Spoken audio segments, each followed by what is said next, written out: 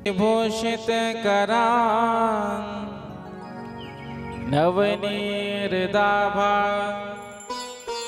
पीताम्बरादरुणविं वफलादरोष्ठा पूर्णेन्दु सुंदर मुखादरविंद नेत्रा कृष्णात् परं किमपि तत्त्वमहं न जाने। श्री बांके बिहारी तेरे आरती गाओ, श्री बांके बिहारी तेरी आरती गाओ। हे गिरधर तेरे आरती गाओ, हे गिरधर तेरी आरती गाओ। आरती गाओ प्यारे आपको रिझाओ, आरती गाओ प्यारे आपको रिझाओ। मैं आरती गाओ प्यारे आपको मनाओ, मैं आरती गाओ प्यारे आपको मनाओ। श्याम सुंदर तेरे आरती गाओ, श्याम सुंदर तेरी आरती गाओ। मोर मुकुट तेरे शीश पे सोहे, मोरे मुकुट तेरे शीश पे सोहे। प्यारी बंसी मेरो मन मोहे, प्यारी बनसी मेरो मन मोहे। देख छमे बले हारी में जाओ, देख छवि बलिहारी में जाओ। चरणों से निकली है गंगा प्यारी, चरणों से निकली है गंगा प्यारी। जिसने सारी दुनिया तारी, जिसने सारी दुनिया तारी। उन चरणों के मैं दर्शन पाऊं, उन चरणों के मैं दर्शन पाऊं। श्री हरिदास के प्यारे तुम हो, श्री हरिदास के प्यारे तुम हो। मेरे मोहन जीवन धन हो, मेरे मोहन जीवन धन हो। प्यारी छवि मैं तो मन में बसाऊं, प्यारी छवि में तो मन में बसाओ। श्री बांके बिहारी तेरे आरती गाओ, श्री बांके बिहारी तेरी आरती गाओ। बाल कृष्ण तेरे आरती गाओ, बाल कृष्ण तेरी आरती गाओ। हे गिरधर तेरे आरती गाओ, हे गिरधर तेरी आरती गाओ। बोलिए बाल कृष्ण लाल की जय हो, श्री वृंदावन बिहारी लाल की जय हो, श्रीमद् भागवत महापुराण की जय हो, श्री हनुमान जी महाराज की जय हो। जय जय श्री राधे, जय जय श्री राधे, जय जय श्री राधे, जय जय श्री राधे, जय जय श्री श्री राधे। राधे श्याम।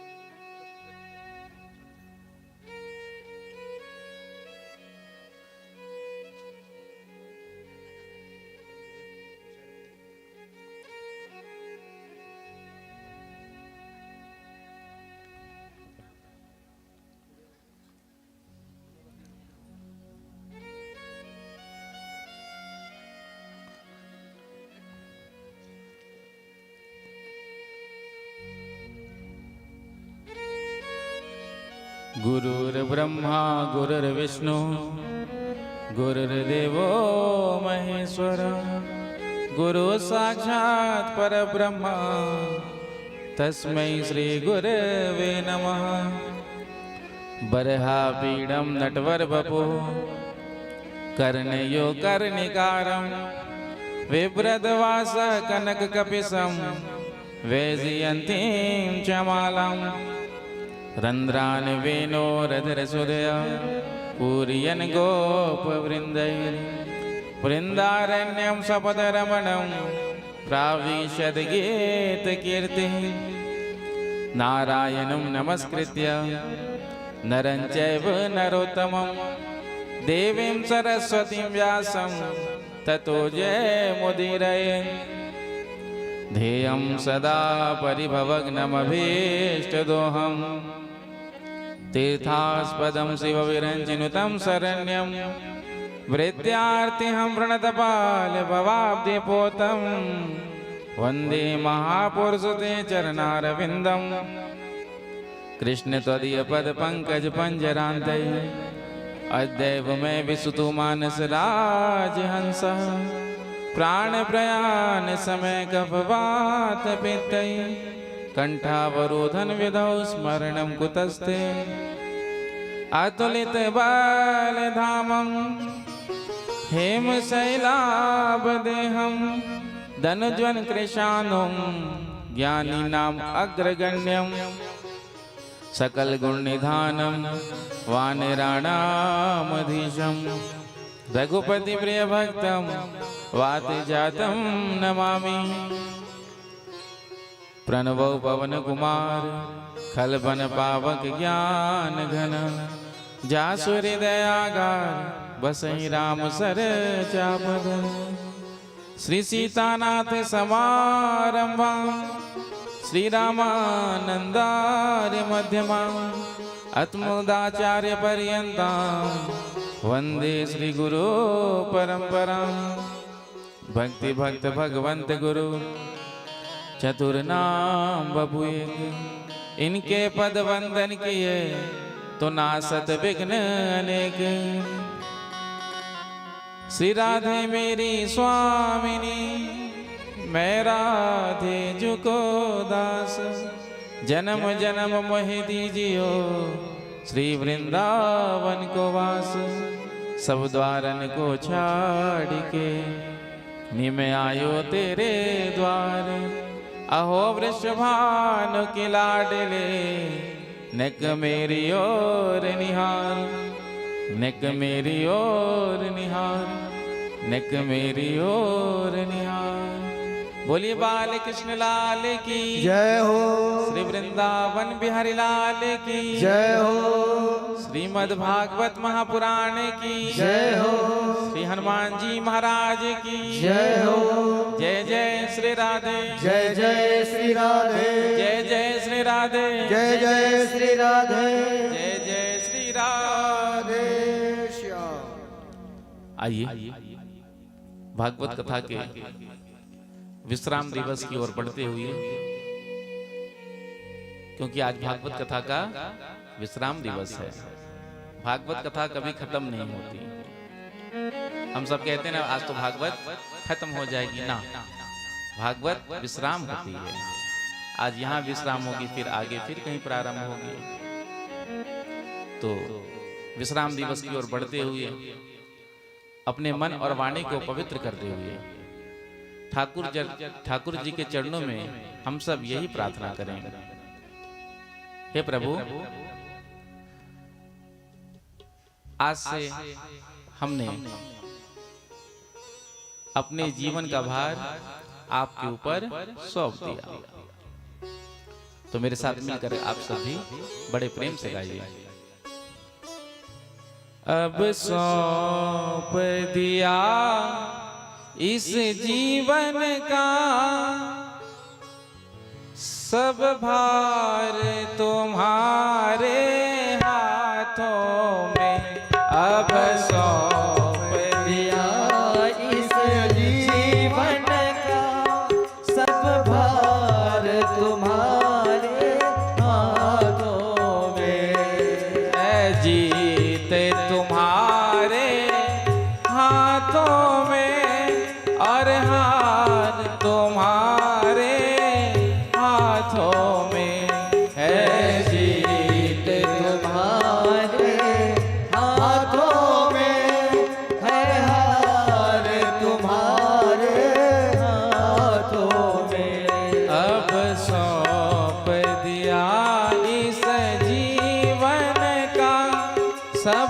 भार तुम्हारे हाथों में। अब सौंप दिया इस जीवन का सब भार तुम्हारे हाथों में। दोनों हाथ में ताली सब करके हुए।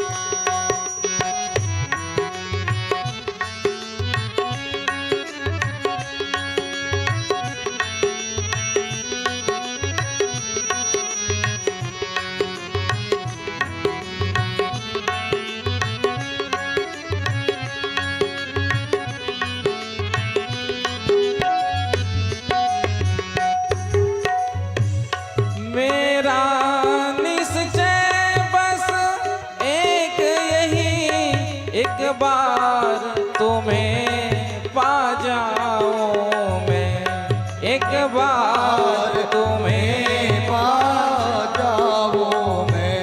अर्पण कर दूं दुनिया भर का सब प्यार तुम्हारे चरणों में। अब सौंप दिया इस जीवन का सब भार तुम्हारे हाथों में। जो जग में रहूं तो ऐसे रहो, जो जल में कमल का फूल रहे। जो जल में रहो तो ऐसे रहो, जो जल में कमल का फूल रहे।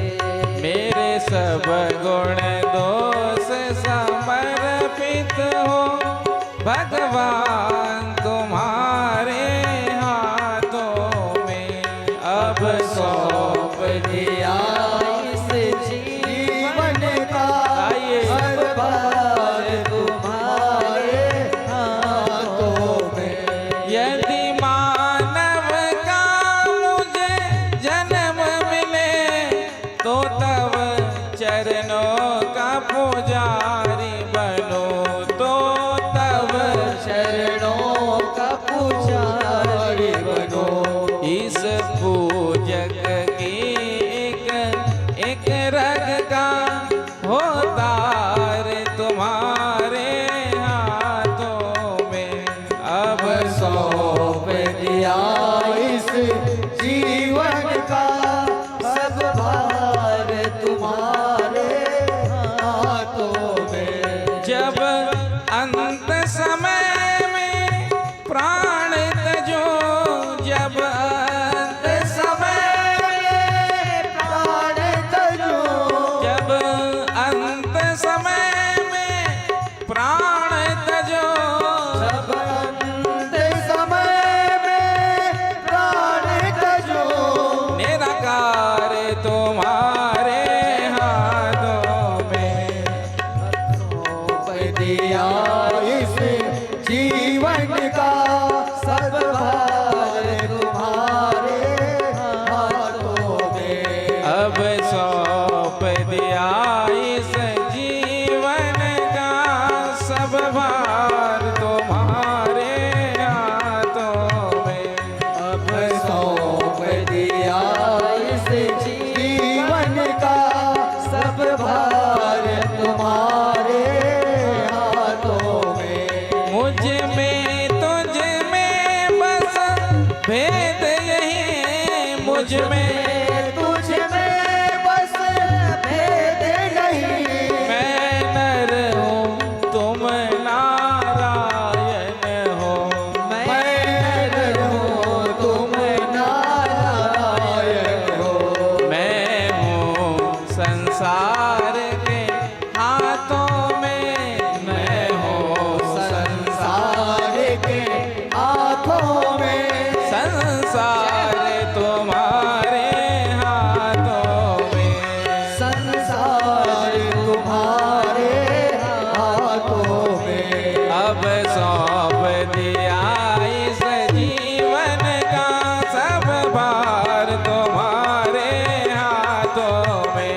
अब दोनों हाथ कहिए, दिया इस जीवन का सब भार तुम्हारे हाथों में।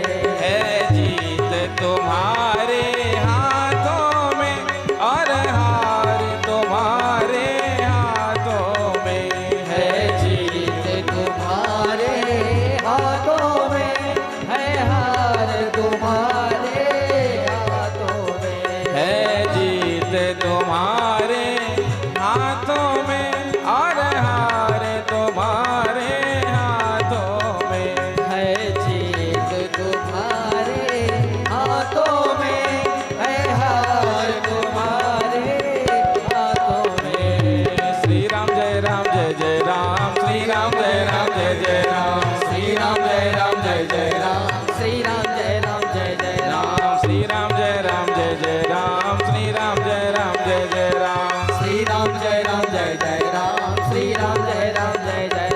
श्री राम जय जय राम, श्री राम जय जय राम। श्री राम जय जय राम, श्री राम जय जय राम। श्री राम जय जय राम, श्री राम जय जय राम। श्री राम जय जय राम, श्री राम जय जय राम। श्री राम जय जय राम, श्री राम जय जय राम। श्री राम जय जय राम, श्री राम जय जय राम। श्री राम जय जय राम, श्री राम जय जय राम। श्री राम जय जय राम, श्री राम जय जय राम। तो दोनों हाथ उठाकर मेरे साथ कहिए, अब सौंप दिया इस जीवन का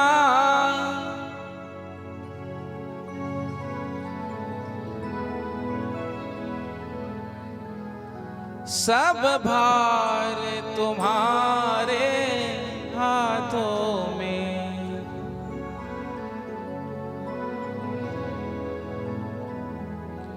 है जीत तुम्हारे हाथों में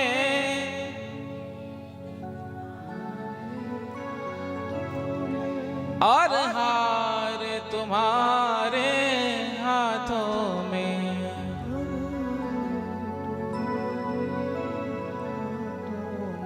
बोलिए बाल कृष्ण लाल की जय हो, श्री वृंदावन बिहारी लाल की जय हो, श्रीमद् भागवत महापुराण की जय हो, श्री हनुमान जी महाराज की जय हो, श्री सीतारामचंद्र भगवान की जय हो, श्री राधा कृष्ण भगवान की जय हो, श्री गौरी शंकर भगवान की जय हो, श्री लक्ष्मी नारायण भगवान की जय हो, अम्बे मैया की जय हो, पिंडरानी मैया की जय हो, जगन्नाथ स्वामी भगवान की जय हो, श्री सदगुरुदेव भगवान की जय हो, सब संतन की जय हो, सब भक्तन की जय हो, सब विप्रन की जय हो, 84 कोस ब्रजमंडल धाम की जय हो, जय जय श्री राधे, जय जय श्री राधे, जय जय श्री राधे, जय जय श्री राधे, जय जय श्री राधे।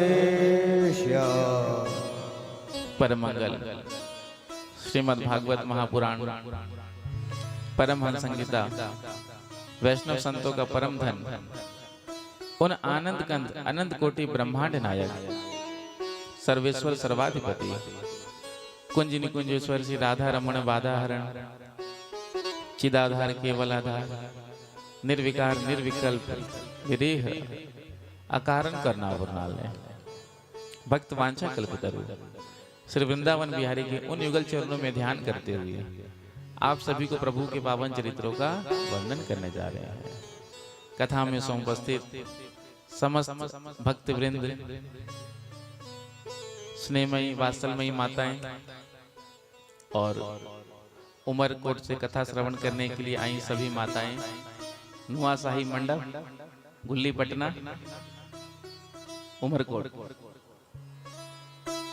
एवं YouTube चैनल के माध्यम से लाइव कथा देख रहे सभी भक्तगण को जय श्री कृष्णा। जय श्री कृष्ण। जय सिया राम। जय सिया राम। श्री राधे। श्री राधे। राधे राधे। राधे राधे। बिहारी जी महाराज की असीम अनुकंपा से मानव जीवन का सर्वोत्कृष्ट साधन फल सत्संग जो हम सबको श्रीमद् भागवत कथा के रूप में सुलभ हो रहा है। विश्व हिंदू परिषद रायघर के द्वारा इस कथा का आयोजन किया गया और रायघर की पावन भूमि में प्रथम बार भागवत कथा का आयोजन हुआ। तो ये भी एक इतिहास ही है। आगे कभी चर्चा होगी, कभी सत्संग होगा, कोई कथा होगा, तो होता है ना। पहली बार 2025 में श्रीमद् भागवत की कथा तपन कल्याण मंडप में हुई थी। प्रेम से कहो श्री राधे। तो ये सौभाग्य आप सब रायघर वासियों को मिला। अनायास ही भगवान ने आप पर अत्यंत कृपा करुणा कर दी। क्योंकि मुझे लगता है जैसे उमरकोट में 15 दिन पहले कथा दिया, 10 दिन पहले 10 या 15 दिन पहले ही वहां भी कथा फिक्स हुई थी। तो इसी प्रकार से 10 या 15 दिन का ही समय होगा। तो जगन्नाथ स्वामी की कृपा कुछ ज्यादा बरस रही है। प्रेम से कहो श्री राधे। आप पर नहीं, हम पर। हमारा सौभाग्य जगन्नाथ स्वामी के चरणों में बैठ करके, उनके पावन सानिध्य में बैठ करके हमको उनको कथा सुनाने का अवसर ही अवसर मिल रहा है। एक अवसर पिछले वर्ष मिला था जगन्नाथपुरी की कथा का, लेकिन फिर संयोग नहीं बन पाया। अधिक मास जो आता है तो रायपुर के, छत्तीसगढ़ के कोई जजमान थे, उनकी इच्छा थी कि जगन्नाथपुरी में जाकर कथा श्रवण करें अधिक मास में। लेकिन होता है ना, 2 साल पहले से बुक किया था, 2 साल पहले से बुक किया था, लेकिन जब समय निकट आया तो कथा नहीं हो पाया। तो ऐसा ही होता है। लोग कई साल से निश्चय करके रखते हैं, 4 साल से 5 साल से कि हाँ हम कथा कराएंगे। संकल्प भी लोग ले लेते हैं और उसके बाद भी कथा नहीं करा पाते हैं। क्योंकि कथा तो ठाकुर जी की कृपा से प्राप्त होती है और ठाकुर जी की कृपा अनायास ही हो जाती है। कहते हैं ना, अकारण करुणा वरुणालय, अकारण ही कृपा करुणा करते हैं। देख लीजिए दोनों कथा, चाहे उमरकोट हो चाहे रायघर हो, वरना प्लानिंग करते रह जाते हैं। और प्लानिंग जो किया जाता है बहुत पहले से, वो प्लान फेल हो जाता है, सक्सेस नहीं होता है। और जो अनायास ही हो जाता है ठाकुर जी कृपा से, वो हो ही जाता है। इसलिए सत्कर्म में ज्यादा डिले नहीं करना चाहिए। जब इच्छा हो गए 5-10 दिन पहले मन बनाया, लग गए और भगवान की कृपा हो जाती है तो सब हो जाता है। शुरुआत में तो लगता है कि कैसे होगा, क्या होगा, कौन करेगा, इतना बड़ा कार्य, इतना बड़ा आयोजन कैसे हम संभालेंगे, कैसे करेंगे, क्योंकि इसमें तो तन मन धन से लगना पड़ता है। ऐसा तो नहीं है केवल धन ही लगा दिया तो काम हो गया ना। शारीरिक रूप से भी हमको लगना पड़ता है। इतनी सारी व्यवस्थाएं होती हैं, सेवा होती है। वृंदावन से आए हैं सब, उनके रहने का, भोजन का, जो कथा सुनने श्रद्धालु श्रोता आते हैं उनके लिए बैठने का, उनके लिए प्रसाद का, बहुत सारी व्यवस्थाएं होती हैं। तो प्रारंभ में तो लगता है कि कैसे होगा, क्या होगा, और जब तक कथा प्रारंभ नहीं होता है तब तक अंदर ही अंदर घबराहट होती ही रहती है कि कैसे होगा। कभी कभी तो ऐसा मन में आता है कि कहां हम फंस गए। कथा शुरू होने से पहले होता है, मन में आता है कि मतलब, क्योंकि प्रारंभ में कोई साथ नहीं देता है, जब आप आगे बढ़ेंगे तो कोई साथ नहीं देता है। लेकिन जब ठाकुर जी महाराज आकर के विराजमान हो जाते हैं, भागवत जी विराजमान हो जाते हैं, उसके बाद जो नहीं भी साथ देने वाले होते हैं वो भी आकर के साथ देते हैं। प्रेम से कहो श्री राधे। राधे जिसकी कल्पना हमने नहीं की होती है। तोंगपाल छत्तीसगढ़ 5 वर्ष कंटिन्यू वहां हमारी कथा हुई। कोरोना काल के बाद क्रम टूट गया तो अभी, लेकिन हो सकता है कि कथा हो जाए, ठाकुर जी कृपा कर दें तो। एक होता है ना, जो बना हुआ होता है तो बना हुआ होता है। हर साल कथा होती है, होते रहती है। एक बार बीच में गैप हो जाता है तो फिर कथा प्रारंभ करने में बहुत कठिनाइयां आती है। इसलिए जो एक बार लय बन जाता है उसको बने रहने देना चाहिए। लय टूट गया तो दिक्कत होती है। तो तोंगपाल छत्तीसगढ़ में वहां भी बड़ा सुंदर भाव और ग्रामीण अंचलों में विशेष भाव देखने को मिलता है। श्रद्धा, भक्ति, प्रेम भाव आपको देखना हो तो ग्रामीण अंचलों में ही मिलता है। और सच पूछो तो हमको उड़ीसा बहुत अच्छा लगने लगा है। आपका कल्चर, ट्रेडिशन, सेवा भाव, प्रेम, श्रद्धा बहुत ही अद्भुत है। केवल अर्थ ही देने से नहीं होता है, होता है ना जो सेवा भाव है, प्रेम है। अरे प्रेम है, भाव है। आपने कथा सुना और उस कथा का आप पर असर हुआ, इसलिए तो आप 30 किलोमीटर से यहाँ कथा सुनने के लिए आए हैं। कोई 100 किलोमीटर से आया कथा सुनने, कोई 500 किलोमीटर से कथा सुनने के लिए आए। इसी पंडाल में बैठे हैं, इसी पंडाल में बैठे हैं। कटक से आए हैं, बोरीगुमा से आए हैं, और भी कई होंगे जो कितने दूर दूर से आकर कथा सुन रहे हैं।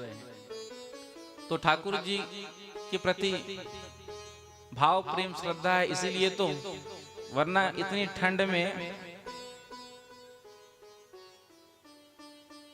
ब्लैंकेट से निकलना कौन चाहता है।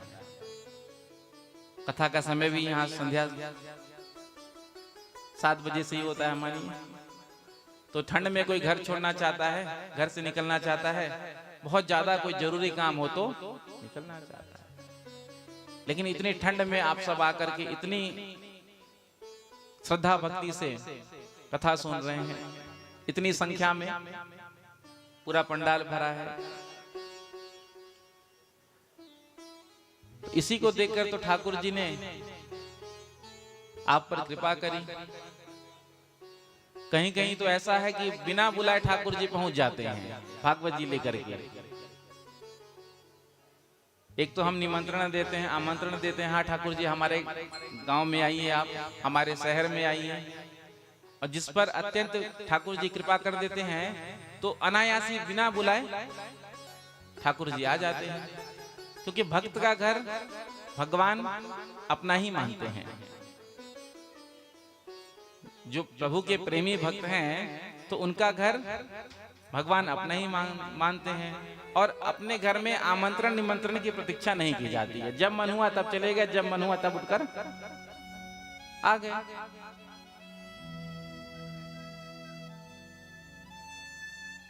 तो हमको जी ये सौभाग्य मिला। देखिए कथा के माध्यम से भक्ति का बीज हमने आप सबके हृदय में प्रवेश कर दिया।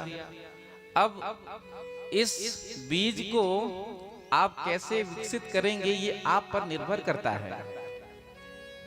जड़ में पानी देना होता है, खाद पानी आदि की व्यवस्था तो करनी पड़ती है ना। अब बीज तो हमने डाल दिया, आपने खाद पानी नहीं दिया तो फिर वो बीज फलीभूत नहीं होगा, नष्ट हो जाएगा। और यदि आपने निरंतर उसमें खाद पानी दिया तो अगले वर्ष जब हम यहाँ आएंगे तो वो प्लांट बन जाएगा, पौधा। उसके बाद जब 2, 4, 5 साल हो जाएगा, 7 साल हो जाएगा तो फिर वो ट्री के रूप में बदल जाएगा, वृक्ष के रूप में। और उसके बाद वो वृक्ष हमको फल देने लगेगा। ठाकुर जी तो फल हैं। प्रेम से कहो श्री राधे राधे। तो भक्ति का बीज आपके अंदर प्रवेश कर गया। अब इसकी सुरक्षा, सेवा आपके हाथ में है। कथा सुनने के बाद नियम लेना चाहिए, कुछ ना कुछ तो नियम लेना ही चाहिए, चाहे 1 माला कर लो चाहे 10 माला कर लो, वो आप पर निर्भर करता है, लेकिन कुछ ना कुछ नियम लेना चाहिए कि हम कुछ भी नाम ही जप करेंगे, चलो माला नहीं करेंगे तो नाम जप करेंगे, हनुमान चालीसा का पाठ करेंगे, सुंदरकांड का पाठ करेंगे, रामायण के 5-10 दोहा का नित्य प्रति पाठ करेंगे। देखो हम सब हिंदू हैं तो हम सबको कम से कम अपने जो धर्म ग्रंथ है उनका स्वाध्याय करना चाहिए नित्य प्रति। भागवत जी भी हिंदी में आती हैं, रोज 5 श्लोक 10 श्लोक पढ़ा जाए, रामायण की चौपाइयाँ 5-10 चौपाइयाँ रोज नियम से पढ़ा जाए। तो जब आप धीरे धीरे पढ़ेंगे तो आप उसको समझेंगे कि हाँ इसमें क्या है। अब कथा में तो देखिए पूरा वर्णन करना इम्पॉसिबल है, संभव ही नहीं है 7 दिन में कथा सुनाना। इसमें तो केवल मुख्य मुख्य प्रसंग ही सुनाए जाते हैं। भागवत की जो सप्ताह विधि वाली कथा है वो राजधानी एक्सप्रेस की तरह होती है। राजधानी एक्सप्रेस जो है वो मुख्य मुख्य स्टेशन पर ही रुकता है और फिर जब महीने में सुने साल में सुने तो फिर वो पैसेंजर की तरह जो हर एक छोटे छोटे स्टेशन पर रुकता है, और जो हर एक छोटे छोटे स्टेशन पर रुकने लग जाए ट्रेन, उस ट्रेन में बैठने की इच्छा नहीं करती है। प्रेम से कहो श्री राधे। जो ट्रेन का बहुत ज्यादा स्टॉपेज हो तो हम उसमें यात्रा करने से बचते हैं। एक छत्तीसगढ़ एक्सप्रेस है, रायपुर से चलता है अमृतसर तक। तो बहुत पहले ही एक बार हम उसमें मथुरा से रायपुर आ रहे थे, एक बार बैठे, उसके बाद कान पकड़े कि दोबारा कभी इस ट्रेन में नहीं बैठेंगे। प्रेम से कहो श्री राधे। तो यात्रा तो ऐसा होना चाहिए जो झट से हमको मंजिल तक पहुंचा दे, क्योंकि वैसे भी आजकल हमारे पास उतना समय नहीं है।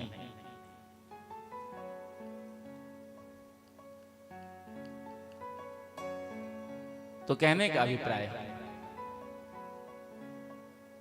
भागवत कथा को अपने जीवन में हमको उतारना है। जो भक्ति का बीज हमने आज आप सबके हृदय में डाला है, उस वृक्ष को, उस बीज को वृक्ष के रूप में आपको परिवर्तित करना है। प्रेम से कहो श्री राधे। कथा सुनने का तो यही लाभ है। तो कथा को अपने जीवन में उतारना चाहिए। हमको ये मानव जीवन भगवान ने क्यों दिया है? प्रभु को प्राप्त करने के लिए। हम सबकी मंजिल क्या है बताओ? हम सबकी मंजिल क्या है? प्रभु का द्वार ही है। अब कोई किसी रास्ते से जाएगा, कोई किसी रास्ते से जाएगा, लेकिन सब वहीं पहुंचेंगे। तो मानव जीवन भगवान ने हमको भजन करने के लिए दिया, और भजन करके हम इसी जीवन में भगवान को प्राप्त कर सकते हैं। अनेक भक्तों की कथा भक्तमाल में आती है। कलिकाल में जिन्होंने भगवान का दर्शन किया, क्योंकि उनके अंदर भाव था, और हमारे अंदर भी वही भाव जागृत हो जाएगा तो हमको भी भगवान का दर्शन इसी जन्म में हो जाएगा। लेकिन उस प्रकार का भाव हमारे अंदर आएगा तब होगा। जितना हम संसार के लिए तड़पते हैं, क्या उतना प्रभु के लिए हमको तड़पन है? संसार को प्राप्त करने के लिए दिन रात हम लगे रहते हैं, परिश्रम करते हैं, मेहनत करते हैं। क्या प्रभु को पाने के लिए हमने कुछ किया आज तक?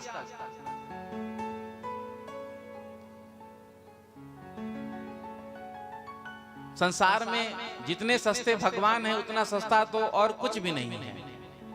जितने सस्ते भगवान हैं। संसार में आपको कुछ भी लेना है, खरीदना है, तो उसके लिए आपको अर्थ देना पड़ेगा, पैसा देना पड़ेगा। बिना अर्थ के, बिना रुपया के आपको कुछ नहीं मिल सकता। लेकिन भगवान को प्राप्त करने का मूल्य क्या है? तस्य लौल्यमेव मूल्यम, मात्र प्रेम। आपके हृदय में ठाकुर जी के लिए प्रेम आ गया तो आपने ठाकुर जी को पा लिया। ठाकुर जी कहाँ नहीं है, भगवान कहाँ नहीं है, हम सबके हृदय में विराजमान है। अंदर बाहर, ऊपर नीचे, दाएं बाएं, जिधर देखो भगवान ही भगवान है, लेकिन हमको दिखाई नहीं दे रहे हैं। तो हमको निश्चय करना है कि इसी जन्म में, इसी शरीर से हमको भगवान को प्राप्त करना है। और जब ये निश्चय हो जाएगा कि अब हम इसी शरीर से, इसी जीवन में अपने आराध्य को, अपने ठाकुर को प्राप्त करेंगे, तो वो दिन दूर नहीं जब ठाकुर जी आपको आकर दर्शन देंगे।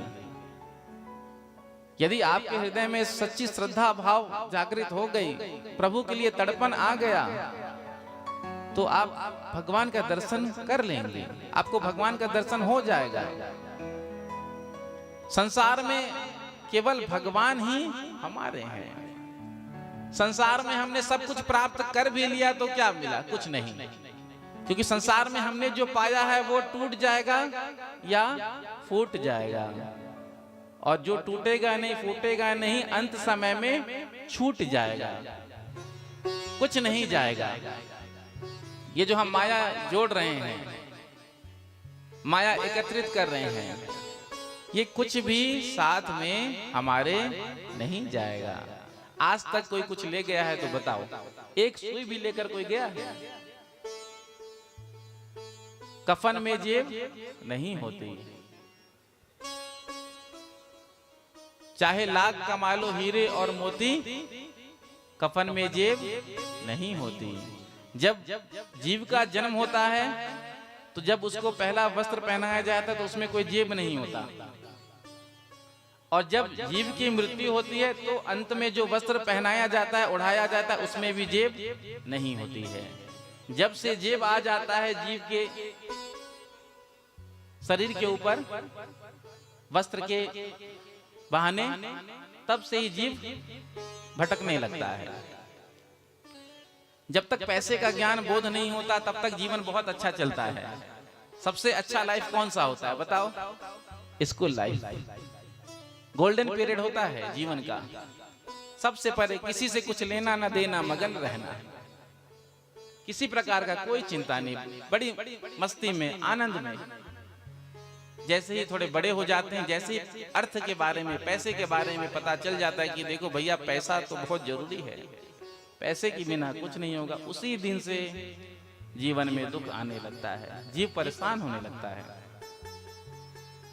तो कितना भी आप कमा लो यहाँ पर, जो भी कमाओगे सब यहीं रह जाएगा। जाएगा तो केवल भगवान नाम जाएगा, आपके द्वारा किया गया सत्कर्म जाएगा, दान जाएगा, जो आप पूजा पाठ जप तप नियम साधन तीर्थ व्रत आदि जो भी कर रहे हैं वही आपके साथ जाएगा। तो ये जो भागवत का 7 दिन का जो समय होता है, ये हमारे लाइफ का गोल्डन पीरियड होता है। ये जो समय आज हम इसका आनंद ले रहे हैं, ये आनंद कल नहीं मिलेगा। क्या आप चाहो पुनः इस आनंद को लेना तो क्या ये आनंद मिल जाएगा? नहीं। जो यहाँ पे आनंद है वो कहीं नहीं मिल सकता। 2 ही जगह तो आनंद है। हम आनंद ढूंढ रहे हैं संसार में, परिवार में, पति में, पुत्र में, पत्नी में, रिश्तेदारों में, लेकिन आनंद कहीं नहीं है। आनंद 2 ही जगह आपको मिलेगा, एक तो ठाकुर जी की कथा में, दूसरा भगवान नाम में या ठाकुर जी के दर्शन में। जब आप ठाकुर जी का दर्शन करते हैं कितना आनंद आता है। जब भगवान नाम जपते हैं, नाम जपते जपते जपते जपते उस स्थिति में जब हम पर पहुंच जाते हैं, क्या आनंद आता है। हम सबका उद्देश्य भी तो यही है कि हमारे जीवन में वो आनंद प्रकट हो गए। तो कथा के माध्यम से उस आनंद को तो हमको प्रकट करना है। वो आनंद हम सबके हृदय के भीतर है, लेकिन हमको दिखाई नहीं देता। तो कथा के माध्यम से मनोमंथन करते हुए अपने हृदय का मंथन करते हुए उस आनंद को प्रकट करके उसका अनुभव करना है। तो संसार में कोई हमारा नहीं है, ना कोई हमारा हो सकता है। पत्नी मकान तक, पुत्र शमशान तक, उसके आगे तो केवल हमारा कर्म ही, सत्कर्म ही हमारा साथी होता है। उसके आगे कोई जाता है? केवल हमारा सत्कर्म ही हमारे साथ जाता है। इसलिए हम जिनके पीछे पागल हैं दीवानों की तरह, आजकल लोगों को लव प्यार बहुत जल्दी हो जाता है, मरने मिटने के लिए तैयार हो जाते हैं। वो प्यार प्यार नहीं है, वो तो केवल संसार में आजकल तो केवल वास नहीं है। पहले भी शायद मैंने कहा है या पहले कहीं और कहा होगा, जब तक चेहरे पर चमक है, जेब में माल है, तभी तक प्रेम होता है। जो चेहरे से चमक गायब, जेब से नोट पानी गायब, तो फिर सारा प्रेम समाप्त हो जाता है। इसलिए संसार में हमारा कोई हो नहीं सकता, ये बात आप निश्चय कर लीजिए। केवल एक भगवान ही हमारे हो सकते हैं। इसलिए उनको ही प्राप्त करने के लिए हमको सत्संग करना है, भजन करना है, भक्ति भाव में लगना है। सब कुछ मिल गया, सारी दुनिया की खुशी आपको मिल गई, लेकिन एक गोविंद नहीं मिला मेरा ना, तो कुछ नहीं मिला। और एक गोविंद मिल गया तो संसार की सभी वस्तु पदार्थ हमको मिल गई।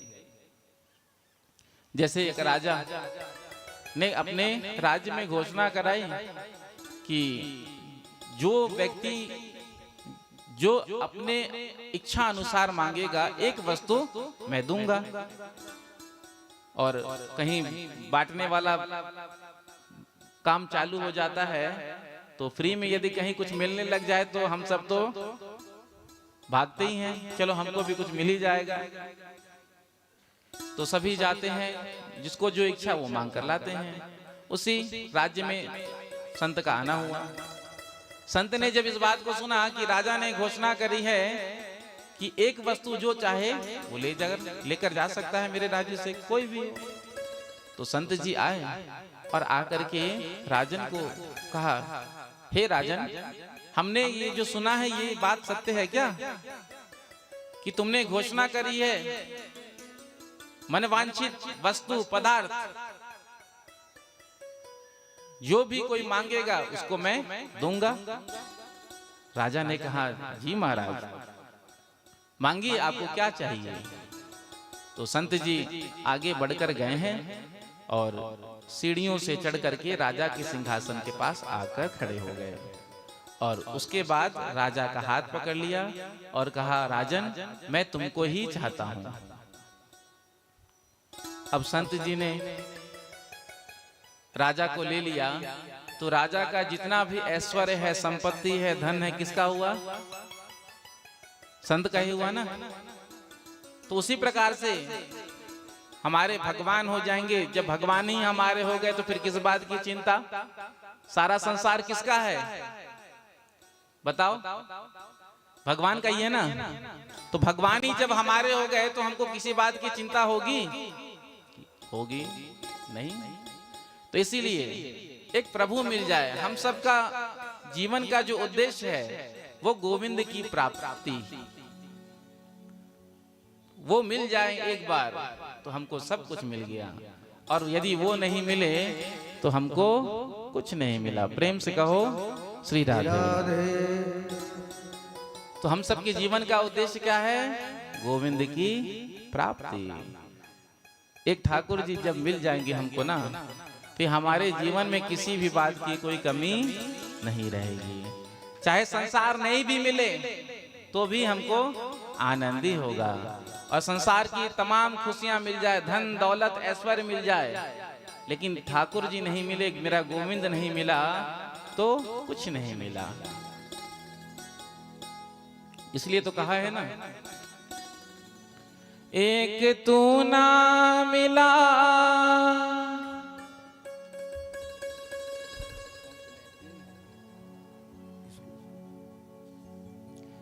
एक तू ना सारी दुनिया मिले भी तो क्या है, एक तू ना मिला दुनिया मिले तो क्या है, एक तू ना मिला,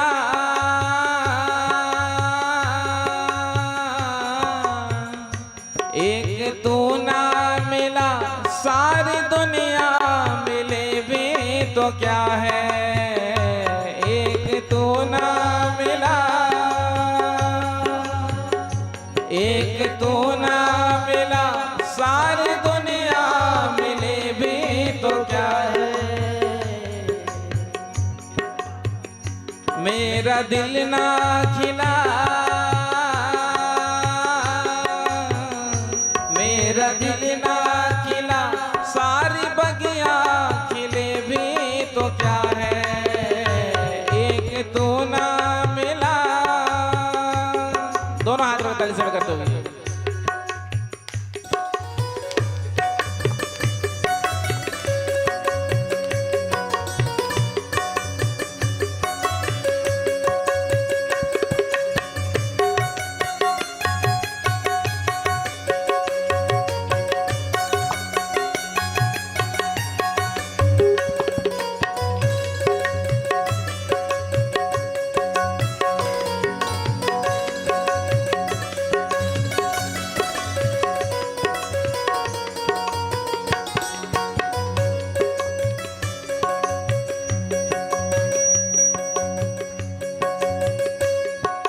धरती हूँ मैं, तू है गगन, होगा कहाँ तेरा मेरा मिलन,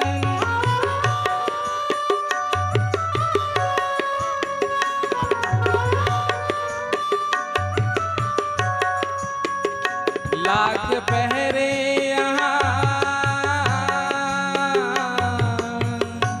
लाख पहरे यहाँ, प्यार दिल में पले भी तो क्या है, एक तू ना मिला, एक तू ना मिला, सारी दुनिया मिले भी तो क्या है, एक तू ना मिला। हरि बोल।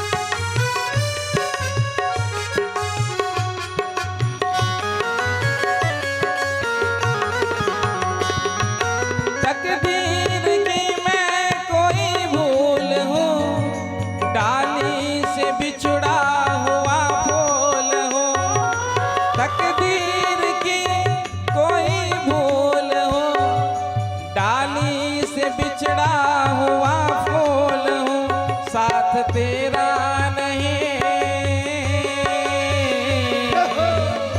साथ तेरा नहीं, संग दुनिया चले भी तो क्या है, एक तू ना मिला। हे मेरे ठाकुर, यदि तू ही साथ नहीं रहा तो सारी दुनिया भी संग में चले तो क्या है, और एक तू साथ में है मेरे, तो मुझे किसी बात की कमी नहीं। मेरे सिर पर हाथ तेरा है, तो मुझे जमाने में किसी बात की कोई कमी नहीं है। तू बस एक मेरे साथ चल और मुझे कुछ नहीं चाहिए। दोनों हाथ में कतारी सेवा करते हुए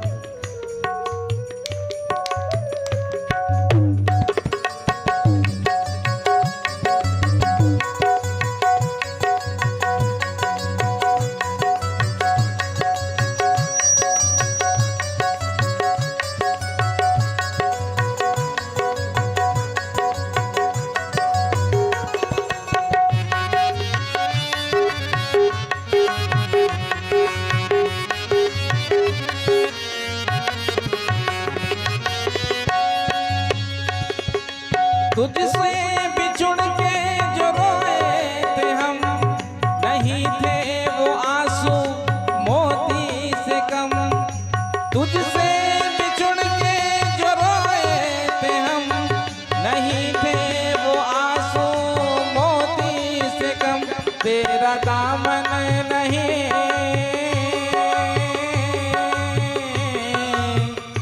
तेरा दामन नहीं, आंसू भी गले तो क्या है, एक तू ना मिला, कहिए एक तू ना मिला, सारी दुनिया मिले भी तो क्या है, एक तू ना मिला सारी दुनिया मिले भी तो क्या है, संग तू ना चला,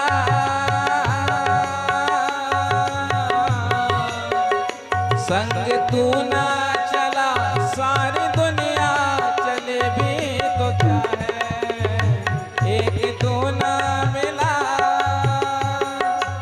दोनों हाथ कर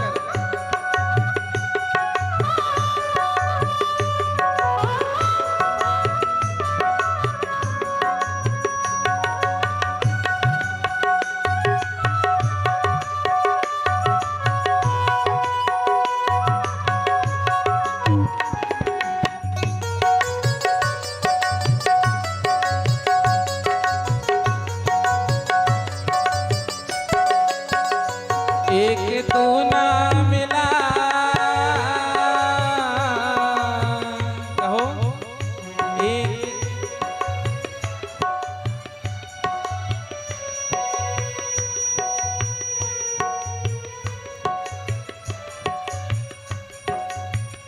संग तू ना चला,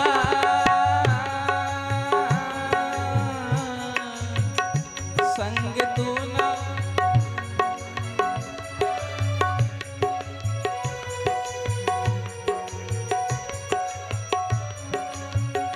एक तू ना मिला, सारी दुनिया मिले भी तो क्या है, एक तू ना मिला।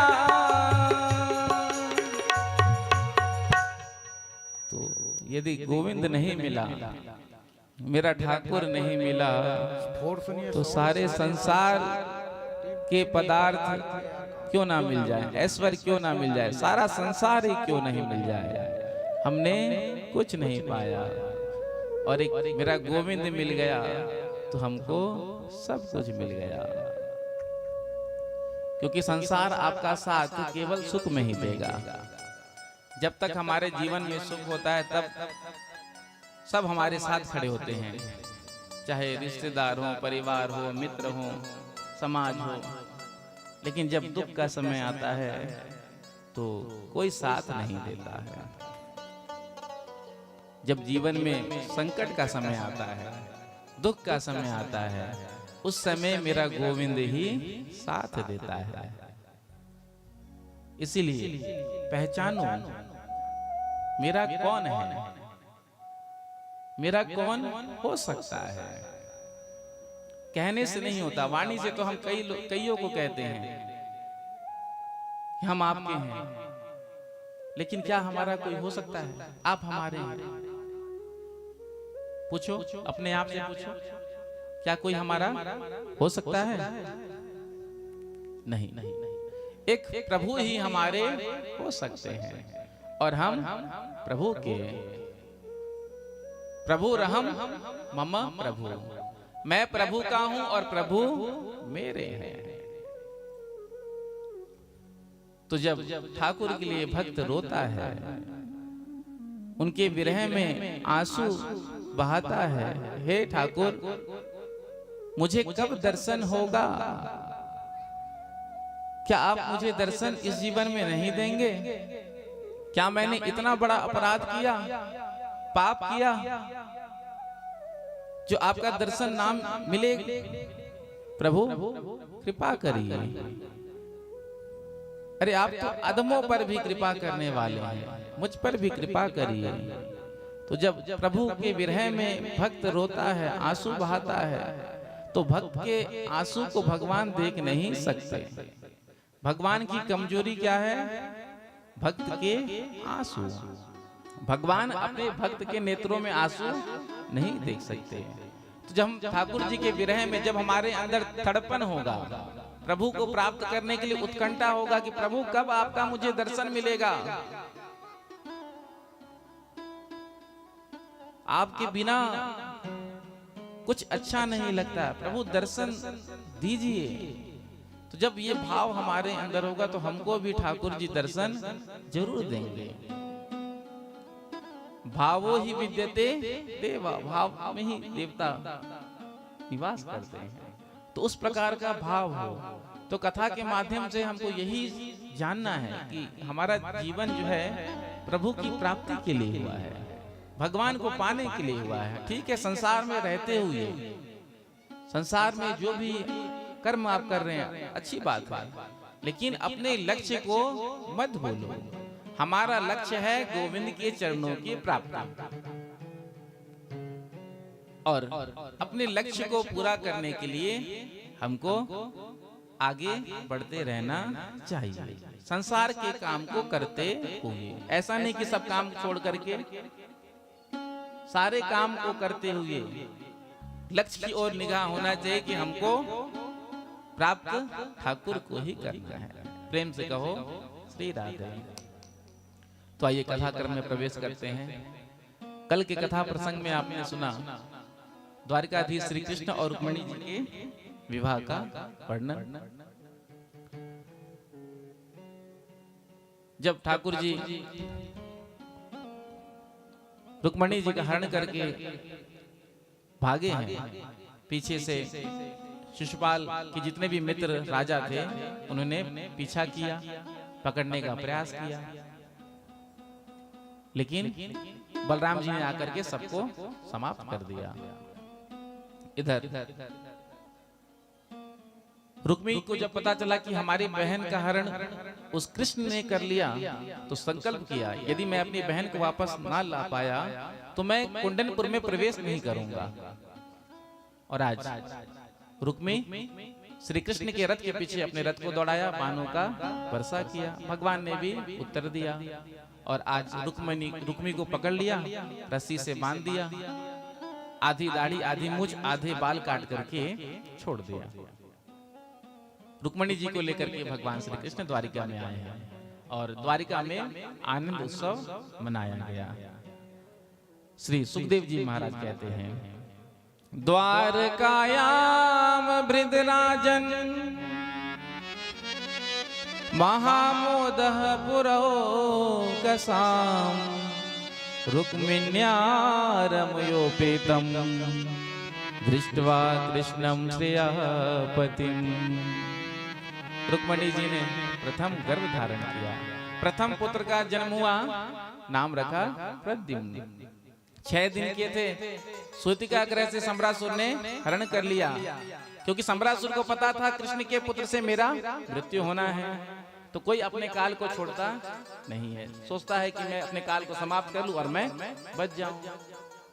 तो आज सम्रासुर ने ले जाकर के प्रद्युम्न जी महाराज को फेंक दिया ऊपर से, समुद्र में एक मछली ने निकल लिया। मछुआरे ने मछली पकड़ा, बहुत बड़ा भारी मछली था, कहा महाराज को भेंट करेंगे। तो वो मछली सम्रासुर के यहाँ पहुंच गया रसोई में। जब काटा गया तो जीवित बालक निकला। जाको राके साया मार सके ना कोई, बाल न बाका कर सके जो जग भैरी होई। जिसकी रक्षा करने वाले भगवान हैं उन्हें भैया कौन मार सकता है? जिसके रक्षक दया निधान हो उसे कौन मार सकता है? जैसा कि मुझे उमरकोट में ही पता चला, हमारे संजीव भैया को गोली लगा था, डॉक्टर ने कह दिया था बचेंगे नहीं, बच भी जाएंगे तो चल नहीं पाएंगे।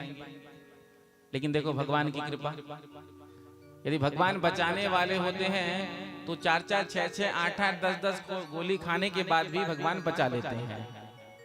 और जिसको भगवान नहीं बचाते हैं तो एक गोली क्या, बगल में भी गोली चल गया तो हार्ट अटैक से मर जाते हैं। प्रेम से कहो श्री राधे।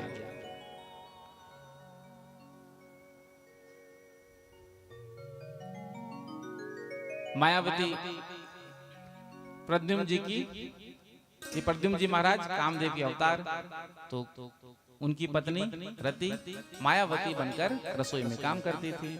नारद जी ने आकर पूर्व जन्म का वृत्तांत सुनाया। दिव्य रसायनों को सेवन करा करके यथाशीघ्र बड़ा कर दिया और कहा, स्वामी जी आप हमारे पूर्व जन्म के पति हैं। महामाया नाम की विद्या को सिखाया, जिस विद्या को सीखने के बाद प्रद्युम्न जी ने संबरासुर का उद्धार किया और अपनी पत्नी को लेकर के द्वारिका में आए हैं। प्रेम से कहो श्री राधे, जोर से कह दो राधे राधे राधे राधे राधे राधे। सुखदेव जी कहते हैं, आसित सत्राजिता सूर्यो भक्तस्य परमः सखा प्रीतस्तस्मै मणिं प्रादात् सूर्यस्तुष्टा श्यमंतकम्। द्वारिका में एक राजा थे जिनका नाम था सत्राजित, सूर्य भगवान के भक्त। सूर्य भगवान ने इनको एक मणि दिया था। इस मणि से नित्य प्रति 8 भर सोना निकला करता। मणि धारण करके द्वारिकाधीश की सभा में आए।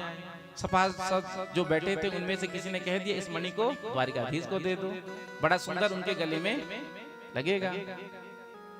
लेकिन मणि का लोग 8 बार सोना नित्य निकला करता, रोज चुपचाप उठकर चल दिए।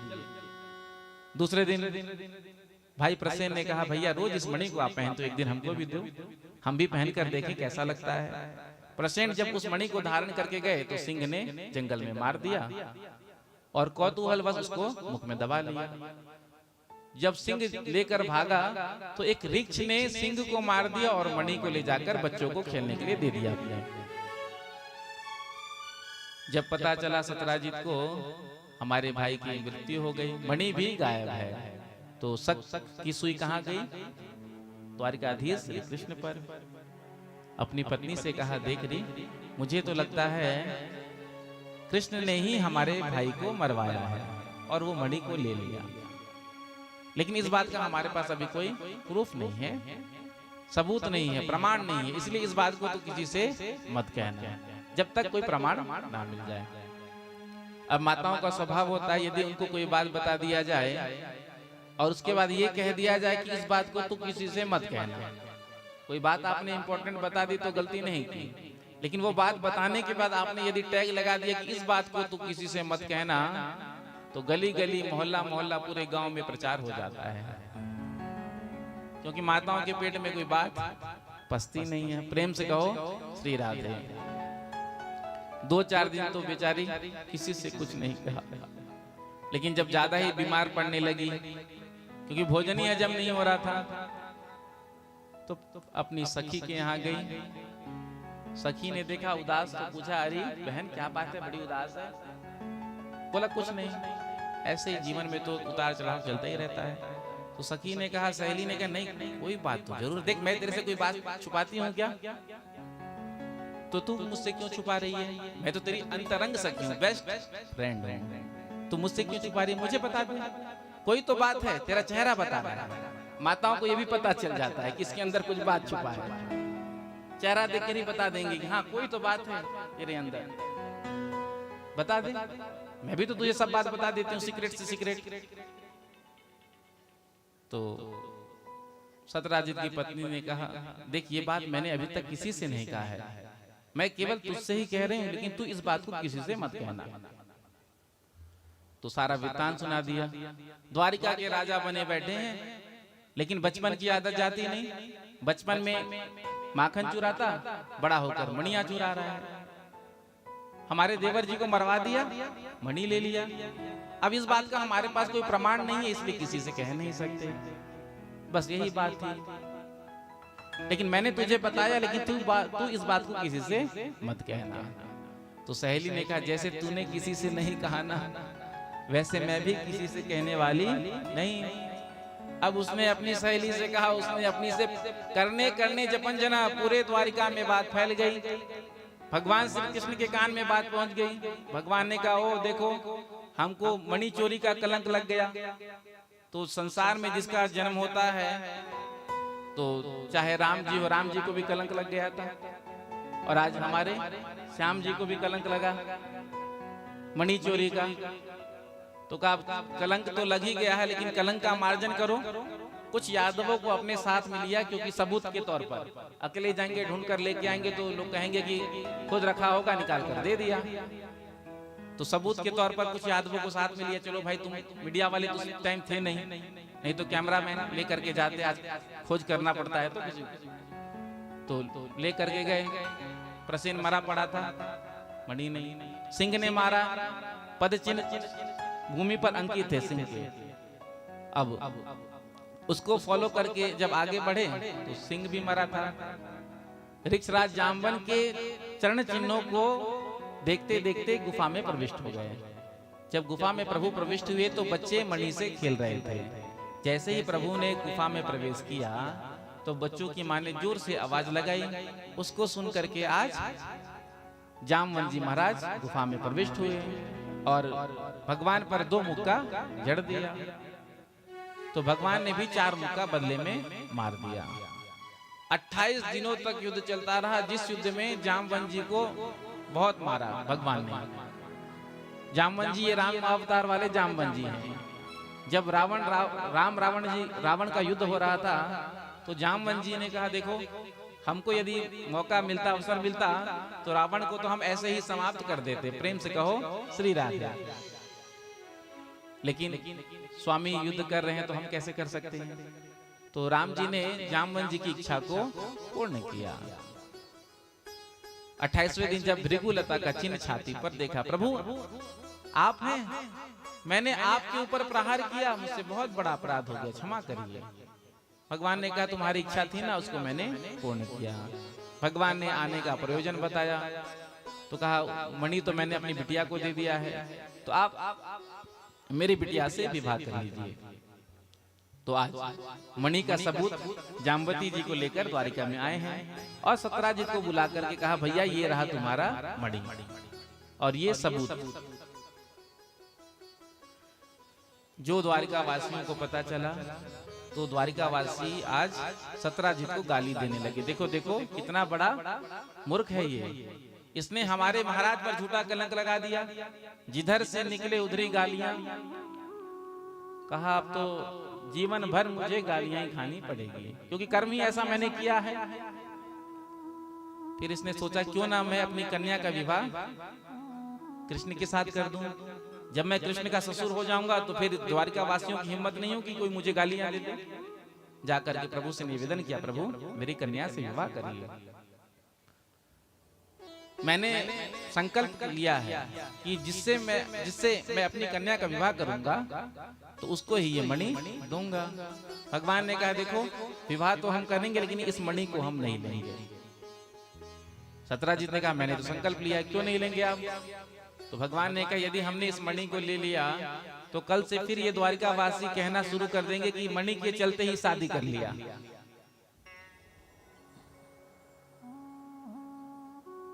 तो कहा इस मणि को अक्रूर जी को दे दो, जो भी इस मणि से निकलेगा वो राजकोष में भेज देना। तो समंतक मणि की कथा को सुनाया। कहते हैं यदि झूठा कलंक लग जाए, कभी कभी लग जाता है, अनायासी हमारा कोई दोष नहीं होता, फिर भी मिथ्या कलंक झूठा कलंक लग जाता है। तो जो समंतक मणि की कथा को सुनते हैं, इसका पाठ कर लेते हैं तो कलंक का मार्जन हो जाता है। जैसे भगवान का कलंक मिट गया वैसे ही मिट जाता है। आगे प्रभु द्वारिका से इंद्रप्रस्थ आए, अर्जुन को लेकर यमुना जी में टहलने के लिए निकले।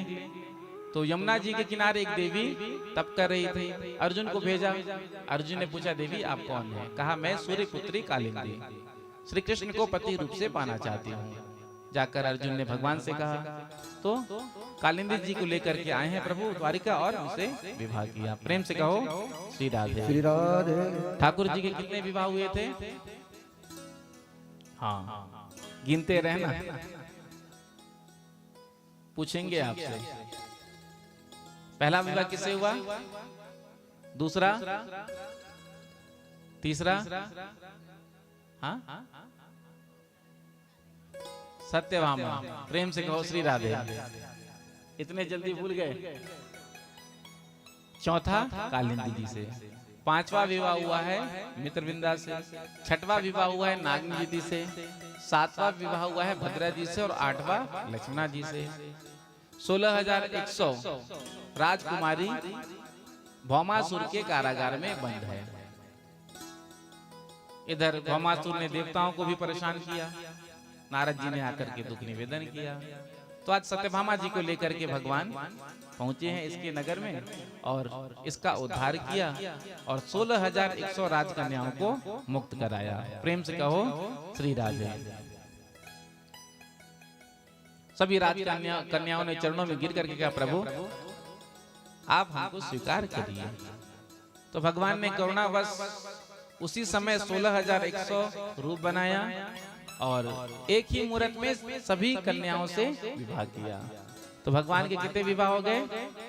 16,108। कालांतर में प्रत्येक रानी से 10-10 पुत्र और एक कन्या का जन्म हुआ। घर जाके हिसाब लगा लेना कि प्रभु के कितने पुत्र और पुत्री। 1,61,080 भगवान के पुत्र, 16,108 भगवान की कन्याएं। और आगे यदुवंश का इतना विस्तार हुआ, 56 करोड़ यदुवंशी हुए केवल यदुवंश में। इतने बड़े परिवार में भगवान हमेशा हंसते मुस्कुराते आनंद में रहते। हमारा छोटा सा परिवार, हम दो हमारे, बोलो हाँ? गया वो समय, हम दो हमारे एक, आगे तो हम दो हमारे कोई नहीं। यही सिस्टम चल रहा है। सारे रिश्ते तो ऐसे ही समाप्त हो जाएंगे। भाई बहन नहीं होंगे तो फिर बुआ, जितने भी रिश्ते हैं, आप सब, समय अभाव है, विस्तार में नहीं कहेंगे। जब एक ही होगा तो ना ताऊ ना बुआ, तो विचार करना पड़ेगा। तो छोटा सा हमारा परिवार है, हम हमेशा परेशानी रहते हैं। कभी सिर दर्द हो रहा है तो कभी गला दर्द हो रहा है।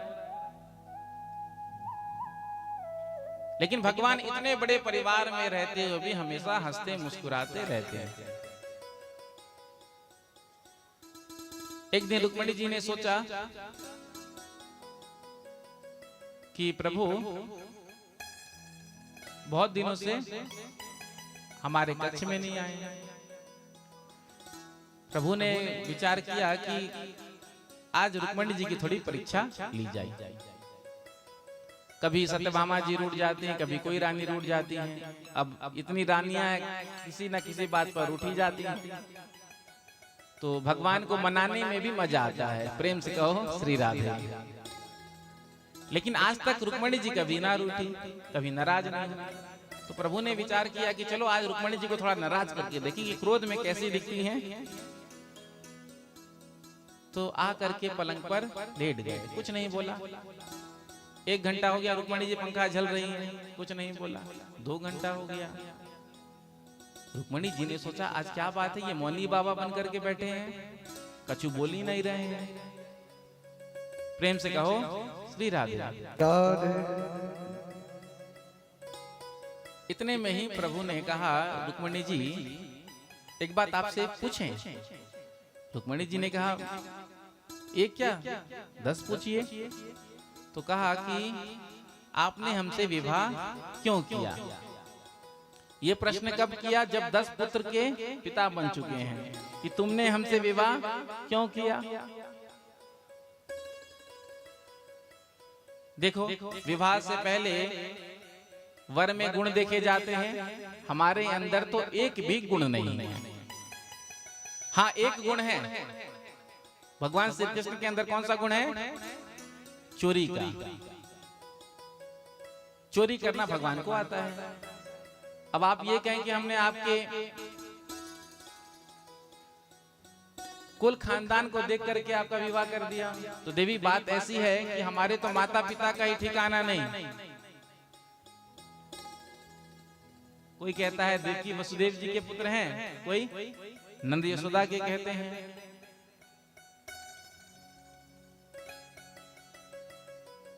अब तुम कहो कि पिताश्री ने हमारा विवाह तय कर दिया था। तो देखो देवी, बात तो ऐसी है कि मुझे भी पता है तुम्हारा विवाह शिशुपाल के साथ तय हुआ था। शिशुपाल राजा और अपने राम जी कभी राजा बनने वाले नहीं, साफ लगा है। समुद्र में घुसे बैठे हैं, प्रभु कह रहे हैं और रुक्मिणी जी के मुखारविंद को देख रहे हैं, गुस्सा आ रहा है कि नहीं, क्रोध आ रहा है कि नहीं, फिक्टू टेढ़ी हो रही है कि नहीं, लेकिन कोई फर्क ही नहीं पड़ा। इतने में ही प्रभु ने कहा, देवी अभी भी रास्ता खुला है। जो सुना रुक्मिणी जी ने तो मूर्छित होकर गिरने लगी, लेकिन भगवान ने चतुर्भुज रूप से अवतार लिया और 2 हाथ से संभाला, एक हाथ से जल का छींटा दिया, एक हाथ से पंखा किया। जब रुक्मिणी जी होश में आई तो प्रभु ने कहा, अरे देवी मैं तो परिहास कर रहा था, दाम्पत्य जीवन में हंसी मजाक होना चाहिए, इससे प्रेम रस बढ़ता है। प्रेम से कहो श्री राधे। इसलिए कभी कभार हास परिहास भी होना चाहिए। बेचारा पति दिन भर बाहर रहता है, चाहे दुकान में रहता है, चाहे ऑफिस में रहता है, ड्यूटी में रहता है। जब रात्रि में थका मारा घर पर आता है तो अपनी प्रिया के साथ हास परिहास करके जितना भी थकावट होता है उसको भूल जाता है। इसलिए जब स्वामी जी घर पर आए तो मधुर वचन से उनका स्वागत करना चाहिए। प्रेम से कहो श्री राधे। होता यह है, पतिदेव घर से आए, पति ने कहा पानी मिलेगा, तो पत्नी कहती है फ्रिज में बोतल रखा है। पति जाकर के फ्रिज से बोतल पानी का निकाल करके पीता है। चाय मिलेगा क्या? दूध वहां रखा है, चाय पत्ती शक्कर वहां रखा है, बनाकर पी लो। बेचारा दिन भर बाहर रहता है, सुबह से निकलता है, रात्रि में आता है तो 2 मीठे वचन भी नहीं बोलती है। प्रेम से कहो श्री राधे। श्री राधे। आजकल की जो पत्नियां होती हैं वो तो आप सब जानते ही हैं। अब सास बहू तो बहू घर का कोई काम ना करे, जब बेटा देखे तो बेटा को अच्छा नहीं लगे। मेरी माँ झाड़ू लगा रही है, पोछा लगा रही है, भोजन बना रही है। अब कहे तो कहे, पत्नी तो आजकल कहने से मानती है नहीं। आजकल 2 धाराएं हो गई हैं। पहले पति पत्नी का विचार मिलता था, लेकिन अब विपरीत विचारधारा। तो अब किससे क्या कहें? पत्नी को कुछ कहेंगे तो बिगड़ेगी, घर का माहौल खराब होगा। तो एक दिन पति ने सोचा कि मैं ही झाड़ू लगा देता हूँ, मुझको देख करके कम से कम इसको थोड़ा शर्म तो आएगा कि पति मेरे झाड़ू लगा रहे हैं और मैं बिल्कुल सोफा में चाय पी रही हूँ बैठ करके, वो भी बिस्किट के साथ। पति ने माँ से कहा, माँ ला मुझे दे झाड़ू, मैं झाड़ू लगाता हूँ। माँ ने कहा, माँ तो माँ ही होती है। नहीं बेटा, मैं लगा लूंगी, तू जा अपना काम कर। बेटे ने कहा, नहीं माँ मुझे झाड़ू दे। इतने में ही पत्नी ने कहा, क्यों झगड़ रहे हो आपस में? क्यों झगड़ रहे हो आपस में? एक दिन तुम लगा लेना, एक दिन ये लगा लेंगे।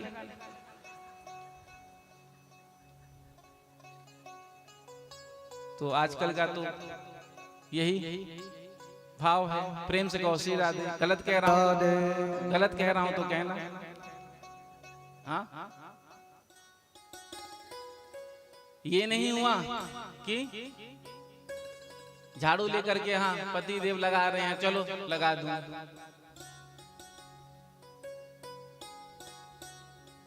तो कहने का अभिप्राय, पति की ज्यादा नहीं तो थोड़ी बहुत सेवा करनी चाहिए। ज्यादा की तो पति भी अब कल्पना नहीं करता। प्रेम से कहो श्री राधे। पति ऑफिस से घर आया, डोरबेल बजाया, पति ने डोर ओपन किया। पत्नी ने बैग हाथ में लिया पति का और कहा कि बैठिए। झट गई, पानी लेकर के आई और पानी देते हुए कहा, स्वामी जी चाय बनाओ। पति भी सोच में पड़ गए, कहीं दूसरे के घर तो नहीं आ गया।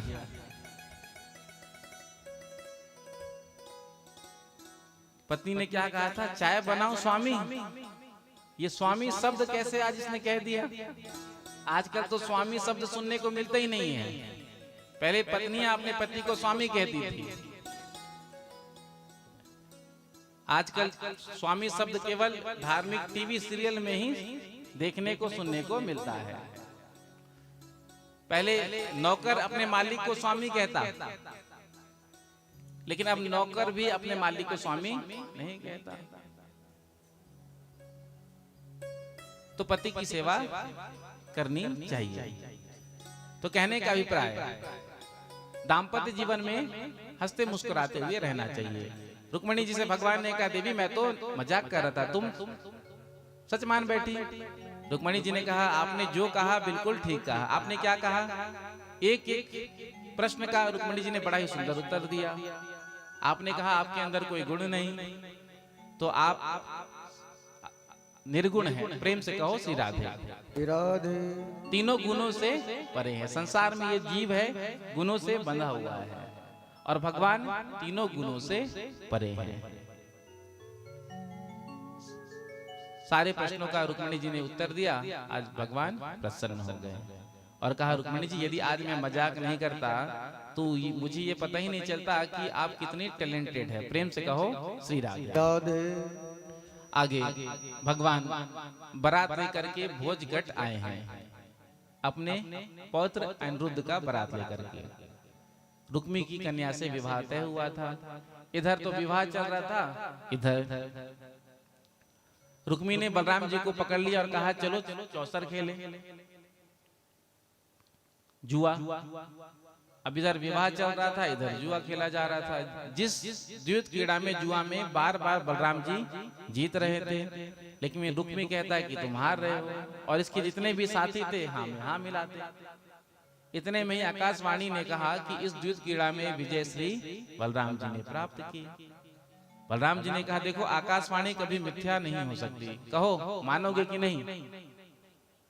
रुक्मिणी ने कहा कि अरे ये जुआ खेलना राजा महाराजाओं का ठाठ है, तुम क्या जानो? अरे तुम जंगल में रहने वाले जंगली लोग, नदी पोखरा का पानी पीने वाले। जो इतना कहा, बलराम जी को क्रोध आया, रुक्मी के गले में हल फंसाया, ऊपर से एक मुसल का प्रहार किया, सोई रुक्मी का अंत हो गया। इधर भगवान ने कुछ नहीं कहा, मौन हो गए। प्रेम से कहो श्री राधे। श्री राधे इधर विवाह हो रहा था। अब विवाह में जो माहौल बिगड़ गया, विवाह के मध्य में यदि कुछ ऐसा घटना घट जाए, अभी हम दाम्पत्य जीवन के बारे में कह रहे थे ना, तो दाम्पत्य जीवन में प्रेम इसलिए नहीं है आज के समय में, क्योंकि जिस प्रकार से, जिस विधि विधान के साथ विवाह होना चाहिए, उस प्रकार से विवाह नहीं हो रहा है। विवाह संस्कार है, लेकिन विवाह संस्कार को हमने फंक्शन बना दिया। विवाह फंक्शन नहीं, विवाह संस्कार है, और संस्कार जो है विधि विधान के साथ नियम के अनुसार करना चाहिए। जो भी हमारा ट्रेडिशन है, कल्चर है, जो रिचुअल्स होते हैं, उनका सम्मान करना चाहिए। लेकिन आजकल आपने देखा होगा विवाह में, सनातनियों के यहाँ जब विवाह होता है, हिंदुओं के यहाँ विवाह होता है, कोई मर्यादा का पालन नहीं, किसी भी प्रकार का नहीं। यहाँ तक के लिए पंडित जी को उतना समय ही नहीं देते हैं कि ठीक से पंडित जी विवाह के मंत्र पढ़ पाए, और सबके लिए तो समय होता है। रिसेप्शन के लिए, फोटो खिंचाने के लिए 2-2, 3-3 घंटे, लेकिन पंडित जी से पहले ही कह देते हैं, पंडित जी जल्दी करना, रिसेप्शन का टाइम हो गया है। जब ठीक ढंग से विवाह ही नहीं होगा तो दाम्पत्य जीवन में प्रेम कहाँ से होगा। पहले ठीक प्रकार से ठीक ढंग से विवाह होता था, विधि विधान का पालन करते शास्त्रीय पद्धति से, तो दाम्पत्य जीवन में देखो पहले कितना प्रेम होता था, पति पत्नी में आपस में बड़ा प्रेम रहता था। लेकिन आज 6 महीना साल भर में विवाह टूटते जा रहे हैं। इतना करोड़ों फूंक दिया, यदि कन्या का प्रेम वर से नहीं हुआ तो सब व्यर्थ है। जब रिश्ता ही टूट गया तो सब व्यर्थ है। आप देखते हैं आजकल विवाहों में करोड़ों करोड़ों फूकते हैं। आज हमने तो बस बताया एक फंक्शन और टीवी में पहले जैसा सीरियल में मूवी में देखते थे, बस उसको कॉपी करने लगे। क्या तामझाम,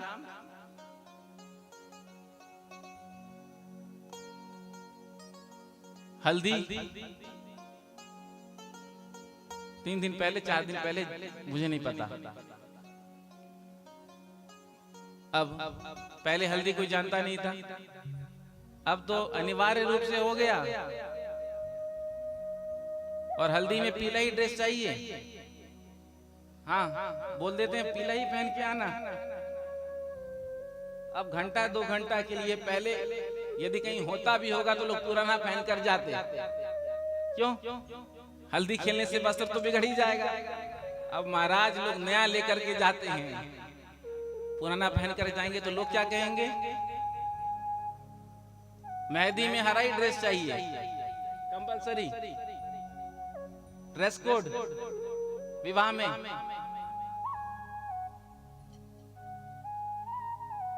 आज का विवाह मंत्र प्रधान नहीं रह गया, विधि विधान प्रधान नहीं रह गया, शास्त्र प्रधान नहीं रह गया। आज का विवाह डीजे प्रधान हो गया, आज का विवाह पिज्जा प्रधान हो गया। डीजे बढ़िया आना चाहिए, लोगों को लगना चाहिए पूरे शहर में।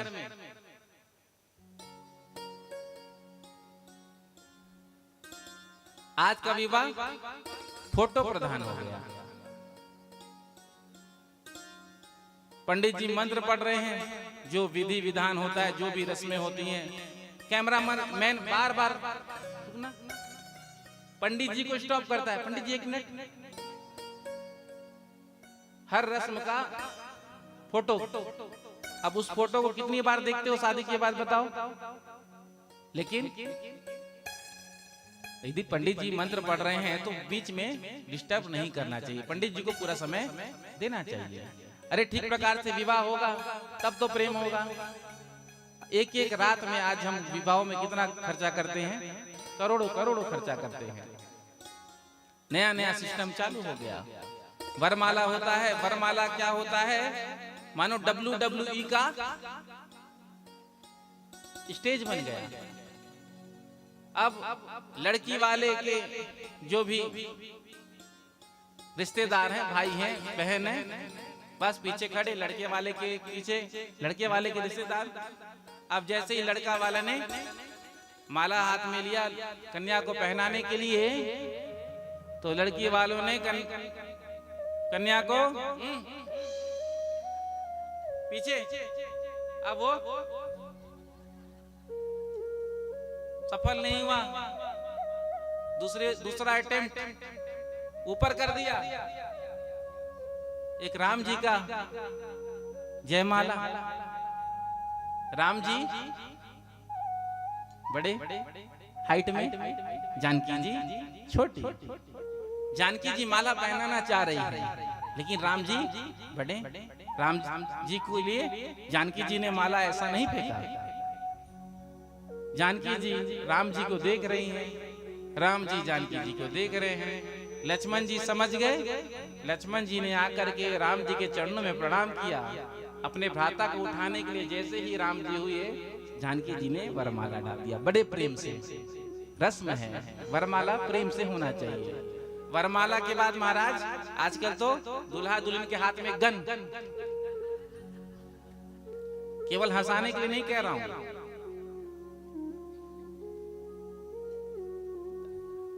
गन फायर, और कभी कभी बैक फायर कर जाता है।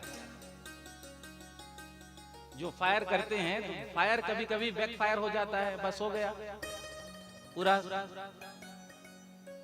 बिगड़ गया ना श्रृंगार, चेहरा खराब। तो पूरा बॉलीवुड को हम फॉलो करते हैं आज के समय में, विवाह के समय में। वो जो पहले धुआं होता था, धुआं करते, अब आप लोग ज्यादा जानते होंगे, मुझे तो ज्यादा पता नहीं है। तो बस यही सब चल रहा है। हो गया, वरमाला भी हो गया, उसके बाद फोटो खिंचाते हैं। फोटो खिंचाने टाइम तो बड़े प्रेम से, हाँ एकदम अलर्ट रहते हैं, बढ़िया फोटो आना चाहिए। उसके बाद वेदी में पहुंचते हैं तो दूल्हे राजा के जितने भी दोस्त यार होते हैं, रिश्तेदार होते हैं, पैक लगा करके झूम बराबर झूम।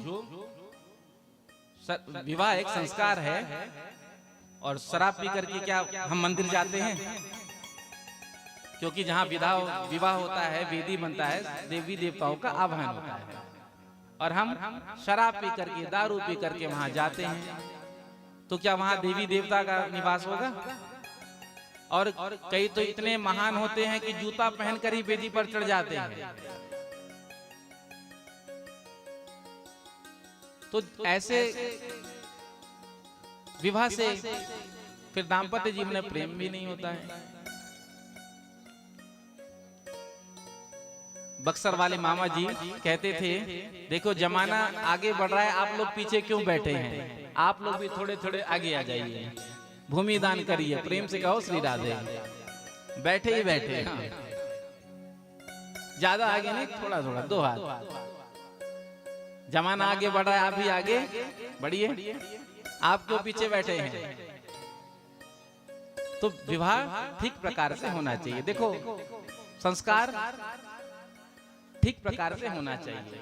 संस्कार का असर हमारे जीवन में पड़ता है, लेकिन आजकल संस्कार की घोर उपेक्षा हो रही है।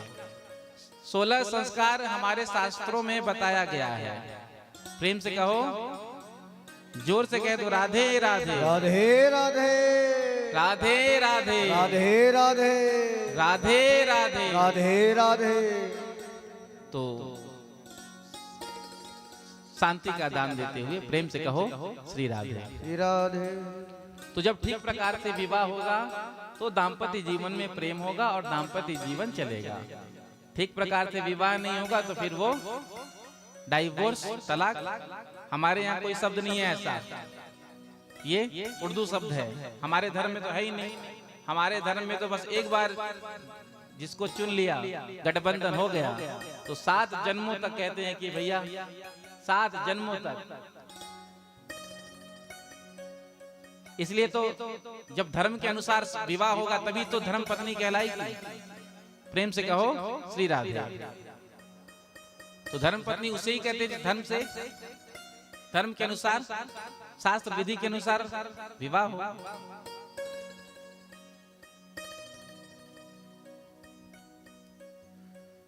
पत्नी जो पुण्य कर्म करती है, पत्नी को धर्म पत्नी क्यों कहते हैं? क्योंकि पति जो भी पुण्य करता है उसका आधा पुण्य पत्नी को मिलता है। प्रेम से कहो श्री राधे।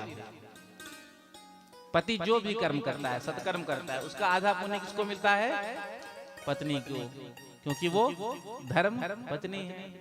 और आपने शब्द सुना है धर्मपति, हाँ सुना है। पत्नी जो धर्म करती है वो पत्नी का ही रहता है, पति को नहीं मिलता। ठीक है, माताएं करती हैं अपने पति के लिए, दीर्घायु के लिए, बच्चों के लिए करती है, वो तो ठीक है, लेकिन शास्त्रीय बात है। धर्म पत्नी इसलिए कहते हैं, पति जो भी धर्म काम करता है, कार्य करता है, उसका आधा पुण्य पत्नी को मिलता है, इसलिए वो धर्म पत्नी कहलाती हैं। और पुरुष लोग छाती पे हाथ रखकर थोड़ा दिल को मजबूत कर लेना। आगे जो मैं कहने जा रहा हूं आपको सुनकर थोड़ा सा झटका लग सकता है। पत्नी से यदि कोई पाप कर्म बन जाता है तो उसका आधा पाप पति को भोगना पड़ता है।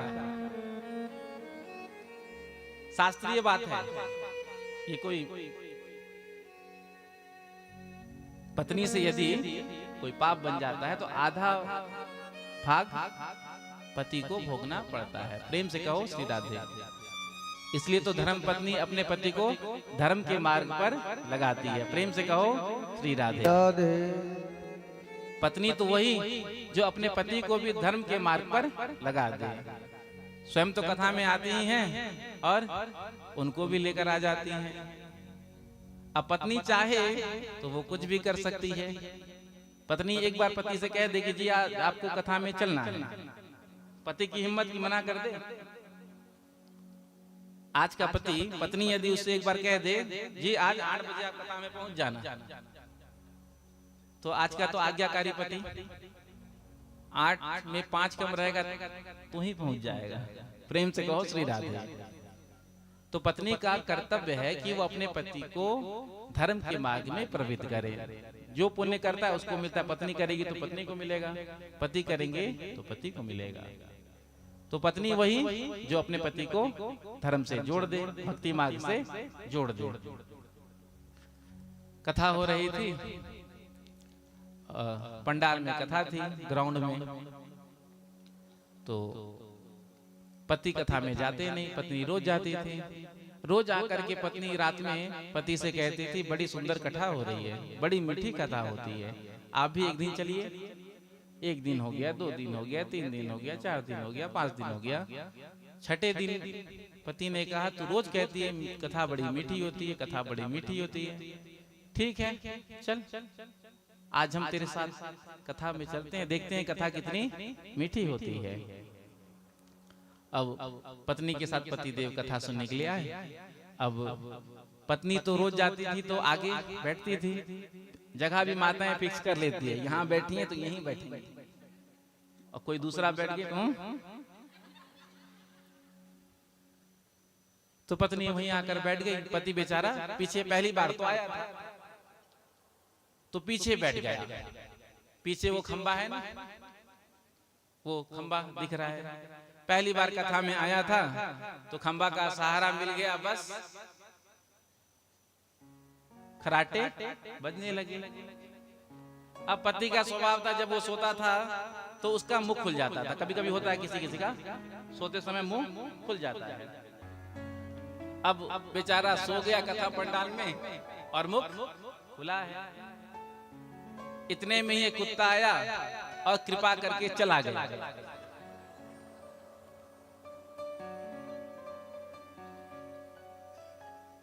अब कथा सुन करके पति जब विश्राम हो गया तो पत्नी के साथ पति भी घर आया।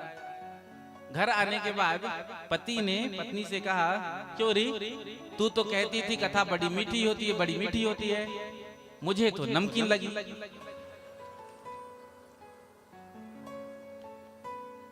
तो पत्नी तो अपने पति के स्वभाव को जानती ही है। तो पत्नी ने कहा कोई बात नहीं, कल आप मेरे साथ चलना, मेरे बगल में बैठना। दूसरे दिन कथा प्रारंभ हुआ और आज पत्नी ने अपने पति को बगल में ही बिठाया था। पत्नी को तो पता ही है खराटे बजने लग जाते हैं तुरंत में ही इनके। तो पत्नी आज घर से मिश्री का दाना लेकर के आई थी। पतिदेव कथा में बैठे, कथा में बैठते ही मुख खुल गया, खराटे बजने लगे। अब पत्नी ने थोड़ा सा मिश्री 4 दाना लिया और मुंह में डाल। पूरी कथा भर 4-4 दाना मिश्री फेंकती गई मुख में। कथा विश्राम, दोनों पति पत्नी घर आए। तो पत्नी ने पूछा क्यों जी आज की कथा कैसी लगी? तो पति ने कहा तो बिल्कुल ठीक कहती थी, अरे कथा तो बड़ी मीठी होती है। प्रेम से कहो श्री राधे। श्री राधे। तो कहने का अभिप्राय पत्नी ने पति को भी भगवान से जोड़ दिया, भगवान का भक्त बना दिया। तो विधि विधान का पालन करते हुए विवाह संस्कार करना चाहिए। आज हमारे सनातन धर्म में संस्कारों की उपेक्षा हो रही है। 16 संस्कार मुख्य रूप से बताए गए हैं, लेकिन केवल जन्म संस्कार और मृत्यु संस्कार, बाकी जितने भी संस्कार है हम सब ने उनका त्याग कर दिया। समय पर संस्कार होना चाहिए। मुंडन संस्कार, गर्भाधान संस्कार से लेकर के सबसे पहला संस्कार सीमंतों ने, उसके बाद गर्भाधान, पुंसवन, ऐसे 16 संस्कार है। तो समय पर संस्कार होना चाहिए। सबका आयु निश्चित है, इस समय में, इस आयु में ये होना चाहिए। प्रेम से कहो श्री राधे। श्री राधे जोर से कह दो राधे राधे राधे राधे राधे राधे। राधे राधे। इधर श्री सुखदेव जी महाराज कहते हैं, बाणासुर के ऊपर भगवान ने कृपा की थी। बाणासुर के राज की रक्षा भगवान भोलेनाथ करते। तब किया, भगवान भोलेनाथ ने प्रसन्न होकर के वरदान दिया। तो वरदान मांगा कि आप मेरी नगरी की रक्षा करिए। वरदान मिलने के बाद एक दिन ताल ठोकने लगा कि बल तो बहुत है लेकिन लड़ने वाला कोई नहीं मिला, आप मुझसे लड़ो। भोलेनाथ ने कहा, मेरे शिष्य ऐसे होते हैं, मेरे चेले, जो मुझसे वरदान लेकर मुझ पर ही आजमाते हैं। भोलेनाथ ने कहा, तेरे महल में जो वो ध्वजा फहरा रही है, लहलहा रही है, जिस दिन ये टूट कर नीचे गिर जाएगी, उस दिन मेरे जैसे किसी बलशाली से तेरा युद्ध होगा। तो रोज सुबह उठ करके देखता झंडा गिरा है कि नहीं। इसकी एक कन्या थी जिसका नाम था उषा। उषा ने स्वप्न में अनिरुद्ध का दर्शन किया, भगवान के पौत्र का। अपनी सहेली से अब वर्णन किया। सहेली ने अनिरुद्ध को ला करके बाणासुर के राज्य में उषा के कमरे में स्थित कर दिया। जब बाणासुर को पता चला तो बाणासुर ने कैद में बंद कर दिया। जब भगवान को पता चला तो भगवान बलराम जी के साथ आज आए हैं। भगवान भोलेनाथ ने कहा था, मैं तेरी नगरी की रक्षा करूंगा, तो आ गए लड़ने के लिए। तो आज भगवान शिव और भगवान कृष्ण में लड़ाई हुई, जिसमें जिन्भा नाश का प्रयाग किया प्रभु ने, और भोलेनाथ को जमाई आने लगी।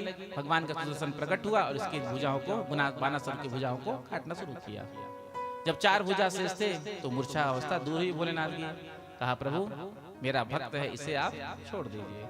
तो भोलेनाथ के कहने पर आज भगवान ने छोड़ दिया। प्रेम से कहो श्री राधे। श्री राधे। इधर भगवान एक दिन अपने बच्चों को लेकर के आज वन में आए हैं। भगवान तो वृक्ष के नीचे विश्राम कर रहे हैं, बच्चे खेल रहे हैं। खेलते खेलते गेंद कुएं में गिर गया। जो जाकर देखा बच्चों ने कुएं में बड़ा भारी गिरगिट था। पिताश्री से कहा। जब भगवान ने आकर के उस गिरगिट का स्पर्श किया निकालने के लिए, तो स्पर्श पाते ही दिव्य रूप में प्रकट हो गया। भगवान ने पूछा, तुम कौन हो?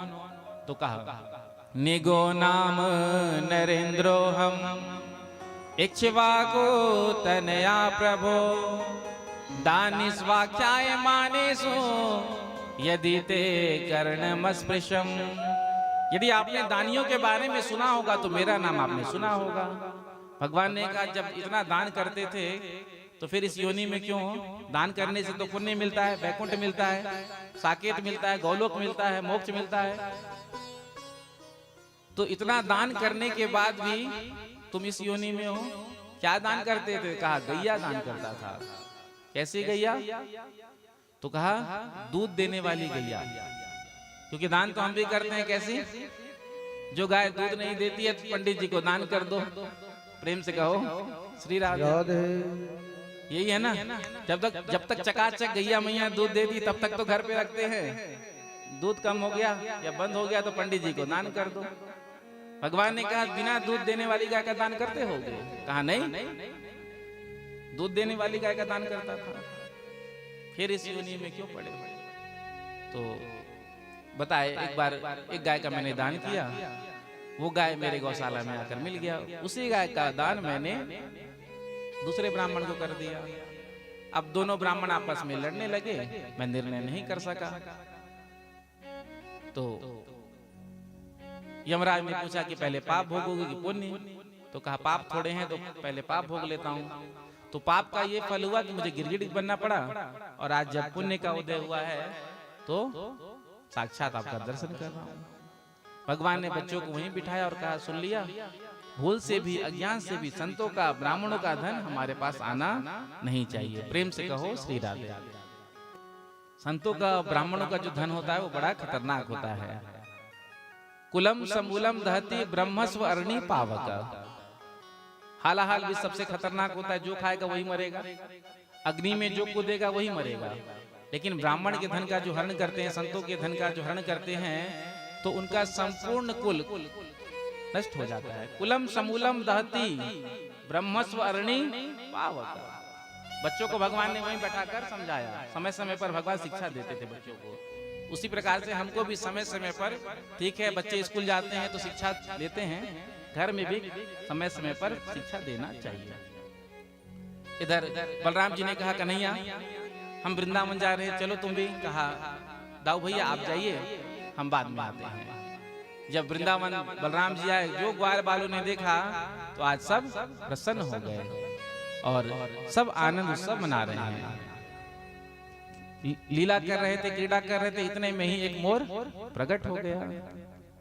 हमारे बीच भी मोर भगवान आ रहे हैं, हम उनका दर्शन करेंगे। प्रेम से कहो राधे, जोर से कह दो राधे राधे राधे राधे राधे राधे। राधे राधे।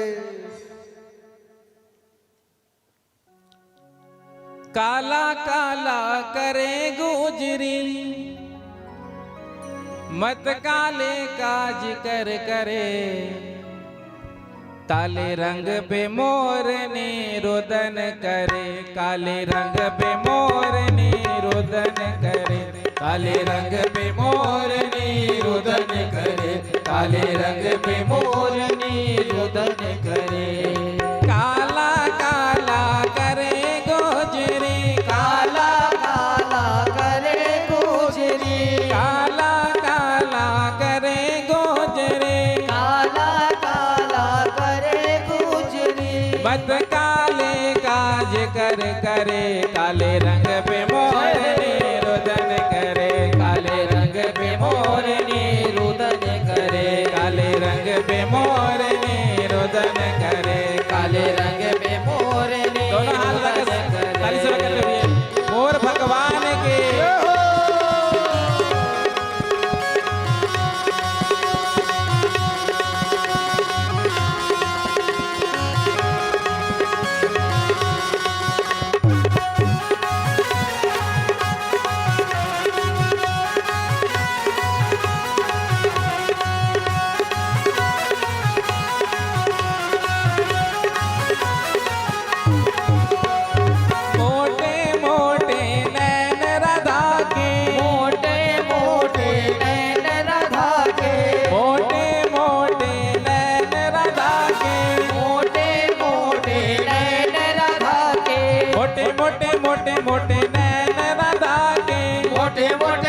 मोटे नैन राधा के।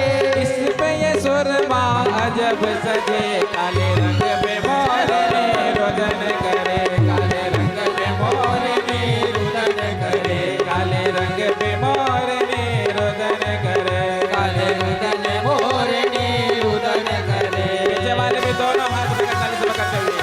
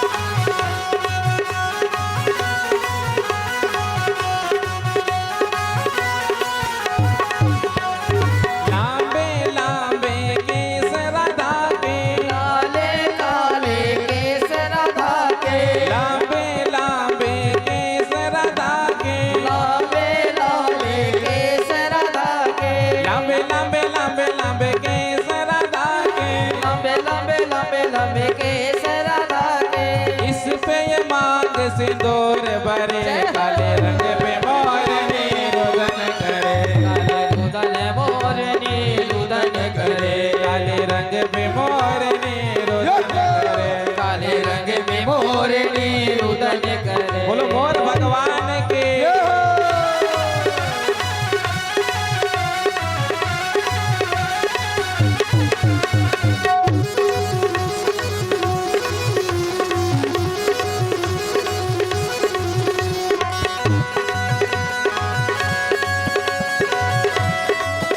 दोनों हाथ लगा झूमते हुए।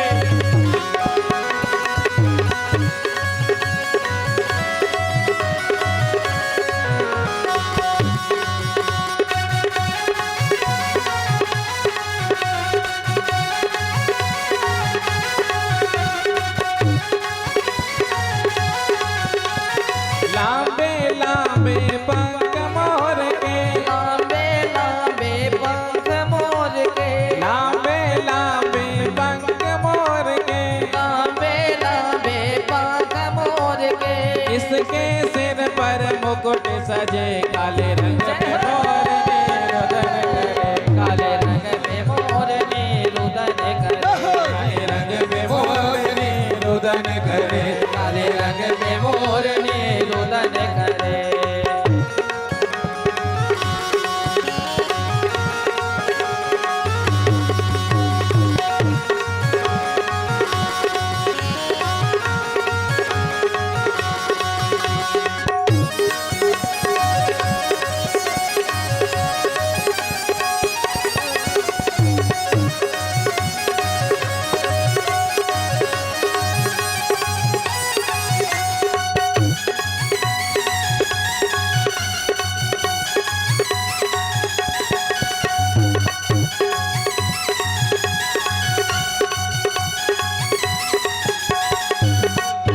हरे हरे बांस हरी हरे हरे बांस की मुरलियां हरे हरे बांस की हरी मुरलिया हरे हरे बांस की हरी मुरलियां हरे हरे बांस की हरी मुरलिया हरे हरे बांस की हरी मुरलियां इसका खोया जगत फिरे काले रंग पे मोरनी रुदन करे काले रंग पे मोरनी रुदन करे काले रंग पे मोरनी रुदन करे काले रंग में मोरनी रुदन करे काला काला करे गोजरे काला काला करे गुजरी काला काला करे गोजरे काला काला करे गुजरी मत काले काज कर करे काले रंग पे मोरनी रुदन करे काले रंग में मोरनी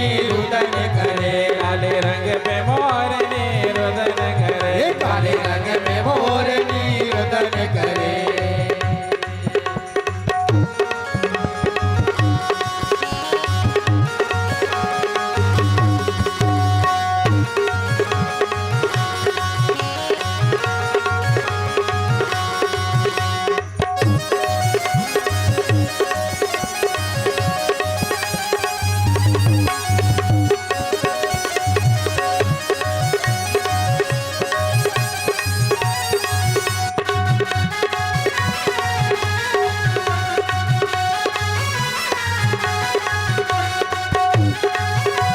अंत में दोनों हाथ पकड़ के काला काला करे गोजरे काला काला करे गुजरी काला काला करे गोजरे काला काला करे गुजरी काला काला काला काला करे गोजरे काला काला काला काला करे गुजरी मत काले काज कर करे काले रंग पे मोरनी रुदन करे काले रंग में मोरनी रुदन करे काले रंग पे मोरनी रुदन करे काले रंग में मोरनी रुदन करे काले रंग पे मोरनी रुदन करे काले रंग में मोरनी रुदन करे काले रंग पे मोरनी रुदन करे काले रंग में मोरनी रुदन करे काले रंग पे मोरनी रुदन करे काले रंग में मोरनी रुदन करे बोलो मोर भगवान की जय तो लीला कर रहे थे बलराम जी ग्वाल बालों के साथ। इतने में ही कहा ग्वाल बालों ने, बैसाख का महीना था, दाऊ भैया गर्मी बड़ी तेज लग रही है, चलो चलकर यमुना जी में नेक स्नान कराएं। ज्यादा गर्मी लगने लगे तो जलाशय में जाकर स्नान करने से गर्मी शांत हो जाती है। बलराम जी ने कहा अरे यमुना जी में जाने की क्या जरूरत है, यमुना जी को हम यहीं पर बुला लेते हैं, यहीं स्नान कर लेंगे। इतने में ही बलराम जी ने कहा हे यमुने यहाँ आ जाओ। यमुना जी ने आज्ञा का उल्लंघन कर दिया। आज बलराम जी ने क्रोध में कहा तूने मेरी आज्ञा का उल्लंघन किया, अभी तुझे मैं बताता हूँ। और आज हर की नोक से यमुना जी का आकर्षण करने लगे। यमुना महारानी प्रकट होकर के क्षमा मांगती है और कहती है मेरे अपराध को क्षमा कर दीजिए। प्रेम से कहो राधे। इधर जब भगवान द्वारिका में विराज रहे हैं, बलराम जी वृंदावन में हैं, तो द्वारिका में एक राजा था जिसका नाम था पौंड्रक। इसका मित्र काशी नरेश।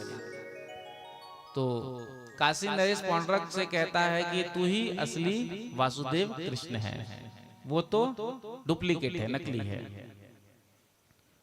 और उसे एक तो धमकी भरा पत्र भेज दे जिसको पढ़कर वो द्वारिका छोड़कर भाग जाएगा, उसके बाद तेरा ही राज्य यहाँ होगा।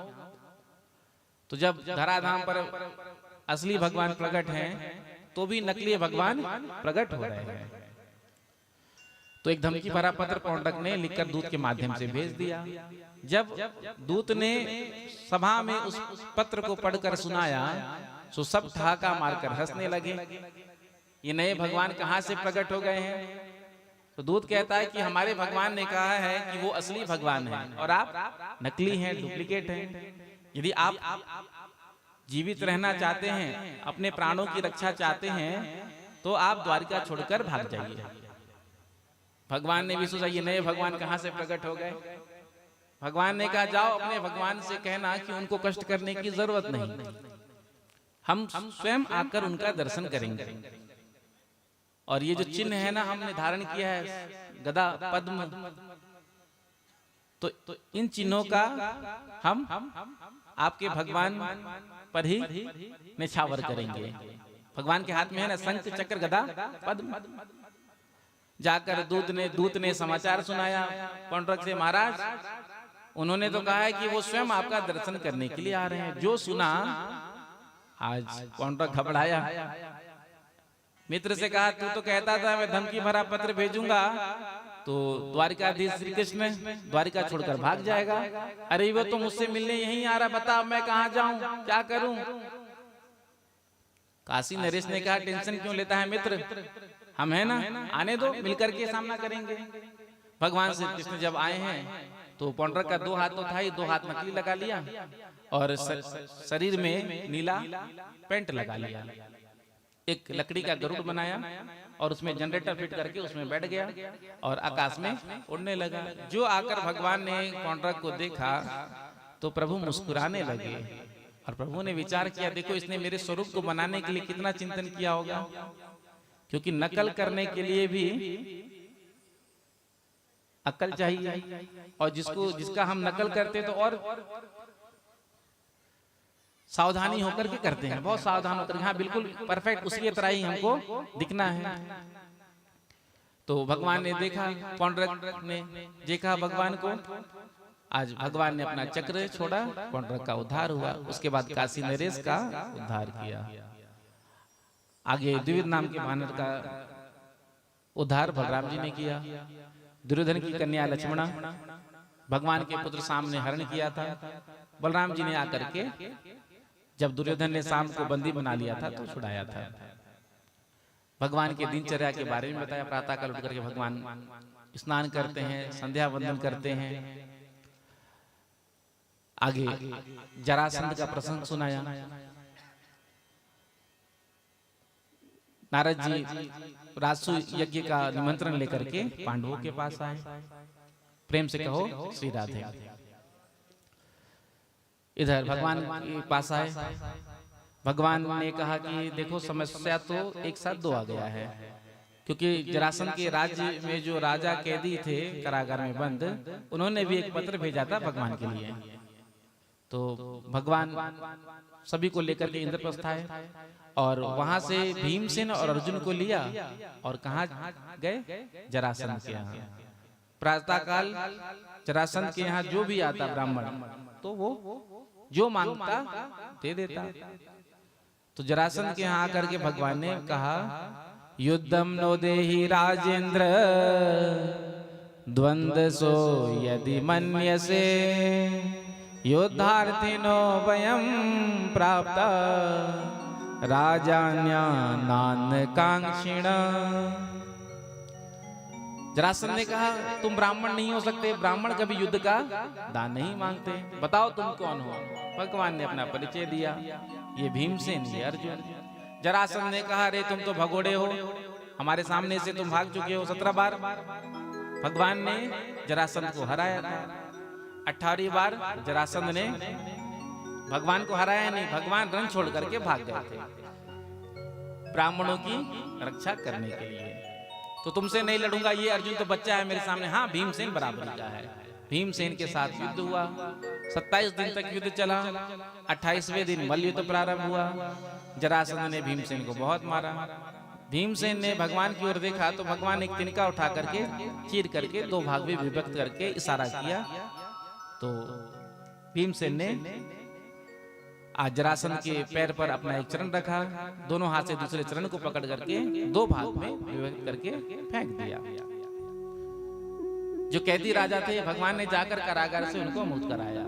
सबने प्रणाम किया भगवान को और बड़ा सुंदर प्रार्थना किया। कृष्णाय वासुदेवाय हरये परमात्मने प्रणत क्लेशनाशाय गोविंदाय नमो नमः। कितना भी बड़ा संकट क्यों ना हो जीवन में, जो इस श्लोक का पाठ करते हैं तो वो कष्ट समाप्त हो जाता है। भगवान ने राजाओं को राजसूय यज्ञ में आने का निमंत्रण दिया। इधर राजसूय यज्ञ प्रारंभ हो रहा था। प्रश्न उठा कि सबसे पहले पूजा किसकी करें? अग्र पूजा। सभी बैठे थे वहां, शिशुपाल भी बैठा था, भगवान श्री कृष्ण के बगल में रुक्मिणी जी और भी जितने राजा थे सब वहां बैठे थे। जब शिशुपाल ने भगवान श्री कृष्ण के बगल में रुक्मिणी जी को बैठे हुए देखा तो मन ही मन पछताने लगा और मन ही मन सोचने लगा कि यदि उस दिन इसने चुराया नहीं होता रुक्मिणी जी को तो आज मेरे बगल में बैठी होती। सहदेव ने उठ करके कह दिया कि अग्र पूजा तो भगवान श्री कृष्ण की होनी चाहिए। सभा में जितने लोग बैठे हैं अग्र पूजा की योग्य श्री कृष्ण है। जो कृष्ण का नाम सुना शिशुपाल ने, दिवस तो पहले से था ही, आज उठकर खड़ा हो गया और कहता है इस भगोड़े की पूजा जिसने हमारी होने वाली पत्नी को भगा लिया, जो रन छोड़ करके भाग गया, गालियां देना शुरू किया। 100 गालियां के पार जब गया तो भगवान का सुदर्शन प्रकट हुआ और इसका उद्धार हुआ। राजसूय यज्ञ प्रारंभ हुआ। जिस राजसूय यज्ञ में भगवान ने जूठे पत्तल उठाने की सेवा को स्वीकार किया था। प्रेम से कहो श्री राधे। इसीलिए यज्ञ होता है, कथा होता है, सत्संग होता है, तो वहां हमको सेवा करनी चाहिए। सेवा ऐसा नहीं कि कोई आपसे कहेगा कि ये सेवा करो, देख करके हाँ जहां कमी लग रही वहीं लग जाना चाहिए।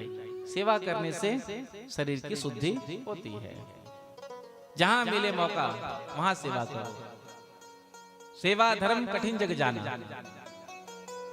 ये जो सेवा धर्म है सबसे कठिन धर्म है। किसी की सेवा करना, सेवा से प्रसन्न करना।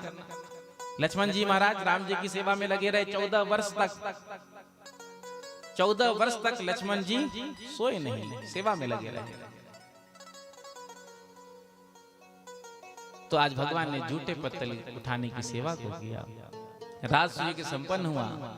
भगवान ने मय दानव के द्वारा युधिष्ठिर जी के लिए बड़े सुंदर महल का निर्माण कराया, जिस महल में जल में थल का भ्रम, थल में जल का भ्रम। दुर्योधन आया, जल को थल समझकर चरण रखा, धड़ाम से गिर गया। द्रौपदी जी के मुख से निकला अंधे के तो अंधे ही होते हैं। और यही 2 शब्द महाभारत का कारण बन गया। इसलिए संतों ने कहा है भैया बोलने से पहले विचार करना चाहिए, क्योंकि शब्द के हाथ पांव नहीं होते, लेकिन शब्द जाकर ऐसे जगह लगते हैं फिर वो घाव मिटता नहीं। बाण का घाव मिट जाता है औषधियों के बल पर, और कितना भी निशान वगैरह क्यों ना, वो भी आजकल गायब हो जाता है क्रीम आदि के द्वारा। लेकिन शब्दों का जो प्रहार होता है, जो एक बार लग जाता है तो जीवन भर वो टिस की तरह चुभता रहता है। इसलिए बोलने से पहले विचार करना चाहिए। हमारे बोलने से कहीं किसी को कष्ट तो नहीं होगा। शब्द संभाल के बोलिए, शब्द के हाथ ना पाओ। एक शब्द है औषधि, एक शब्द है घाव। शास्त्रों ने तो आज्ञा किया, यद्यपि शुद्धम लोक विरुद्धम ना कथनीयम ना करणीयम। यद्यपि कोई सत्य बात है, उसको कहने से भी किसी के दिल को ठेस पहुंचता है, तो उस सत्य को बोलना नहीं चाहिए। क्योंकि हम जो किसी को कहते हैं, किसी के दिल को ठेस पहुंचाते हैं, तो किसी के दिल को दुखाना नहीं चाहिए। क्योंकि आज जिस पोजीशन में हम हैं, जिस स्थिति में हैं, जरूरी नहीं कि उस स्थिति में हम कल भी रहेंगे। वक्त बदलते देर नहीं, समय बदलते देर नहीं, इसीलिए किसी के दिल को दुखाना नहीं चाहिए। समय अभाव है, 2 लाइन गा लेते हैं, प्रेम से कहो श्री राधे। नहीं चाहिए दिल दुखाना किसी का, नहीं चाहिए दिल दुखाना किसी का, नहीं चाहिए दिल दुखाना किसी का, नहीं चाहिए दिल दुखाना किसी का। सदा ना रहा है, सदा ना रहेगा जमाना किसी का। नहीं चाहिए दिल दुखाना किसी का, ओ नहीं चाहिए दिल दुखाना किसी का। हरि बोल।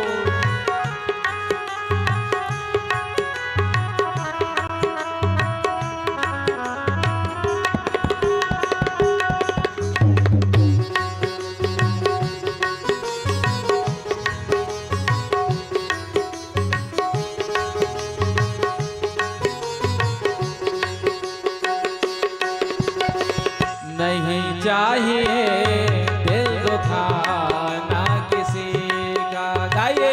नहीं चाहिए दिल दुखाना किसी का, ओ नहीं चाहिए दिल दुखाना किसी का। नहीं चाहिए दिल दुखाना किसी का।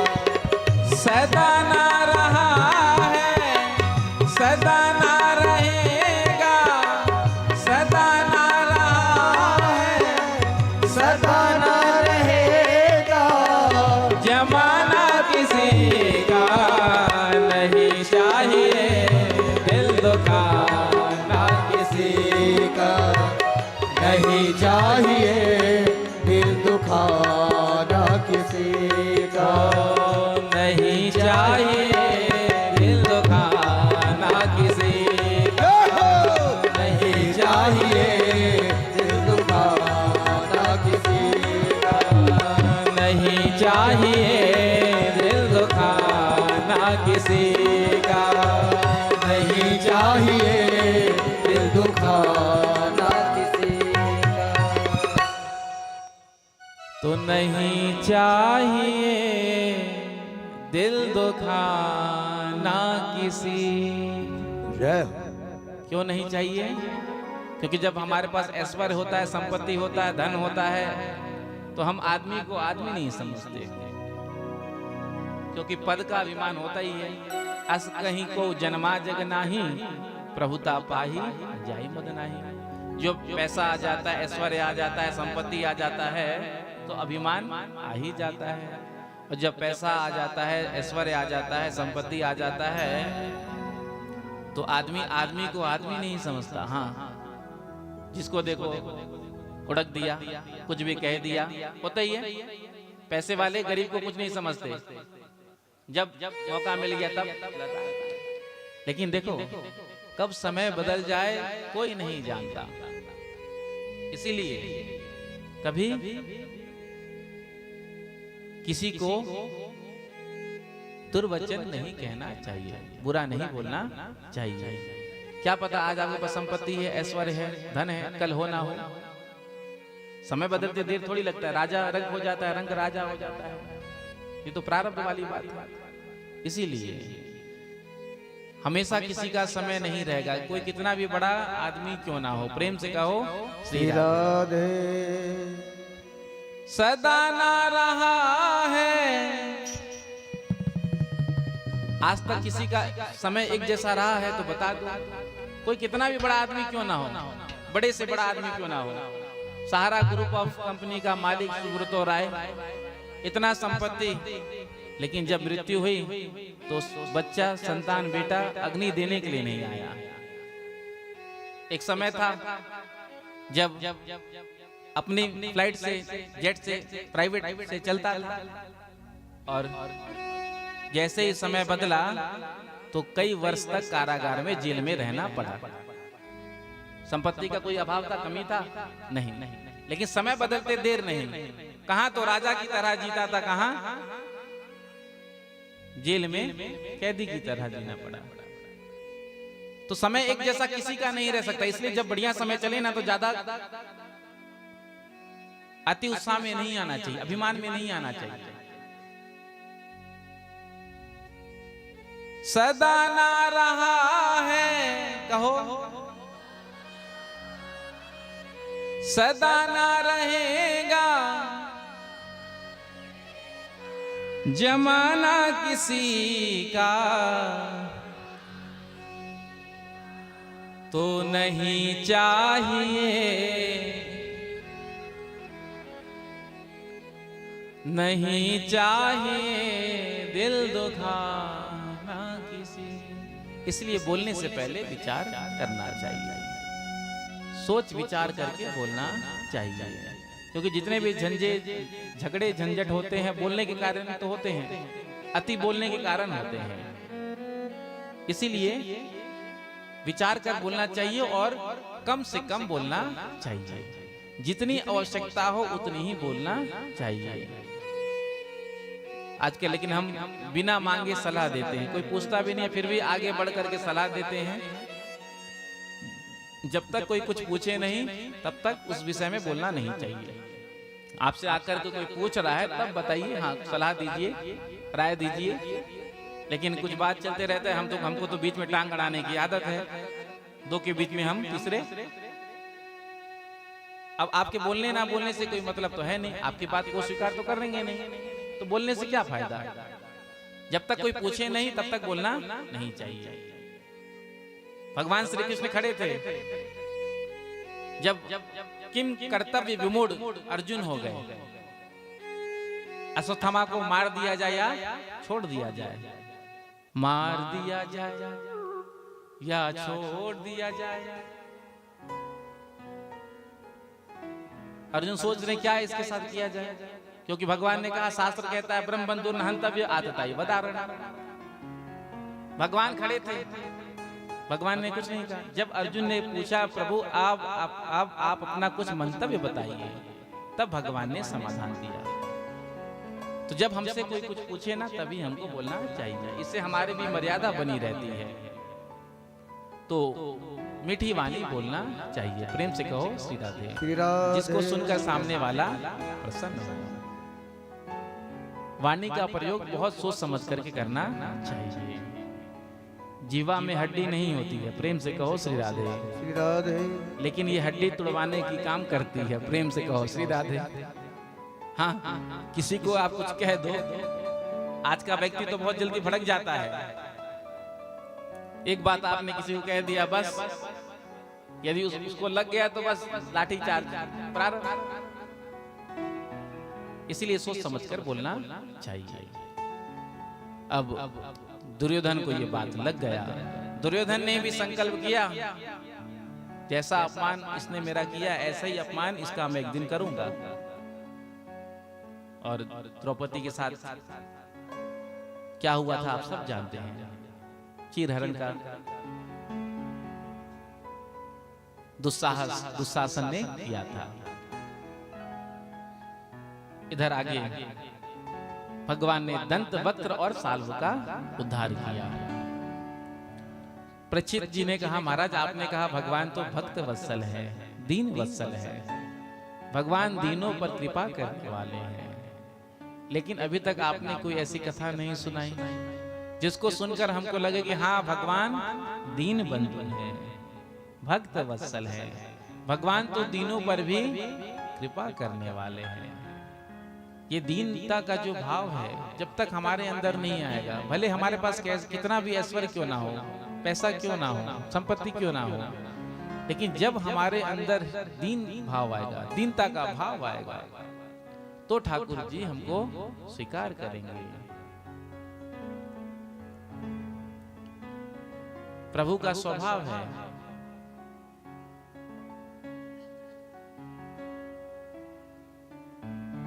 दीनों पर कृपा करना। जब हम दीन बनेंगे, दीन अंदर से दीनता आनी चाहिए, तब प्रभु कृपा करेंगे। भगवान ने सुदामा जी पर कृपा की, भगवान ने द्रौपदी जी पर कृपा की, कब की? जब उनके अंदर दीनता का भाव आया। तो जब हमारे अंदर भी दीनता का भाव आएगा तो भगवान हम पर कृपा करेंगे, क्योंकि भगवान का स्वभाव ही है। लेकिन लगता है आप ठाकुर जी भी अपने स्वभाव को भूल गए हैं। बड़ा सुंदर बिंदु जी का पद है, आइए मेरे साथ गाइए।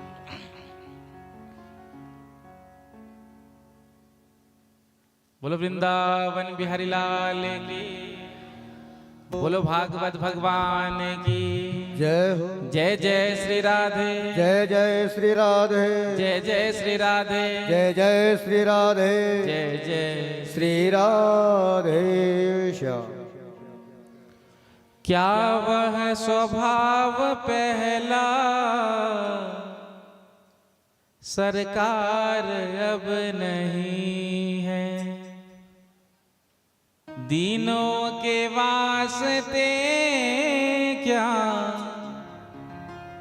दरबार अब नहीं है। मेरे साथ मिलकर आप भी कहिए,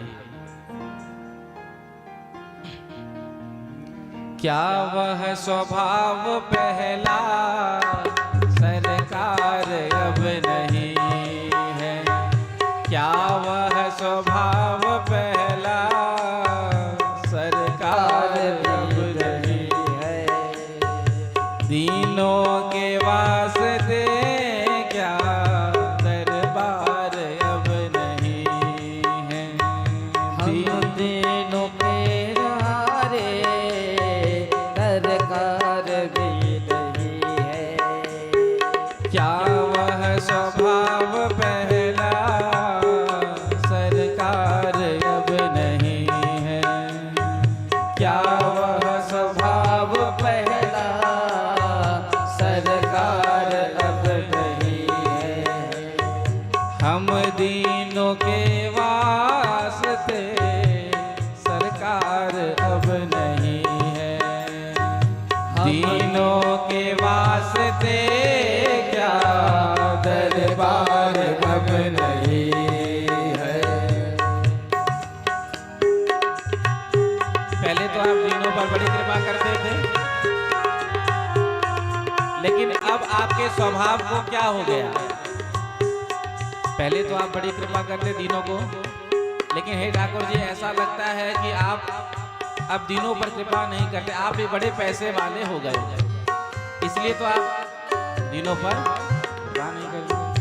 या तो दयालु मेरी दृढ़ दीनता नहीं है, या तो दयालु मेरी दृढ़ दीनता नहीं है, या तो दयालु मेरी दृढ़ दीनता नहीं है, या तो दयालु मेरी दृढ़ दीनता नहीं है।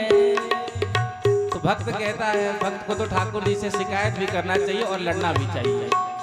अच्छा, मेरे अंदर दीनता नहीं, इसीलिए आप मुझ पर कृपा नहीं कर रहे हैं, या तो अब आपको दीनों की आवश्यकता ही नहीं है। कह दीजिए साफ साफ, अरे आपने तो केवट पर कृपा किया था ना, जब राम जी महाराज आए केवट के पास केवट कितने मीठे बोल रहा है और ठाकुर जी से कहता है, हट करके कहता है, प्रभु मैं आपके पहले चरण धोऊंगा, उसके बाद आपको नाव पर बिठाऊंगा, क्योंकि मैंने सुना है आपके चरण रज में वो चमत्कार है, यदि लकड़ी का स्पर्श कर ले तो वो नारी बन जाती है। अब एक नारी तो घर पर है, दूसरी नारी को कहाँ रखूंगा, तो पहले चरणों को धुलाऊंगा। तो कठौता में प्रभु राम जी ने अपने चरणों को रखा, कहा दोनों चरणों को रखिए। अब जब कठौता में राम जी ने अपने चरणों को रखा तो कहा कि प्रभु गिर जाएंगे, अब आप राजा नहीं अब वनवासी हैं, मेरे सर पर हाथ रख लीजिए। तो दोनों हाथ राम जी ने किसके सिर पर रखा, केवट के। जिन चरणों का दर्शन करने के लिए बड़े बड़े देवता ललायित रहते हैं कि भगवान के चरणों का दर्शन मिल जाए, जिन चरणों से गंगा जी निकली हैं, भगवान का वरद हस्त पाने के लिए बड़े बड़े देवता तरसते हैं। लक्ष्मी जी चरणों की सेवा करती है हमेशा, क्यों, भगवान का वरद हस्त हमारे सर पर आ जाए।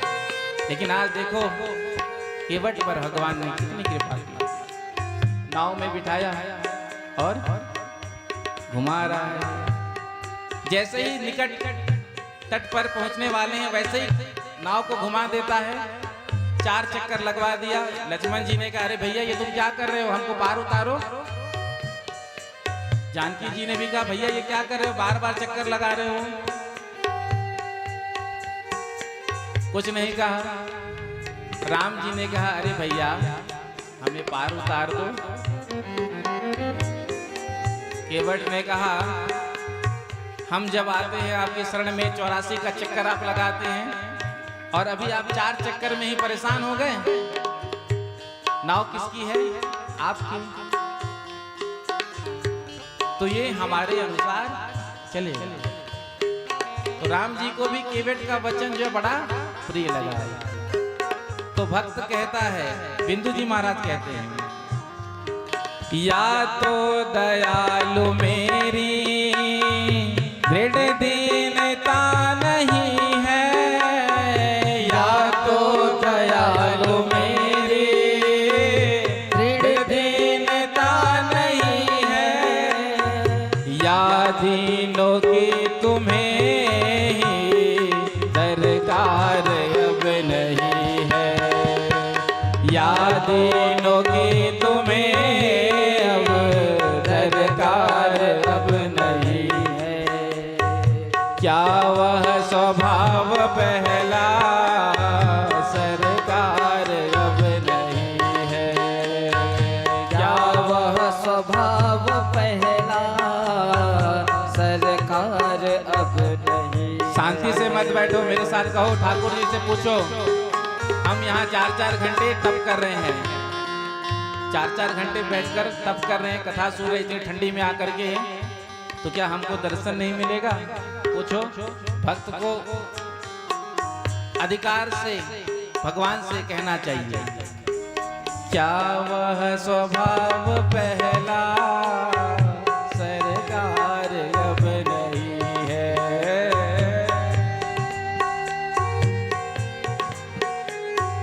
सरकार हम दीनों के वास्ते सरकार अब नहीं है, दीनों के वास्ते क्या सरकार अब नहीं। पाते थे जिस हृदय से आश्रय अनाथ लाखों, पाते थे जिस हृदय में आश्रय अनाथ लाखों, पाते थे जिस हृदय से आश्रय अनाथ लाखों, पाते थे जिस हृदय से आश्रय अनाथ लाखों, क्या वह हृदय दया का भंडार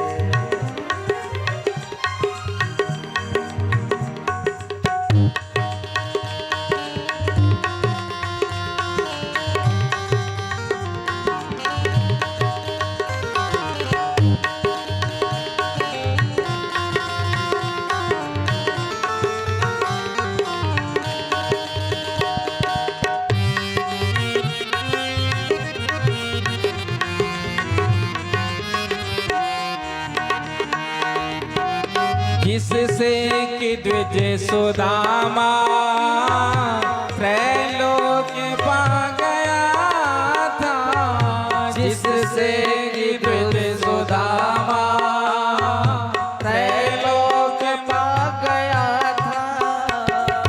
क्या उस उदारता में कुछ सार अब नहीं है? क्या उस उदारता में कुछ सार अब नहीं है? क्या वह स्वभाव पहला सरकार अब नहीं है? क्या वह स्वभाव पहला सरकार अब नहीं है? दौड़े थे द्वारिका से जिस पर अधीन होकर, दौड़े थे द्वारिका से।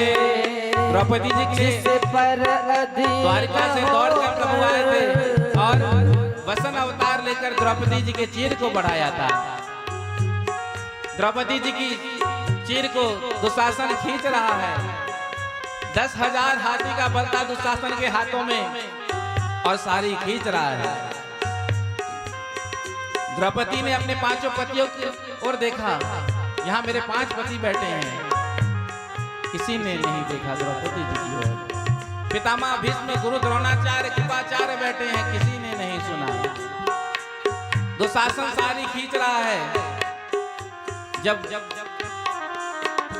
द्रौपदी जी उधारी होने ही वाली थी, निर्वस्त्र होने ही वाली थी, एक ही छोर बस बचा था मात्र, तो द्रौपदी जी ने दोनं हाथ उठा करके, हे कृष्ण द्वारिकावासी देव देव जगतपते, और भगवान ने आकर के वस्त्र को बढ़ाया और द्रौपदी जी की पुकार को सुनकर द्रौपदी जी की रक्षा की। तो हम भी पुकार करें, ठाकुर जी कहें, दौड़े थे द्वारिका से जिस पर अधीन होकर, दौड़े थे द्वारिका से जिस पर अधीन होकर, उस अश्रु बिंदु से भी, उस अश्रु बिंदु से भी क्या प्यार अब नहीं है? क्या वह स्वभाव पहला सरकार अब नहीं है? हम दीनों के वास्ते क्या दरबार अब नहीं है? कहो दोनों हाथ तक ठाकुर जी से, हम दीनों के वास्ते दरबार अब नहीं है। क्या वह स्वभाव पहला सरकार अब नहीं है? क्या वह स्वभाव पहला सरकार अब नहीं है?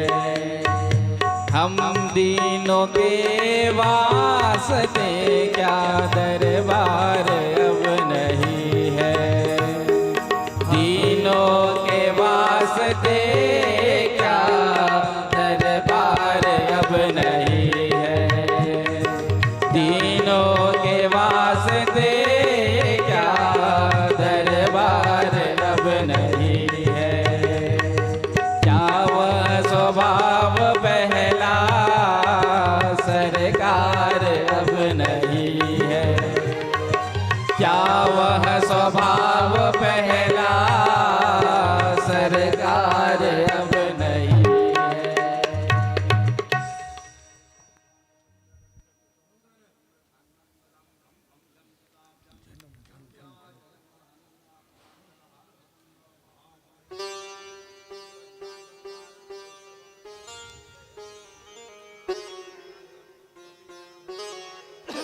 हेलो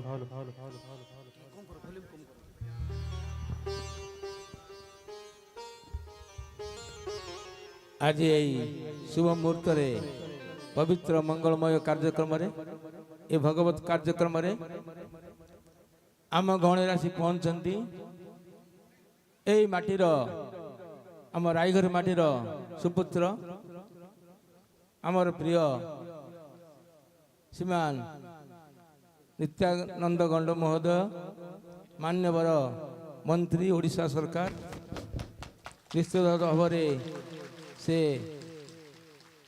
आचार्यंकर सानिध्य लाभ कर आशीर्वाद ने बड़ आनंदर कथा यही दिव्य कार्यक्रम को भव्य कार्यक्रम को आम अभिनंदन जनाऊँ स्वागत जनाऊँ यह एक गर्व गौरवर कथा जे आम माटीर पुत्र आज सारा ओडिशार मंत्री जाए शुभ अवसर में पुणी थे से राधा गोविंद से राधा माधव से राधा रमणकर पदारी मुंदरे आम कामना करूँ कोटि कोटि प्रणाम जनाइबू तांको चलपथ को कुसुमित करंतु से आवरी नाम करंतु समस्तंकर सेवा मंगल कार्य करुथांतु से राधा माधव निकट में आम प्रार्थना करुचु तांकर उत्तरोत्तर उन्नति हो चलपथ कुसुमित हो से परी लोक मानकर सेवा कर चलता। श्री राधे श्री राधे श्री राधे।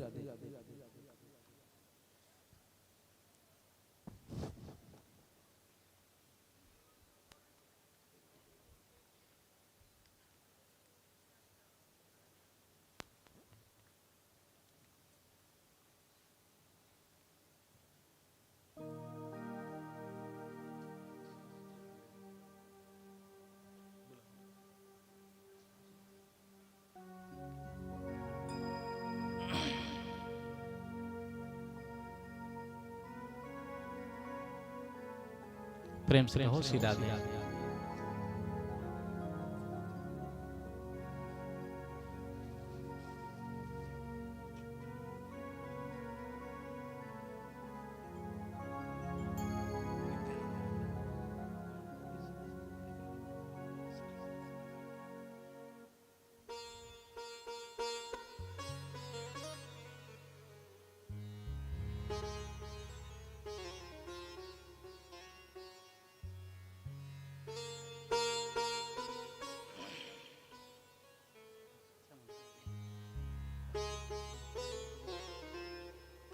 आज हम सबके बीच में उड़ीसा प्रदेश के कैबिनेट मंत्री नित्यानंद गौंड जी जो शिक्षा मंत्री हैं आज कथा श्रवण करने के लिए तपन कल्याण मंडप में आपका आगमन हुआ। तो आयोजन समिति की ओर से आपका अभिनंदन है।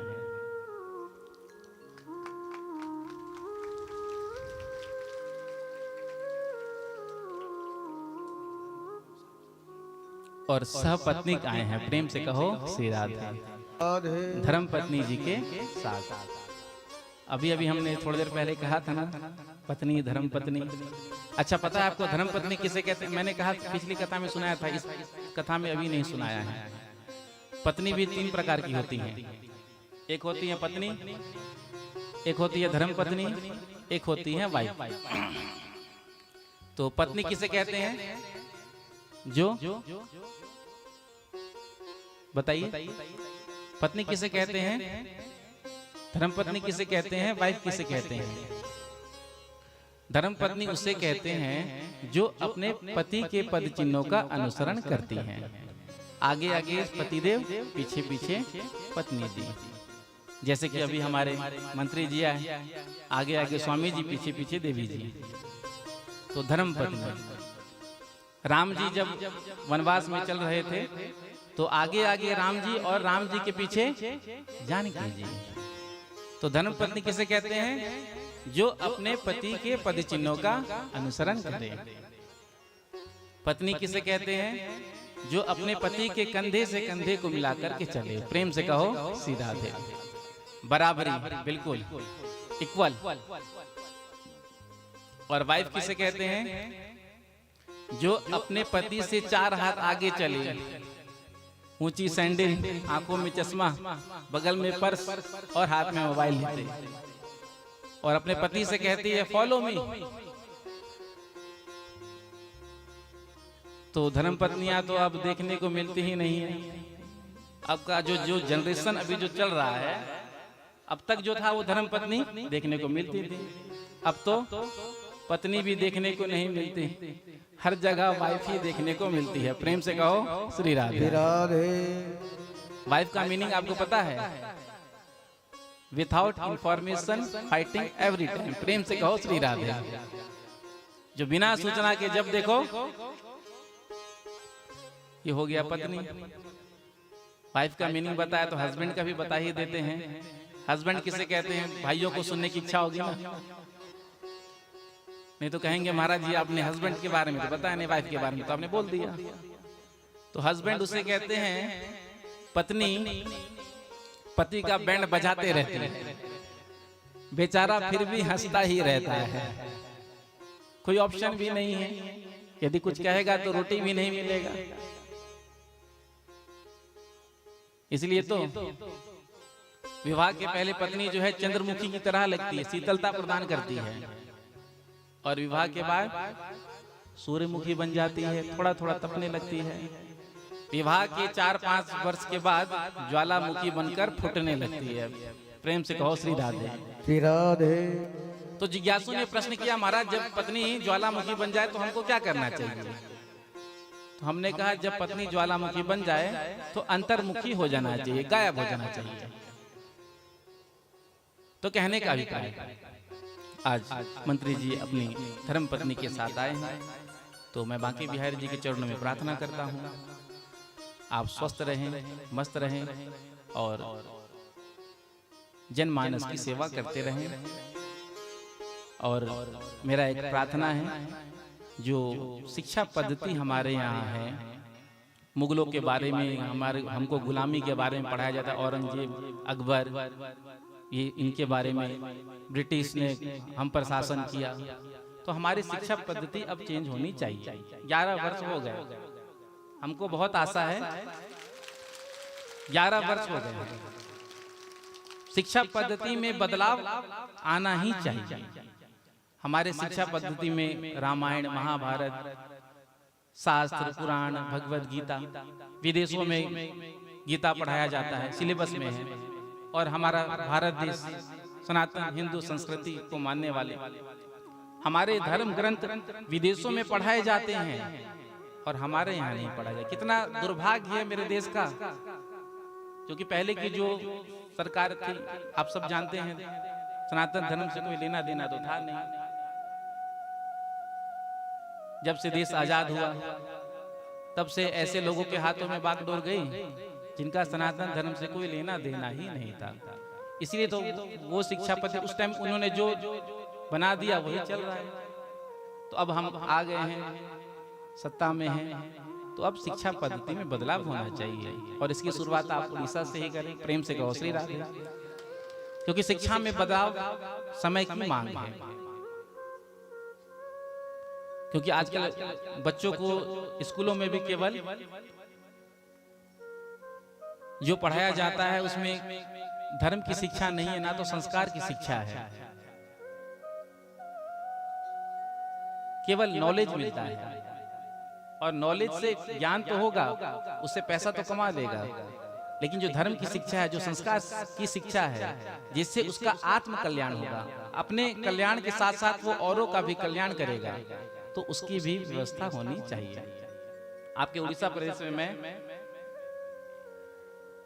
पिछले महीने नवंबर में थे, संजीव भैया, हाँ संजीव भैया के माध्यम से उमरकोट में कथा हुआ था।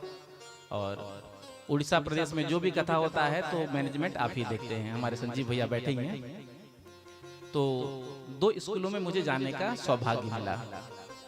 एक तो पहले दिन कलिंग विद्यापीठ, जब मैं वहां गया तो देखकर बच्चों को मन इतना गदगद हो गया। बच्चे जय श्री राम कह रहे हैं, एक है तो सेफ है, सनातन संस्कृति के बारे में हर एक बच्चा, छोटा छोटा बच्चा जय श्री राम सुनकर इतना अच्छा लगा, इतना सुकून मिला ना कि मैं आपको कह नहीं सकता। फिर सरस्वती विद्या मंदिर, वहां भी जाने का सौभाग्य मिला। देखा वहां शिक्षा के साथ साथ संस्कार भी दिए जाते हैं। आज कॉन्वेंट स्कूल में हम अपने बच्चों को भेजते हैं, वहां क्या संस्कार देंगे? तो मैं आप सबसे भी प्रार्थना करूंगा, अपने बच्चों को कॉन्वेंट स्कूल नहीं भेजना चाहिए। ये जो कॉन्वेंट स्कूल कौन चलाता है आप सब जानते हैं, ज्यादा नहीं कहूंगा। जितने भी बड़े बड़े शिक्षण संस्थान हैं सब में उनका ही, तो हम हिंदुओं को इस पर भी ध्यान देना होगा। हम सबको इस पर ध्यान देना होगा। हमारे पैसे से ही हम जब वो पैसा देते हैं, फीस के रूप में देते हैं, तो उसी पैसे से फिर उससे क्या होता है, हमारे धर्म को कमजोर करने के लिए धर्मांतरण होता है। पैसा कहां से? पैसा ही में तो बल है, पैसे ही से तो हो रहा है। चाहे लोभ में चाहे भय में, सबसे पहला तो लोभ है। तो अपने बच्चों को कॉन्वेंट स्कूल में पढ़ाना बंद करो। सरस्वती शिशु मंदिर, आजकल तो अंग्रेजी माध्यम भी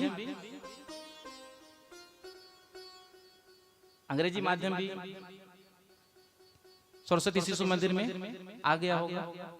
तो अपने बच्चों को ऐसे स्कूलों में भेजो जहां शिक्षा के साथ साथ संस्कार मिले, सनातन संस्कृति के बारे में, हमारा भारत देश का जो गौरव इतिहास है वो पढ़ाया जाए। अरे हमारे पास इतने गौरवपूर्ण ग्रंथ है, जब उसको पढ़ेंगे तो हमको कितना प्राउड फील होगा कि हमारे यहाँ देखो कितना कुछ है। लेकिन उसको ना पढ़ा करके अकबर, बाबर, औरंगजेब यही सब पढ़ाया जा रहा है। डार्विन, हम बंदर की संतान हैं, हमारे पूर्वज बंदर थे। हमारे पूर्वज मनु जी महाराज थे और मनु जी महाराज से ही मानसिक सृष्टि प्रारंभ हुई। लेकिन हमको क्या पढ़ाया गया हिस्ट्री में? हम किसकी संतान हैं? आज भी वही चल रहा है। तो मैं प्रार्थना करूंगा कि आपके माध्यम से ही भैया शिक्षा व्यवस्था बढ़िया होनी चाहिए। जब शिक्षा व्यवस्था हमारी बहुत बढ़िया होगी तो उससे बच्चों का भविष्य बनेगा। और आजकल बच्चे यदि बन गए, युवा बन गए, तो भारतवर्ष गौरव पूर्ण होगा। प्रेम से कहो श्री राधे। तो जब स्कूल में गए तो बहुत सुंदर लगा, जय श्री राम, जय श्री राम। और कुछ समय से पूरे देश में वातावरण भी ऐसा ही है, जय श्री राम। कल हम सब ने उत्सव भी मनाया ही। प्रेम से कहो श्री राधे। कल राम जी का जो प्राण प्रतिष्ठा हुआ था अयोध्या में मंदिर का, तो कल हम सब ने उत्सव मनाया था ना, समय का अभाव था। तो जब छोटे छोटे बच्चे, युवा, मेरे भाई बहन जय श्री राम कहते हैं, राधे राधे कहते हैं, तो बड़ा आनंद आता है। तो हम सबको भी, हम किसी पार्टी का प्रचार नहीं करते। प्रेम से कहो श्री राधे। जो ना मेरे राम का सो ना मेरे काम का। जो सनातन धर्म के बारे में कहेगा हम उनका समर्थन करते हैं, चाहे जो कहे। कहीं तो कोई नाराज हो गया था, प्रेम से कहो श्री राधे। होते हैं विपक्ष वाले, हमने कहा मत बुलाना, तुम्हारे नहीं बुलाने से हमारी कथा बंद थोड़ी होगी। बीजेपी वाले बुला लेंगे, प्रेम से कहो श्री राधे। और बजरंग दल वाले ने बुला लिया, आपके ही प्रेम से कहो श्री राधे। हाँ भाई, हम सनातन संस्कृति का प्रचार प्रसार करने के लिए बैठे हैं। और जो सनातन धर्म की बात करेगा हम उसकी भी बात करेंगे। जो सनातन धर्म को मिटाने की बात करेगा तो क्या हम उसकी बात करेंगे? क्योंकि और जो विपक्ष है, जब वो सत्ता में आ जाते हैं तो सबसे पहला कुठाराघात सनातन धर्म पर ही होता है। आपने भी सुना होगा, एक कर्नाटक का कोई नाम नहीं लूंगा, मेरा ही वाणी खराब होगा। सनातन धर्म को डेंगू मलेरिया का, हाँ, सनातन धर्म को मिटाने की बात करता है।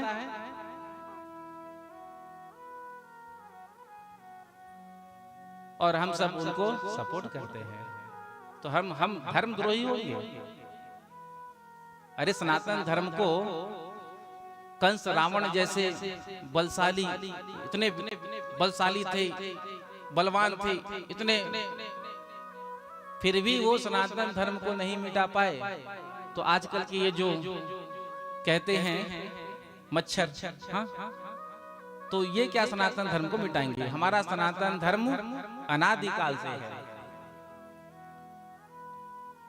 और सनातन धर्म का ना तो आदि है ना ही अंत है। अन्य जितने भी धर्म है, कोई 400 साल पहले, कोई 800 साल पहले प्रकट हुआ, और हमारा सनातन संस्कृति, सनातन धर्म अनादिकाल से है। तो सनातन धर्म को कोई मिटा नहीं सकता। तो हम यही प्रार्थना करते, जो राम को लाएंगे हम उनको लाएंगे। प्रेम से कहो श्री राधे। राम जी तो आ गए, अब बारी मेरे श्याम की है। जो कृष्ण को लाएंगे, और मुझे ऐसा प्रतीत होता है कि इन 5 वर्षों में ही मथुरा में, जहां पर कृष्ण भगवान का जन्म हुआ था एक्चुअल, वहां पर मस्जिद, तो इन 5 वर्षों में वहां कृष्ण जी का बड़ा भव्य मंदिर बनकर तैयार हो जाएगा, ऐसा मेरा अंतरात्मा कहता है। तो मेरा वोट किसको? जो कृष्ण को लाएंगे हम उनको लाएंगे, जो कृष्ण को लाएंगे हम उनको लाएंगे, जो कृष्ण को लाएंगे हम उनको लाएंगे, जो कृष्ण को लाएंगे हम उनको लाएंगे। भारत में फिर से हम भगवा लहराएंगे, भारत से फिर से हम भगवा लहराएंगे। जो राम को लाए हैं हम उनको लाएंगे। दोनों हाथ रखकर को लाए हैं हम उनको लाएंगे, जो राम को लाए हैं हम उनको लाएंगे, जो राम को लाए हैं हम उनको लाएंगे। भारत में फिर से हम भगवा लहराएंगे, भारत से फिर से हम भगवा लहराएंगे, भारत में फिर से हम भगवा लहराएंगे, भारत में फिर से हम भगवा लहराएंगे। तो जो ना मेरे राम का सो ना मेरे काम का। आपका एक वोट जो है वो तय करता है, और आपका वोट राम जी का जाकर दर्शन करते हो, यदि आपने दबाया होगा बटन तो सामना कर सकते हो, मुंह दिखा सकते हो राम जी को। यदि आपने उसमें बटन नहीं दबाया होगा तो राम जी से नेत्र कैसे मिलाओगे? इसीलिए तो हम सबको भी, क्योंकि हम सब जो है ना फ्री के चक्कर में पड़ जाते हैं। जैसे जैसे आता है चुनाव, बस घोषणा फ्री वाली हो जाती है, फ्री में बिजली, फ्री में पानी, और 2100 रुपया कितना अभी हमारे वृंदावन के पास ही है दिल्ली। हाँ, और हम सब जो है बस फ्री के चक्कर में पड़ जाते हैं, और ऐसे लोगों को चुन लेते हैं जो पहले बच्चों का सौगंध लेकर कहते हैं हम ऐसा नहीं करेंगे। बच्चों का सौगंध लेकर यदि कोई कहे उसके बाद पलट जाए तो सोचो कैसा होगा। आम आदमी का बात करते करते राजा की तरह महल में रह रहे हैं। हाँ, तो सोचना चाहिए, विचार करना चाहिए। प्रेम से कहो श्री राधे। तो आइए प्रसंग में चलते हैं। तो प्रभु दीन वत्सल है, क्या वह स्वभाव पहला सरकार अब नहीं है, दीनों के वास्ते क्या दरबार अब नहीं है। तो भगवान ने सुदामा जी पर कृपा की थी। सुखदेव जी महाराज सुदामा चरित्र सुनाते हैं। कृष्ण स्यासीत सखा कश्चिद ब्राह्मणो ब्रह्म विद्तमा विरक्त इंद्रियार्थेषु प्रशांतात्मा जितेंद्रिय। भगवान श्री कृष्ण के बचपन के सखा सुदामा जी महाराज। सुदामा जी महाराज बड़े गरीब हैं, एक समय का भोजन भी ठीक से नहीं मिल पाता है, जैसे तैसे जीवन यापन करते हैं, टूटी फूटी झोपड़ी में रहते हैं।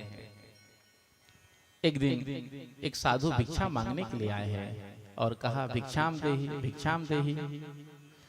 तो सुदामा जी तो घर पर नहीं थे। सुशीला जी ने अंदर से कहा महाराज हमारे यहाँ तो सूतक लगा है और सूतक में कुछ दिया नहीं जाता।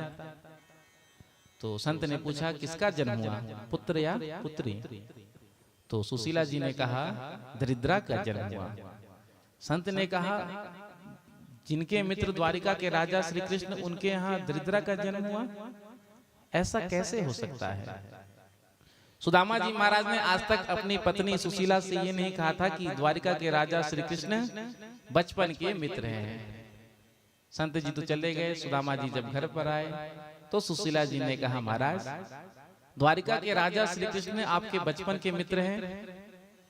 सुदामा जी ने कहा देवी तुमको किसने कहा? आज एक संत जी आए उन्होंने कहा। तो सुदामा जी ने कहा हाँ हमने सांदीपनी गुरु के यहाँ एक साथ विद्या अध्ययन किया था।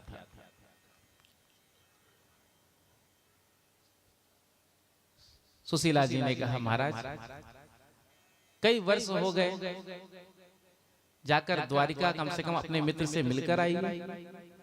तो सुदामा जी ने कहा कुछ भेंट है? तो 4 मुट्ठी चावल पड़ोस से मांग कर लाई, घर पर तो था नहीं। एक फटे पुराने वस्त्र में बांध दिया और उसको लेकर सुदामा जी चले हैं। भगवान ने जब देखा मेरा भक्त मेरी ओर आ रहा है तो योग माया को आदेश दिया। सुदामा जी चलते चलते जब थक गए थे, वृक्ष के नीचे सो गए थे, तो योग माया को कहा भगवान ने कि मेरे मित्र को वहां से उठाकर द्वारिकापुरी में विराजमान कर दो। तो आज योग माया ने विराजमान कर दिया सुदामा जी को द्वारिकापुरी में। प्रातः काल जब उठे हैं तो सुदामा जी ने जब देखा बड़े बड़े महलों को तो पूछा अरे भैया ये कौन सा नगर है? तो कहा किसी ने द्वारिका 6 महाराज। सुदामा जी ने कहा द्वारिका है तो कन्हैया का महल कौन सो है? अब कन्हैया को तो कोई जानता नहीं है द्वारिका में। द्वारिका में तो राजाधिराज श्री कृष्णचंद्र जी महाराज के नाम से प्रसिद्ध हैं प्रभु। तो पूछते पूछते पूछते आज सुदामा जी पहुंच गए भगवान के महल के द्वार पर। भागवत में तो लिखा है संतों के लिए साधुओं के लिए भगवान के दरबार में नो एंट्री कभी नहीं, जब चाहे आकर मिल सकते हैं, दर्शन कर सकते हैं। लेकिन नरोत्तम दास जी ने जो सुदामा चरित्र कहा है उसमें भाव दिया। आज द्वारपालों ने सुदामा जी को रोक लिया, पूछा महाराज पहले अपना परिचय दीजिए, हम जाकर महाराज जी से आज्ञा लेंगे, जब महाराज जी आज्ञा देंगे तो आप अंदर जा सकते हैं।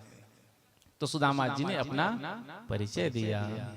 शीस पगा न झगा तन पे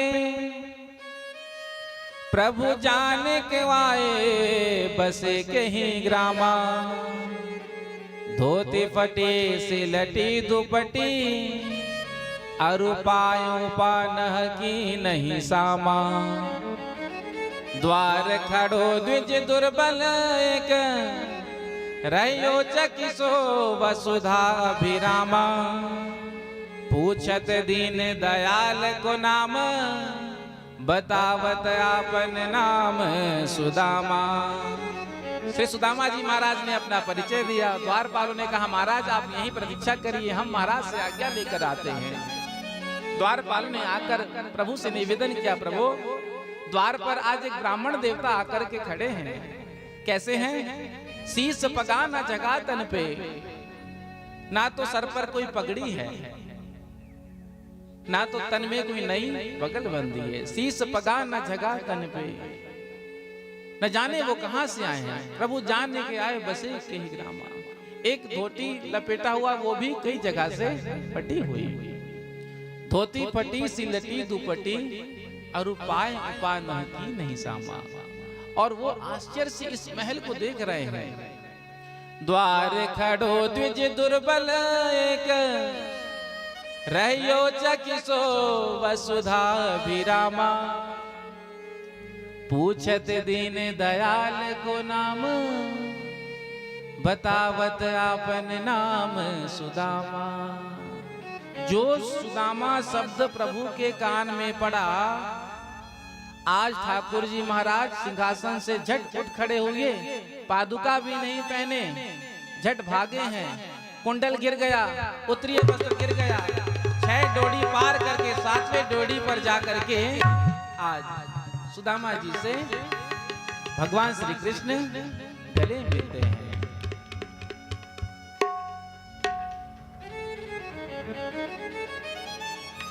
आज भगवान श्री कृष्ण सुदामा जी को अपने भुजाओं में कस के भर रहे हैं।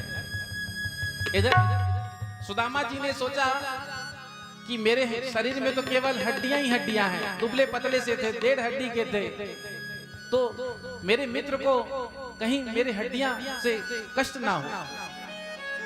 प्रभु मेरे जोर से पकड़ रहे हैं। आज सुदामा जी महाराज को भगवान श्री कृष्ण लेकर के आए हैं, हाथ पकड़ करके लेकर के आए हैं।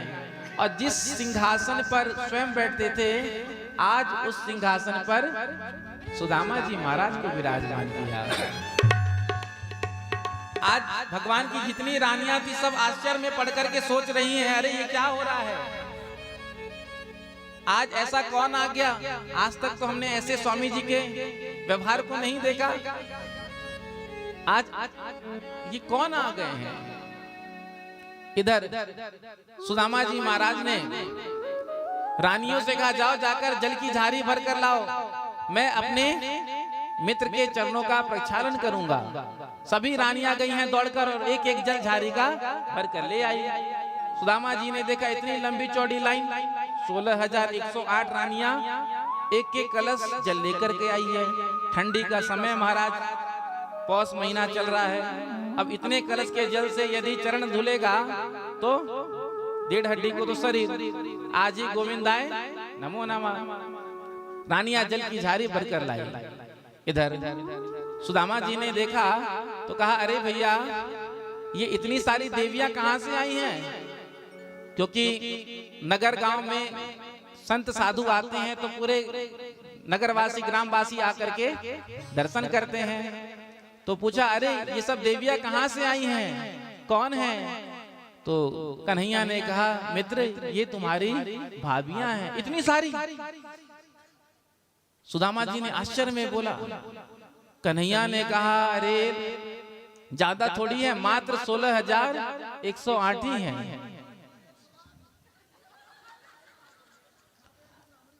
कन्हैया ने जब कहा, सुदामा जी ने कहा 16,108 जलन कलश से भरे जलन से चरण धुले को तो आज ही गोविंदाय नमो नमः है जाएगी। तो उद्धव जी ने आकर के एक निर्णय दिया, एक खाली कलश मंगाया और सभी रानियों के कलश से एक एक चम्मच को जल लिया। अब एक रानी के कलश के जल से यदि चरण सुदामा जी का धुला जाएगा तो बाकी जितनी रानियां हैं घर में महाभारत करेंगी, हमारे कलश को आपने नहीं लिया। तो उद्धव जी ने एक खाली कलश को मंगाया और एक एक चम्मच सभी में से जल लेकर दिया। और आज जब तक प्रभु उस जल की झारी के लिए प्रतीक्षा करते, प्रभु ने सुदामा जी के चरणों को उठाया अपने हाथों से। तो क्या देखते हैं, जगह जगह कांटे लगे हैं, फफोले पड़ रहे हैं।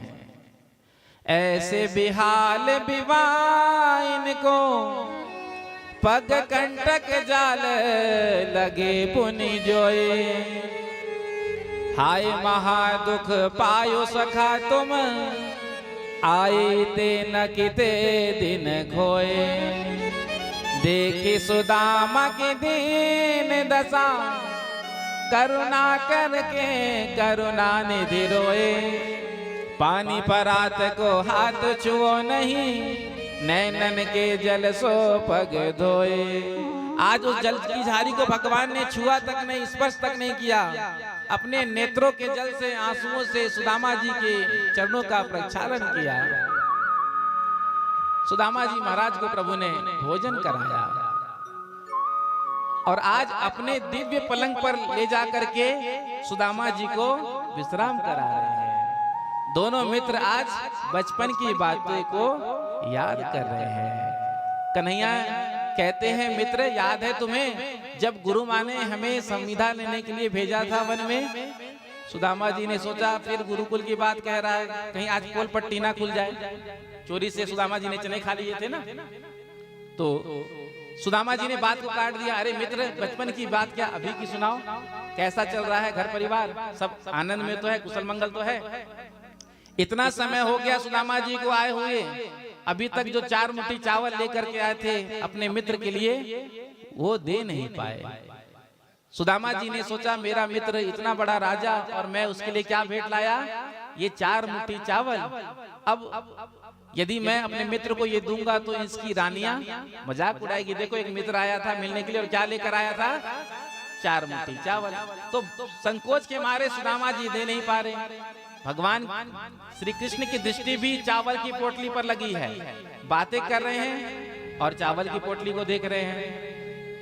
तो भगवान श्री कृष्ण ने सुदामा जी के ताक में जो चावल दबा था उसको झीक लिया। जैसे ही खोल करके देखा तो 4 मुट्ठी चावल, वो भी 4 प्रकार के। नेत्र सजल हो गए, प्रभु के नेत्रों से आंसू बहने लगा। मेरे मित्र के यहाँ इतनी गरीबी, मैं कुछ कर नहीं सका। 1 मुट्ठी चावल लिया, प्रभु ने अपने मुख में लिया, 1 लोक का राज दिया। दूसरी मुट्ठी चावल लिया और मुख में लिया, दूसरे लोक का राज्य दिया। जब तीसरी मुट्ठी चावल लेकर प्रभु पा रहे थे तो रुक्मिणी जी ने हाथ पकड़ लिया और कहा महाराज, क्या ब्राह्मण देवता का प्रसाद हमको नहीं मिलेगा, हम सबको भी तो प्रसाद दीजिए। आज सुदामा जी महाराज पर भगवान ने कृपा की और सुंदर अपना पीताम्बर भी पहनाया था। सुदामा जी ने कहा अब हम चलते हैं, कन्हैया फिर आएंगे। तो कन्हैया ने रोका नहीं। सुदामा जी ने सोचा इतना मित्र प्रेम दिखा रहा है तो अभी से कहेंगे जाने के लिए, तो हो सकता है कि 2-4-6 महीने के बाद विदा करें।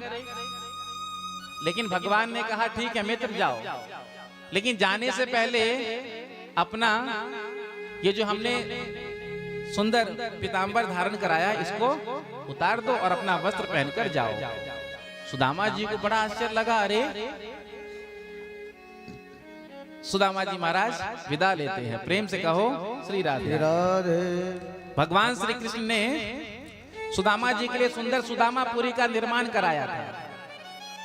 जब सुदामा जी महाराज निकले हैं, अपने यहाँ पहुंचे गांव में, तो क्या देखते हैं जिस जगह झोपड़ी थी वहां बड़े बड़े महल खड़े हैं। सुदामा जी देखकर डर गए। सुदामा मंदिर देख डरे, सुदामा मंदिर देख डरे, सुदामा मंदिर देख डरे, सुदामा मंदिर देख डरे। यहाँ तो थी मेरी टूटी झोपड़िया, यहाँ तो थी मेरी टूटी झोपड़िया, यहाँ तो थी मेरी टूटी झोपड़िया, यहाँ तो थी मेरी टूटी झोपड़िया। कंचन महल खड़ो, कंचन महल खड़ो, सुदामा मंदिर देख डरे, सुदामा मंदिर देख डरे, सुदामा मंदिर देख डरे। दूर से ही सुशीला जी ने देख लिया आते हुए सुदामा जी को, तो आज सुंदर श्रृंगार करके आरती का थाली लेकर द्वार पर आकर खड़ी हो गई। जैसे ही आरती का थाली घुमाया तो सुदामा जी किनारे होने लगे। सुशीला जी ने कहा महाराज क्या अपने मित्र से मिलने गए, अपनी पत्नी को भी भूल गए? सुशीला जी ने कहा महाराज मैं आपकी पत्नी सुशीला। सुदामा जी ने कहा सुशीला ये क्या है लीला, लाल साड़ी पर बॉर्डर पीला, तेरे सिर पर 2-2 चुटीला। पूछा बच्चे कहाँ गए? घोड़ा गाड़ी में घूमने गए हैं। पिता देखो पैदल आया, बच्चे घोड़ा गाड़ी में घूमने गए हैं। ये सब कहां से मिला? तो आज सुशीला जी जब भगवान के पार्षद आए थे तो सबसे पहले भगवान का मंदिर बनाया था। तो आज सुदामा जी को ले जा करके मंदिर के सामने खड़ा कर दिया। जो कुछ भी दिया है इन्होंने ही दिया है। तो सुदामा जी के मस्तिष्क पर लिखा था श्री छह, लक्ष्मी का नाश, लेकिन भगवान ने उसको बदल दिया, उल्टा कर दिया, यक्षश्री। प्रेम से कहो श्री राधे। श्री राधे। भगवान की कृपा तो वो है जो भाग्य को भी बदल देती है। प्रेम से कहो श्री राधे। जोर से कह दो राधे राधे राधे राधे राधे राधे राधे राधे राधे। राधे राधे। उसके बाद समंतक पंचक तीर्थ में सभी द्वारिकावासी पहुंचे हैं और यहाँ पर आज यशोदा मैया आई, पांडव आदि सब आए, सबका आपस में मिलन हुआ। भगवान ने यहाँ खूब महिमा गाई है संतों की। आगे अर्जुन का विवाह सुभद्रा जी के साथ हुआ, उसका वर्णन किया। बिहार में भगवान गए एक राजा और एक ब्राह्मण के यहाँ, दोनों ने भगवान से प्रार्थना किया था आने के लिए।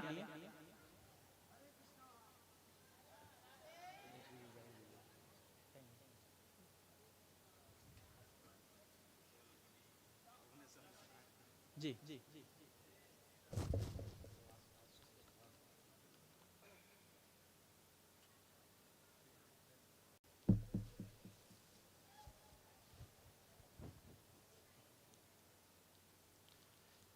मंत्री जी को प्रातः काल भुवनेश्वर निकलना है, इसलिए जा रहे हैं, नहीं तो बैठते हैं। प्रेम से कहो श्री राधे।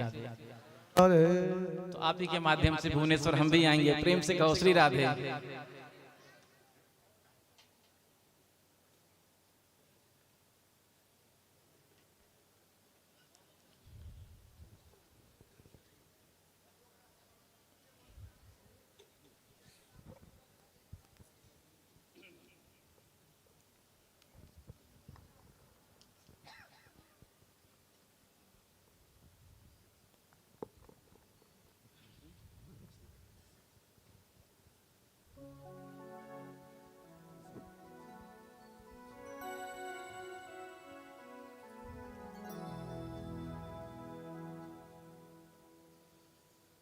निश्चय आज पवित्र भागवत कथा एठी चली। महाराज बहुत सुंदर भाव रे व्याख्या करुछंती। महाराज को मो प्रणाम जनाऊँगी एवं तांको सहित आसीथिबा समस्त टीम को भी, सीमान को भी मोर प्रणाम। और महाराज जी जो बोले वो भी पूरा सही है कि आप हमारे जो सनातन धर्म है उसकी सुरक्षा के लिए हम सबको मिल के करना है, उसको समझना भी ज़रूरत है। आज विश्व हिंदू परिषद और बजरंग दल तरफ से ये जो आयोजन हुआ है, सभी को मेरा तरफ से बहुत बहुत धन्यवाद ज्ञापन करूँगा। कारण ये भी अच्छी जे आपण मान निश्चय ये भाग्यवान मत भावी भी आपण माने बहुत समय धरी आपण माने भागवत कथा ये आध्यात्मिक जानकर भाग्य रे थिले ये सुजोग ये मिले। मो तो निजक मो दुर्भाग्य मन करी जेहेतु एते समय ये सब कार्यक्रम आम बहुत समय धरिकना शुणिबार सौभाग्य मिलू ना।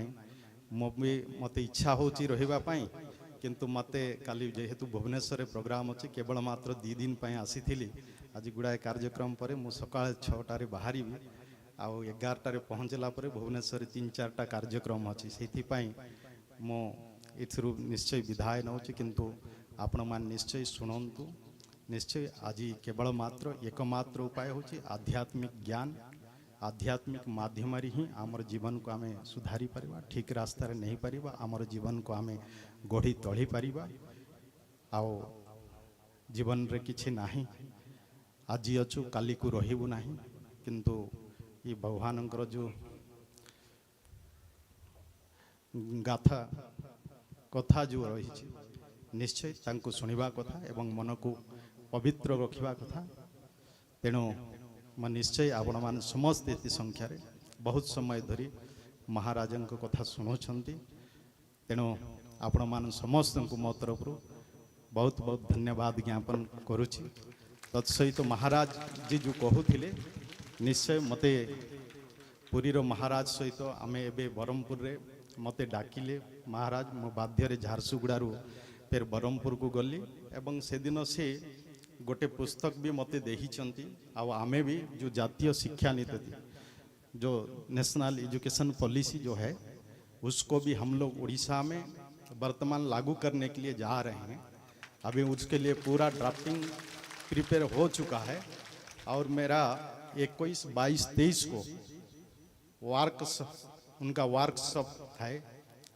हम लोग वर्कशॉप कर रहे हैं अपने नया शिक्षा नीति जो उड़ीसा में लागू होने वाला है वो कैसा होगा, बेहतर कैसे शिक्षा नीति को बनाएंगे। महाराज आप यहाँ जो बोले उसके लिए हम पूरा तैयार कर रहे हैं, उसके लिए प्रस्तुत चल रहा है कि हम अपने जो वीर हैं, अपने जो महापुरुष हैं उसके बारे में हमें नहीं पढ़ते हैं। आप ये ठीक बात बोले हैं, हम किसी जो आक्रमणकारी हैं हमारे धर्म, हमारे संस्कृति, हमारे परंपरा को जो नष्ट किए हैं हमें उन्हीं का बारे में हम पढ़ते हैं, लेकिन अपने जो महानता है हमारे जो, लेकिन उसके बारे में हम नहीं जानते हैं। ये भी हमारे लिए बड़े दुख की बात है। जरूर हम लोग इसी माध्यम से हमारे अंदर में एक सचेतन का कार्यक्रम भी करना चाहिए, जानना चाहिए। जब हमारे धर्म, हमारे संस्कृति, हमारे परंपरा जो है वही हमारे परिचय है और सनातनी हमारे परिचय है, इसको हम लोग को बजाय रखना चाहिए। मैं ज़्यादा नहीं बोलूँगा, फिर से आप लोग सभी को समस्त को मो तरफ बहुत बहुत धन्यवाद ज्ञापन करी मोर वाणी को विराम दूची। जय हिंद, जय भारत माता, वंदे मातरम। धन्यवाद। बोलो जय गिरिराज महाराज की जय, सनातन धर्म की जय। महाराज श्री पाठक जी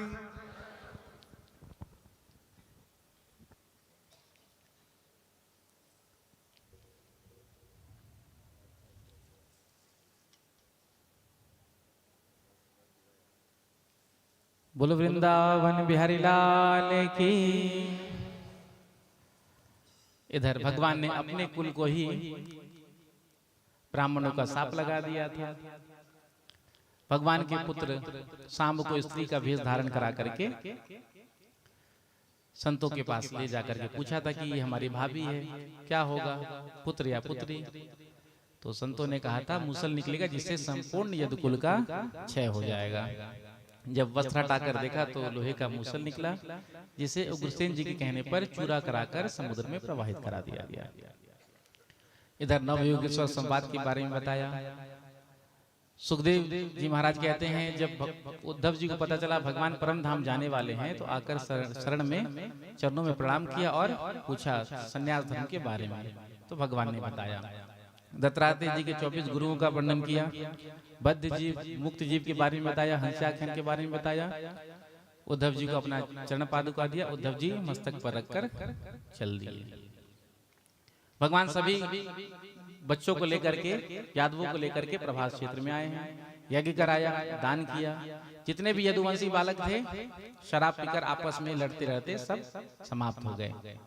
इधर जरा नाम का बहलिया भगवान के चरणों में तीर मारा। जब निकट में आकर देखा रही मुझसे कितना बड़ा अपराध हो गया, मैंने भगवान के चरणों में तीर मारा, पछाड़ खाकर गिर गया। भगवान ने कहा कोई बात नहीं, पिछले जन्म में मैंने तुझे तीर मारा था छुपकर, इस बार तूने मारे, हिसाब बराबर। आज आकाश में देवता आ गए और कहा कि हमारे धाम चलिए। भगवान वृंदावन बिहारी आज सशरीर अंतर्ध्यान में। बोलो वृंदावन बिहारी लाल की जय हो। उसके बाद कलयुग के बारे में बताया। कलयुग में केवल नाम ही आश्रय है। अंतिम उपदेश सुखदेव जी कहते हैं तुम तो राजा मरिष्यति पशु बुद्धि में माम जाइए, मैं मर जाऊंगा ये भाव निकाल दो। सुखदेव जी को प्रणाम किया परीक्षित जी ने। सुखदेव जी चले गए। तक्षक सर्प डसा और शरीर भस्म हो गया। उसके बाद पुराणों की संख्या के बारे में बताया। मार्कंडेय जी का सुंदर चरित्र सुनाया और भागवत के अंतिम श्लोक में बताया। मेरे साथ आप सब कहेंगे नाम संकीर्तनम यस्य नाम संकीर्तनम यस्य सर्व पाप प्रणाशनम सर्वपापो प्रणाशनम प्रणामो दुख समनः प्रणामो दुख समनः तम नमामि हरिं परम। तम नमामि हरि परम। जिन प्रभु का नाम कीर्तन, जो नाम कीर्तन भगवान का करते हैं, सभी पापों से मुक्त हो जाते हैं। सर्व पाप प्रणाशनम, जो प्रभु के चरणों में प्रणाम करते हैं सारा दुख उनका समाप्त हो जाता है। ऐसे प्रभु के चरणों में हम बारंबार प्रणाम करते हैं। सुंदर रायघर की पावन भूमि में तपन कल्याण मंडप में विश्व हिंदू परिषद बजरंग दल के द्वारा श्रीमद् भागवत कथा का आयोजन किया गया और आप सबके सहयोग से सुंदर कथा का विश्राम होने जा रहा है। तो कथा का जो आयोजन है, इसका उद्देश्य अभी जैसे मंत्री जी ने भी कहा, अपने धर्म, संस्कृति, संस्कार के बारे में जानना। तो ऐसे ही हम स्वयं कथा सुने और औरों को भी सुनाएं। जो अच्छी बात हो तो दूसरों को भी सुनाना चाहिए और इस भगवत कार्य में हम सबको सहयोग करना चाहिए। जैसे पहले नौरंगपुर में आए, नौरंगपुर में अशोक पात्रा जी के माध्यम से आए, सच्ची चौधरी, पहली बार हमारा आगमन उनके यहाँ निवास में हुआ था। उसके बाद नौरंगपुर से फिर संजीव भैया बैठे हैं तो उनके माध्यम से उमरकोट आए, उमरकोट से संजीव भैया के माध्यम से किरण भैया विश्व हिंदू परिषद के सभापति अध्यक्ष। तो ऐसे ही हम सब, जैसे मैंने उस दिन कहा था, हमको भी चैन को आगे बढ़ाना है। तो हम सब जब सहयोग करेंगे, देखिए ये जो समय बिताया गया यहाँ पर भागवत कथा के मध्य में, यही जीवन का सार है, यही साथ में जाएगा। तो स्वयं भी सत्संग करना चाहिए और औरों के लिए भी व्यवस्था बनानी चाहिए। यदि हमारे माध्यम से ऐसे काम होते हैं, कार्य होते हैं, तो औरों का तो कल्याण होता ही, हमारा भी कल्याण होता है। तो भविष्य में भी ऐसे कथाएं होते रहेंगी। मुझे तो प्रथम दिवस ही कहा था कि अब हर साल कथा होगी। प्रेम से कहो श्री राधे राधे। हर साल कथा होगी, हर साल। पहले ही दिन कह दिया था। उमरकोट में भी मुझे कहा था कि अब हर साल कथा होगी। तो ऐसे ही धीरे धीरे धीरे, जैसे कि अभी संजीव भैया बैठे हैं डाबू गांव, हाँ, नेक्स्ट हमारा जो वो है डेस्टिनेशन डाबू गांव, हमारे ईपी भैया बैठे हैं साथ में ही। तो आपके माध्यम से व्यापारी गुड़ा। अब मेरी हार्दिक इच्छा है, जब मैं पहली बार दर्शन करने के लिए गया था, कहाँ बताइए? नहीं, भगवान भोलेनाथ जो विराजमान है गुप्तेश्वर। तो तभी मेरे अंदर भाव आया था कि कभी भोलेनाथ ऐसी कृपा करें कि भोलेनाथ को गुप्तेश्वर में बैठकर कथा सुना। तो संजीव भैया के माध्यम से ही ये और हमारे ईपी भैया के माध्यम से ये सहयोग बनेगा। आप व्यापारी गुड़ा का प्लान कर रहे हैं, तो यदि वो प्लेस चेंज हो जाए, जहां भी आपको सूटेबल लगे, क्योंकि साक्षात गुप्तेश्वर महाराज जहां राम जी महाराज आए थे, और आप सब तो जानते हैं महिमा के बारे में, मैं आपसे ज्यादा क्या कहूँ। तो भोलेनाथ को कथा सुनाने का जो आनंद है कहना ही क्या। तो ऐसे ही हमारे संजीव भैया, ईपी भैया, आगे किरण भैया के माध्यम से भी बता रहे थे। तो बस ऐसे ही कारवां चलता रहेगा। तो हम सबको सहयोग करना चाहिए। तो मैं बहुत बहुत धन्यवाद देता हूं विश्व हिंदू परिषद रायघर सभापति किरण पटनायक जी, उप सभापति मोहन साहू जी, बजरंग दल सभापति विक्की श्रीवास्तव जी, और जितने भी हमारे भाई लोग कार्यकर्ता जो कथा को व्यवस्थित करने में लगे, लाना, बिठाना, प्रसाद बांटना, ये सब कार्य इतना अच्छा से मैनेज किया बाबू पानीग्राही जी, शक्ति जेना जी, सुकेश मिश्रा जी, अभिमन्यु डाकुआ जी, कमल सिंह राजपूत जी, अनंत वारिक जी, पवित्र साहू जी, कैलाश महाराणा जी, शंकर बच्चर जी, विजय महाराणा जी, लक्ष्मीघर महांती जी और तपन कल्याण मंडप श्री तपन जी, जिन्होंने बहुत सहयोग किया। तो आप सबके लिए मैं बांके बिहारी जी के चरणों में यही प्रार्थना करता हूँ, और जितने भी यहाँ हमारे श्रोता बंधु बैठे हैं, माताएं बहनें बैठे हैं, मैं अपने ठाकुर जी से यही प्रार्थना करता हूँ आपके जीवन में सुख शांति समृद्धि का विस्तार हो और ऐसे ही आपको भगवान की अखंड भक्ति मिलती रहे। प्रेम से कहो श्री राधे। तो सुंदर कथा का विश्राम हुआ, अब व्यासपीठ का पूजन होगा, उसके बाद फूल होली और उसके बाद प्रसाद लेके प्रस्थान करेंगे। इन 7 दिनों में यदि मेरी वाणी से कुछ ऐसा निकला जो आपको बुरा लगा हो, उसके लिए मैं क्षमा चाहता हूँ। होता है, सबको हर बात पसंद आए, 100 को प्रसन्न नहीं कर सकते ना, 99 प्रसन्न है तो एक तो नाराज रहेगा ही, और हम ध्यान देते ही नहीं। ठाकुर प्रसन्न रहे, मेरा गोविंद मुझ पर प्रसन्न रहे, मुझे दुनिया से क्या लेना। तो कथा सुनने के बाद दक्षिणा देना चाहिए। दक्षिणा में हम आपसे यही मांगते हैं, जो आपके जीवन में अवगुण है, दुर्गुण है, जो कमी है, उसको आप दूर करिए, उसका त्याग करिए। यदि आपने कुछ ऐसा त्याग किया तो मेरी कथा सार्थक है।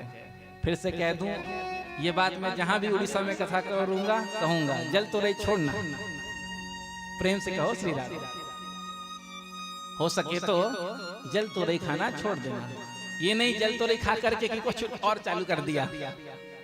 हाँ, नॉन वेज छोड़िए, वेजिटेरियन बनिए, शुद्ध शाकाहारी बनिए। प्रेम से कहो श्री राधे। जो भी अवगुण है, बीड़ी पीते हैं, गुटखा खाते हैं, तंबाकू खाते हैं, पान खाते हैं, जो भी अवगुण है, शराब पीते हैं, आज निश्चय करना कि आज से हम इसका त्याग करते हैं। देखो, कथा का तो तभी लाभ जब हमने कुछ छोड़ा। तो जो भी आपकी श्रद्धा हुआ छोड़े। प्रेम से कहो श्री राधे। तो मुख्य जजमान बनने का सौभाग्य किरण पटनायक जी को मिला भगवान की कृपा से, और जो दैनिक जजमान थे 7 दिनों अलग अलग, उन सब के लिए भी भगवान की मंगल कामना मैं करता हूँ। 2 मिनट नाम कीर्तन, उसके बाद भागवत जी का पूजन, उसके बाद फूल होली। प्रेम से कहो श्री राधे राधे। भजो निताय गौर राधे श्याम, जपो हरे कृष्णा हरे राम। भजो निताय गौर राधे श्याम, जपो हरे कृष्णा हरे राम। निताय गौर राधे श्याम, हरे कृष्णा हरे राम। निताय गौर राधे श्याम, कृष्ण हरे राम। निताय गौर राधे श्याम, हरे कृष्णा हरे राम। निताय गौर राधे श्याम, हरे कृष्ण हरे राम। जो निताय गौर राधे श्याम, जपो हरे कृष्णा हरे राम। जो निताय गौर राधे श्याम, हरे कृष्णा हरे राम। ऐसे नहीं, दोनों हाथ करके निताय गौर राधे श्याम, हरे कृष्णा हरे राम। निताय गौर राधे श्याम, हरे कृष्णा हरे राम। निताय गौर राधे श्याम, हरे कृष्णा हरे राम। निताय गौर राधे श्याम, हरे कृष्णा हरे राम। भजो निताय गौर राधे श्याम, जपो हरे कृष्णा हरे राम। भजो निताय गौर राधे श्याम, जपो हरे कृष्णा हरे। पीछे वाले भी दोनों हाथ रख के सेवा करते हुए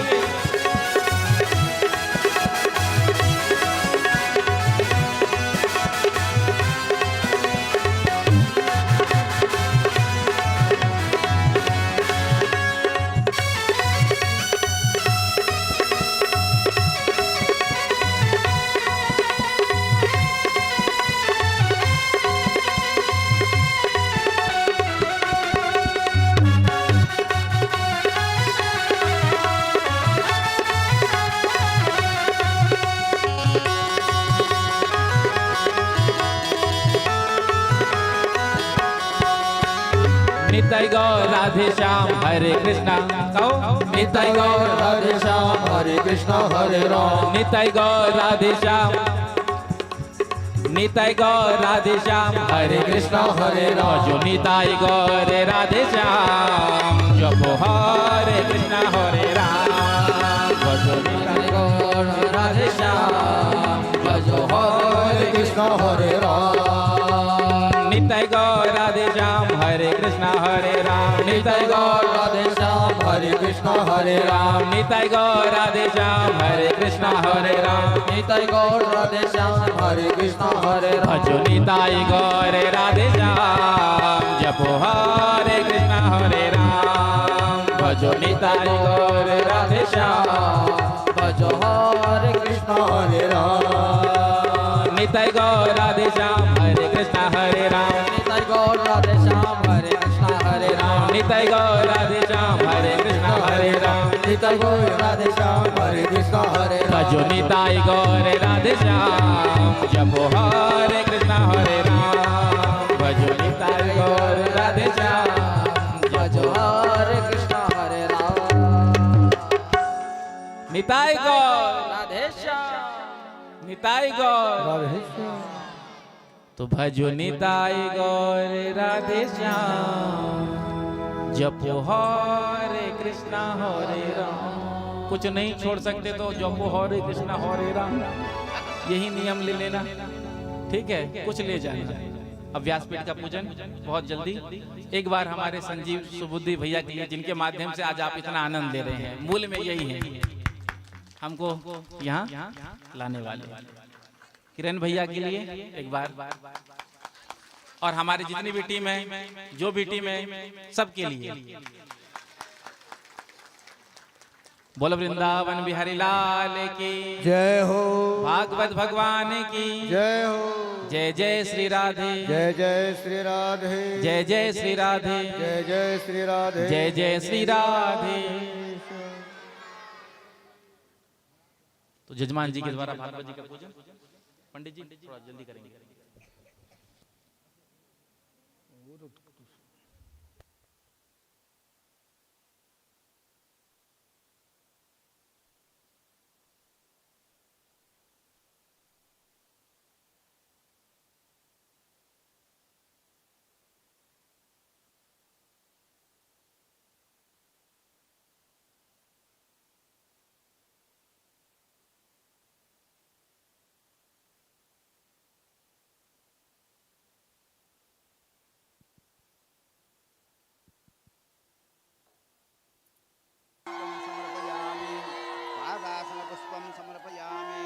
पाद्यम समर्पयामि पग गुरुर फूल पग पाद्यम समर्पयामि ओं नमो भगवते अर्घ्यम समर्पयामि ओं नमो भगवता चमनम समर्पयामि ओं नमो भगवते वासुदेवाय मधुपर्कम समर्पयामि ओं नमो भगवते वासुदेवाय पुनराचमन समर्पयामि ओं नमो भगवते वासुदेवाय पंचाम गुरुर पग फूल पंचामृत स्नानम समर्पयामि ओं नमो भगवते वासुदेवाय वस्त्रं धारयामि ओं नमो भगवते वासुदेवाय यज्ञं पवित्रं धारयामि ओं नमो भगवते वासुदेवाय आचमनं समर्पयामि ओं नमो भगवते वासुदेवाय अलंकार समर्पयामि शिरसि किरीटी समर्पयामि वंशी समर्पयामि नानादि उपकरण सुवर्ण अलंकार समर्पयामि ओं नमो भगवते वासुदेवाय गंधं लेपयामि ओं नमो भगवते वासुदेवाय कस्तूरितिलकं समर्पयामि ओं नमो भगवते वासुदेवाय मल्लिकादिनानादि ऋतुकालीन पुष्पं समर्पयामि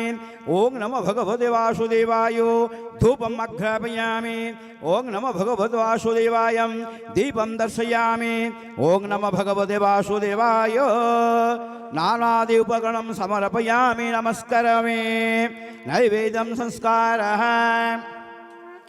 ईघणं विघणं प्रोघणं ताडनं चावगुण्ठनम् अमृतगुप्तं महामुद्राः धेनुमुद्रायां प्रकृतिकाय नैवेद्य संस्कारः फलपण्डितरात्र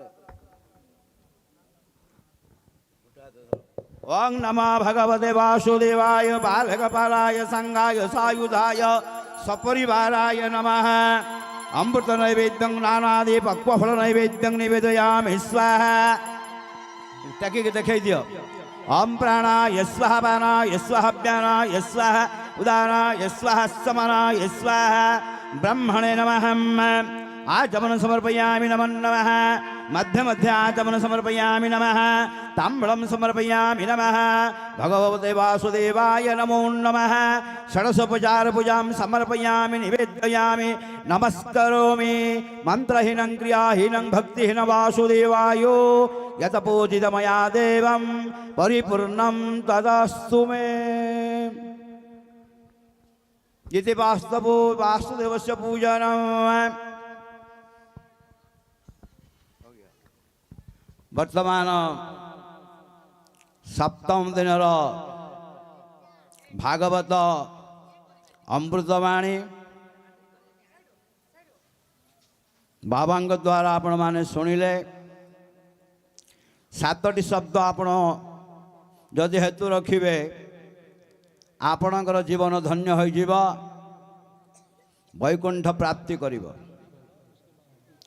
आमे नानादि बही एड़े एड़े बही पढ़ी थाओ किंतु प्रश्न आसता है 10टा से 7टा आंसर देले आमर पास मार्क आसी जाए एडर भागवत आपण शुणिले 7टी शब्द को रक्षा करेंगे जोड़ी 7टी बार धर्म अर्थ दया ज्ञान एति 4टी जिनस अलंकार है आपण जीवन चलला क्या हिंसा करेंगे ना कपट करेंगे ना क्या विरोध में कहे ना क्या विरोध में शुणे ना सबुठार हूँ श्रेष्ठ भागवत भागवत शुणिला पर प्रत्येक जगार गोटे उत्सव हुए किंतु आज आम समय अभाव आमर मंडली भाई मान चलीजे तेणु जी जहाँ देवार अच्छी जड़े जड़े आसी बाबांकर भागवत श्रवण फल पूर्ण फल प्राप्ति पाई लफा पारे कि बाद तले कमिटी कंट्रोल करेंगे गहली करेंगे व्यासपीठ को जन जन आसिक आड़ देवे से आड़ जी आउ जो भाई मैंने मंदिर निर्माण करने किसी अर्थ दान कर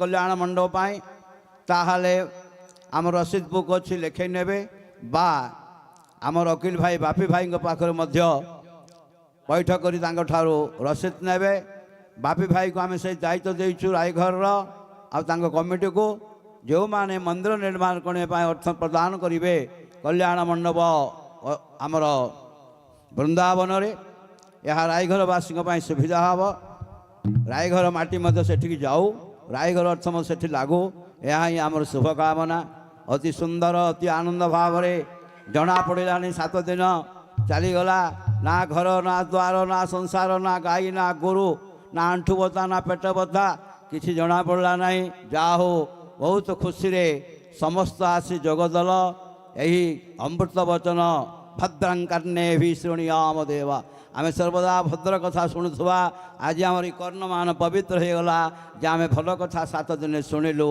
कौन सी माया कपट जालू खसी जाइचु ये 7 दिन आम शह शह वर्षर मुक्तिदायक फल जय जगन्नाथ जय जगन्नाथ जय जगन्नाथ।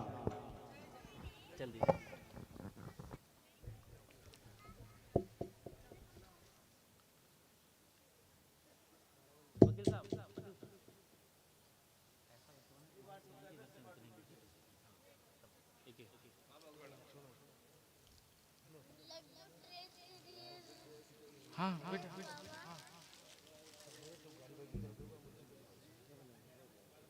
चौकरे दो ना अरे बिल्कुल अभी उतरूंगा तो मिलूंगा तुमसे ठीक है आता हूँ ठीक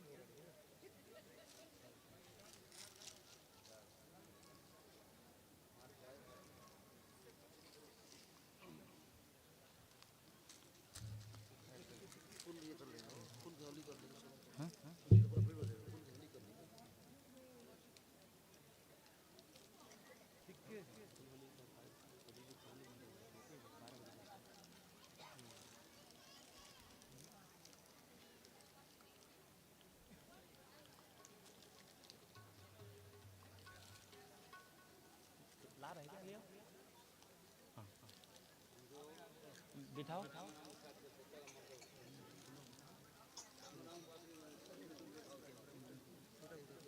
बैठ जाओ बिठाओ हाँ उस फूल को भी माला से खुलवा दो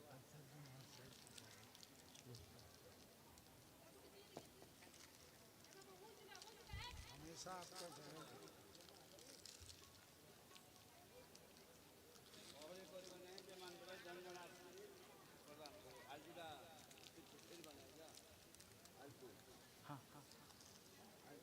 हाँ नहीं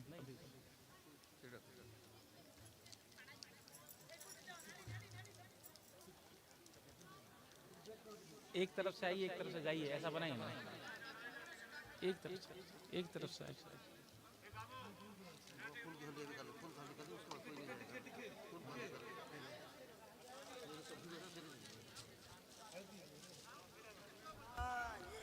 आप सभी माताओं बहनों भाइयों से निवेदन है कि आरती के बाद महाराज जी से आशीर्वाद लेने के लिए आएंगे। श्री राधे। आरती के बाद आप आइएगा, फूल होली के आनंद लेते हैं। प्रेम से कहो श्री राधे। हम बैठे ही रहेंगे, हम तो कल जाएंगे। हमारा मन तो करता है उड़ीसा में ही रह जाए, एक आश्रम यहाँ ही बना लें। प्रेम से कहो श्री राधे। आपके यहाँ जो भाव श्रद्धा प्रेम है उड़ीसा वासियों में शब्द नहीं। हो गया, रोक दो।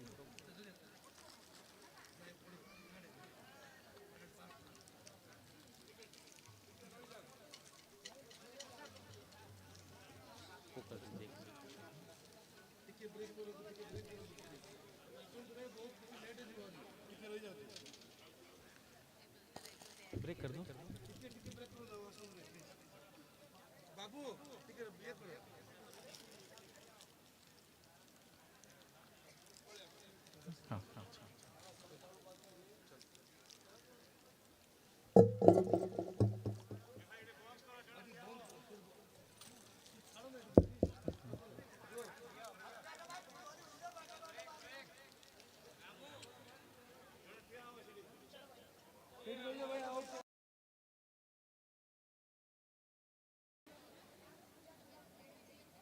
बोलो वृंदावन बिहारी लाल की जय हो।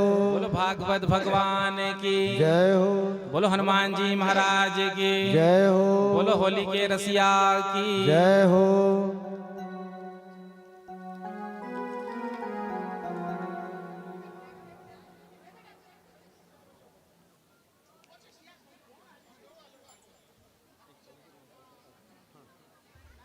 हाँ, दोनों हाथ में थोड़ा फूल। सबको मौका मिलेगा आरती के बाद।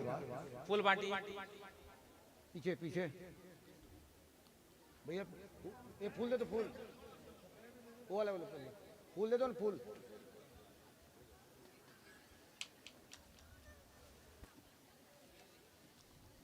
बोलो होली के रसिया की, बोल वृंदावन बिहारी लाल की जय हो।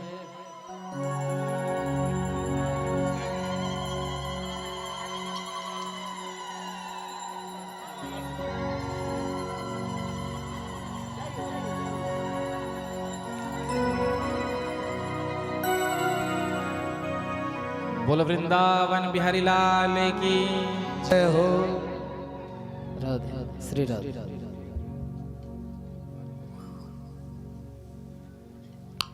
फूल आपके हाथ में पहुंचा।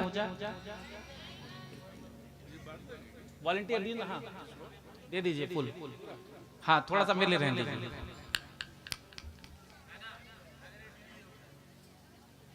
महाराज जी को दे दो।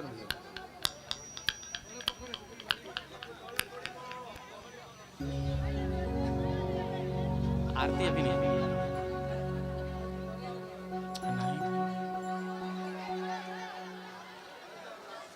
हो खेले ब्रज में रंग गुलाल, राधे संग श्याम बिहारी। खेले ब्रज में रंग गुलाल, राधे संग श्याम बिहारी। खेले हो खेले हो खेले ब्रज में रंग गुलाल, राधे संग श्याम बिहारी। हो खेले ब्रज में रंग गुलाल, राधे संग रास बिहारी।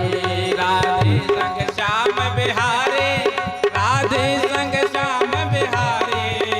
राधे संग श्याम बिहारी, राधे संग श्याम बिहारी। राधे संग श्याम बिहारी, राधे संग श्याम बिहारी।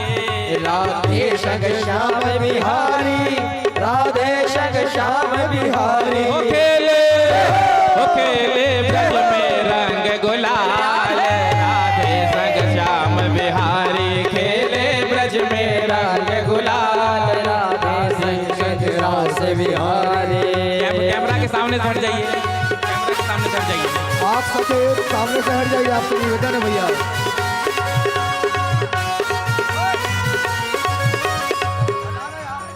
हो खेले ब्रज में रंग गुलाल, राधे संग श्याम बिहारी। खेले ब्रज में रंग गुलाल, संग श्याम बिहारी। राधे संग श्याम बिहारी, राधे संग श्याम बिहारी। राधे संग श्याम बिहारी, राधे संग श्याम बिहारी। हो खेले ब्रज में रंग गुलाल, राधे संग श्याम बिहारी। खेले ब्रज में रंग गुलाल, राधे संग रास बिहारी। पीछे वाले भी दोनों हाथ लगा झूमते हुए।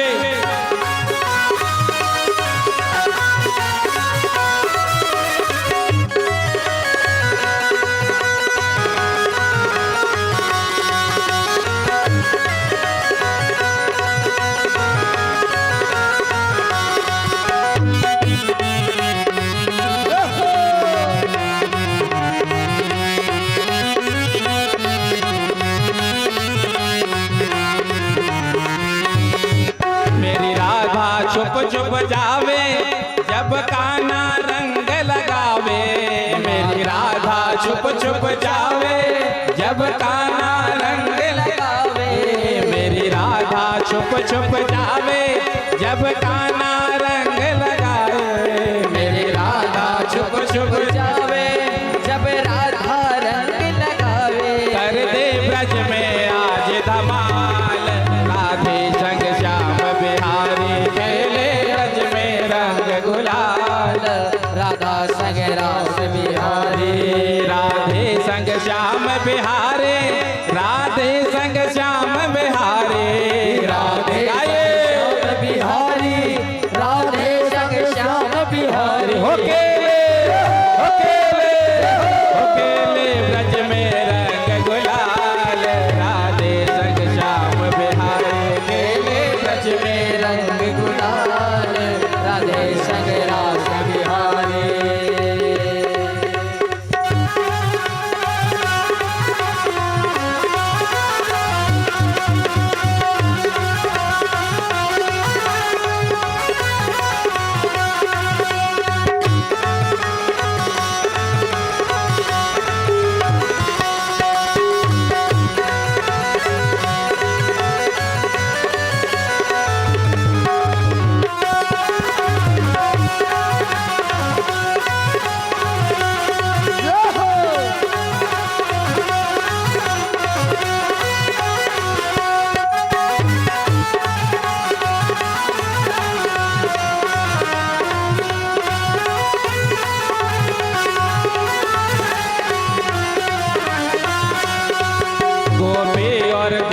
भी खेले जैसे खुशियों के मेले।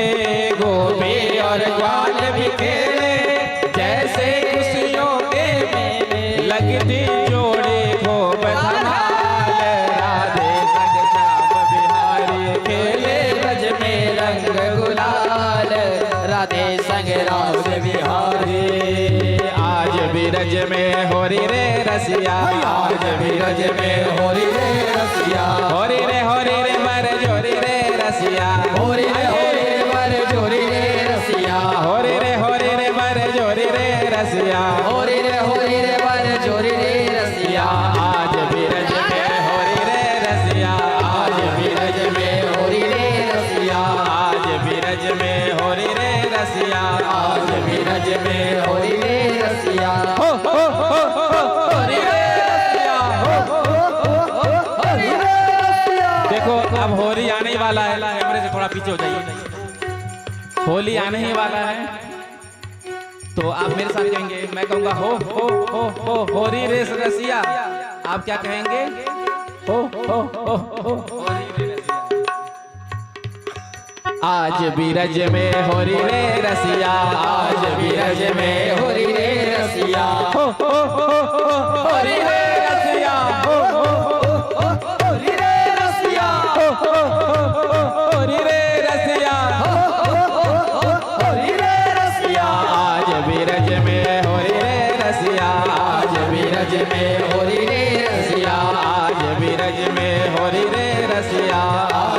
रज में होरी रे रसिया। देखो ओडिया तो मुझे आता नहीं, लेकिन गा रहा हूँ, समझ में आए तो ठीक, नहीं तो कोई बात नहीं, ऊपर से जाने देना।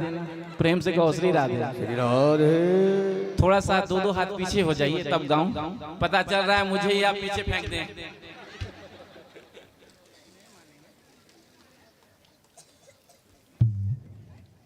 थोड़े थोड़े पीछे हो, थोड़े थोड़े। एक टाइम आता है जब आगे होना होता है, कभी टाइम आता है पीछे होना होता है। इधर साइड में जो खड़े हैं सब इधर चले जाइए। मुझे हाँ हाँ हाँ हाँ। हाय कृष्णा बोली जाओ मो जीवन, घन कलिया फूल मलिया नील रतन। हाय कृष्णा बोली जाओ मो जीवन, घन कलिया फूल मलिया नील रतन। हाय कृष्णा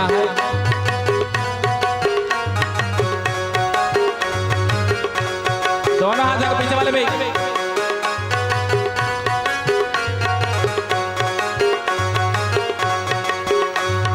हाय कृष्णा बोली जाओ मो जीवन, घन कलिया फूल मलिया नील रतन।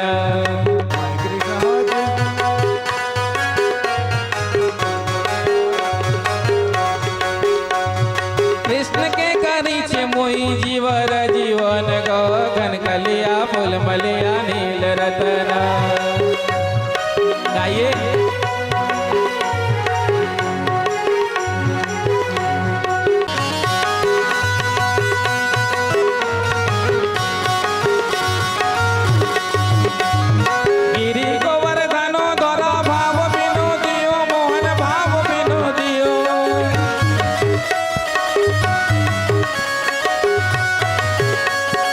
यमुना तटिया गानू कदम मोलिया गानू कदम मोलिया।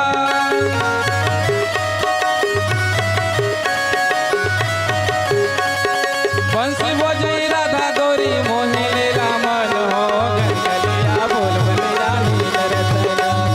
हाय कृष्ण बोली जाओ मो जीवन, घन कलिया बोल मलिया नील रतन। हाय कृष्ण बोली जाओ मो जीवन, घन कलिया फूल मलिया नील रतन। कृष्ण के करी छे मोई जीवर जीवन गो, घन कलिया फूल मलिया नील रतन।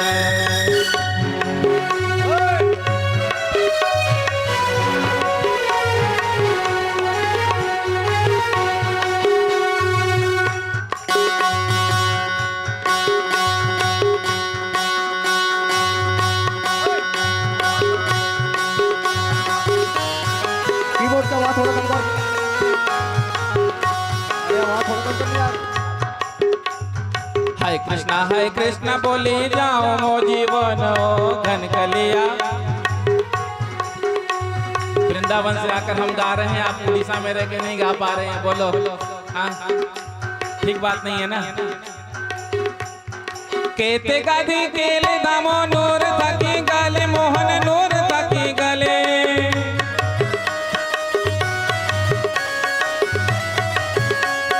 केते गादी केते दामो नूर थकी गले, मोहन नूर थकी गेले।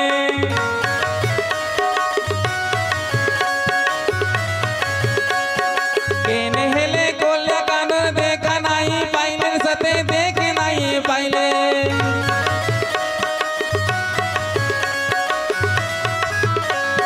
तार बिन छिन मोर मौन वृंदावन हो, घन कलिया फूल मलिया नील रतन।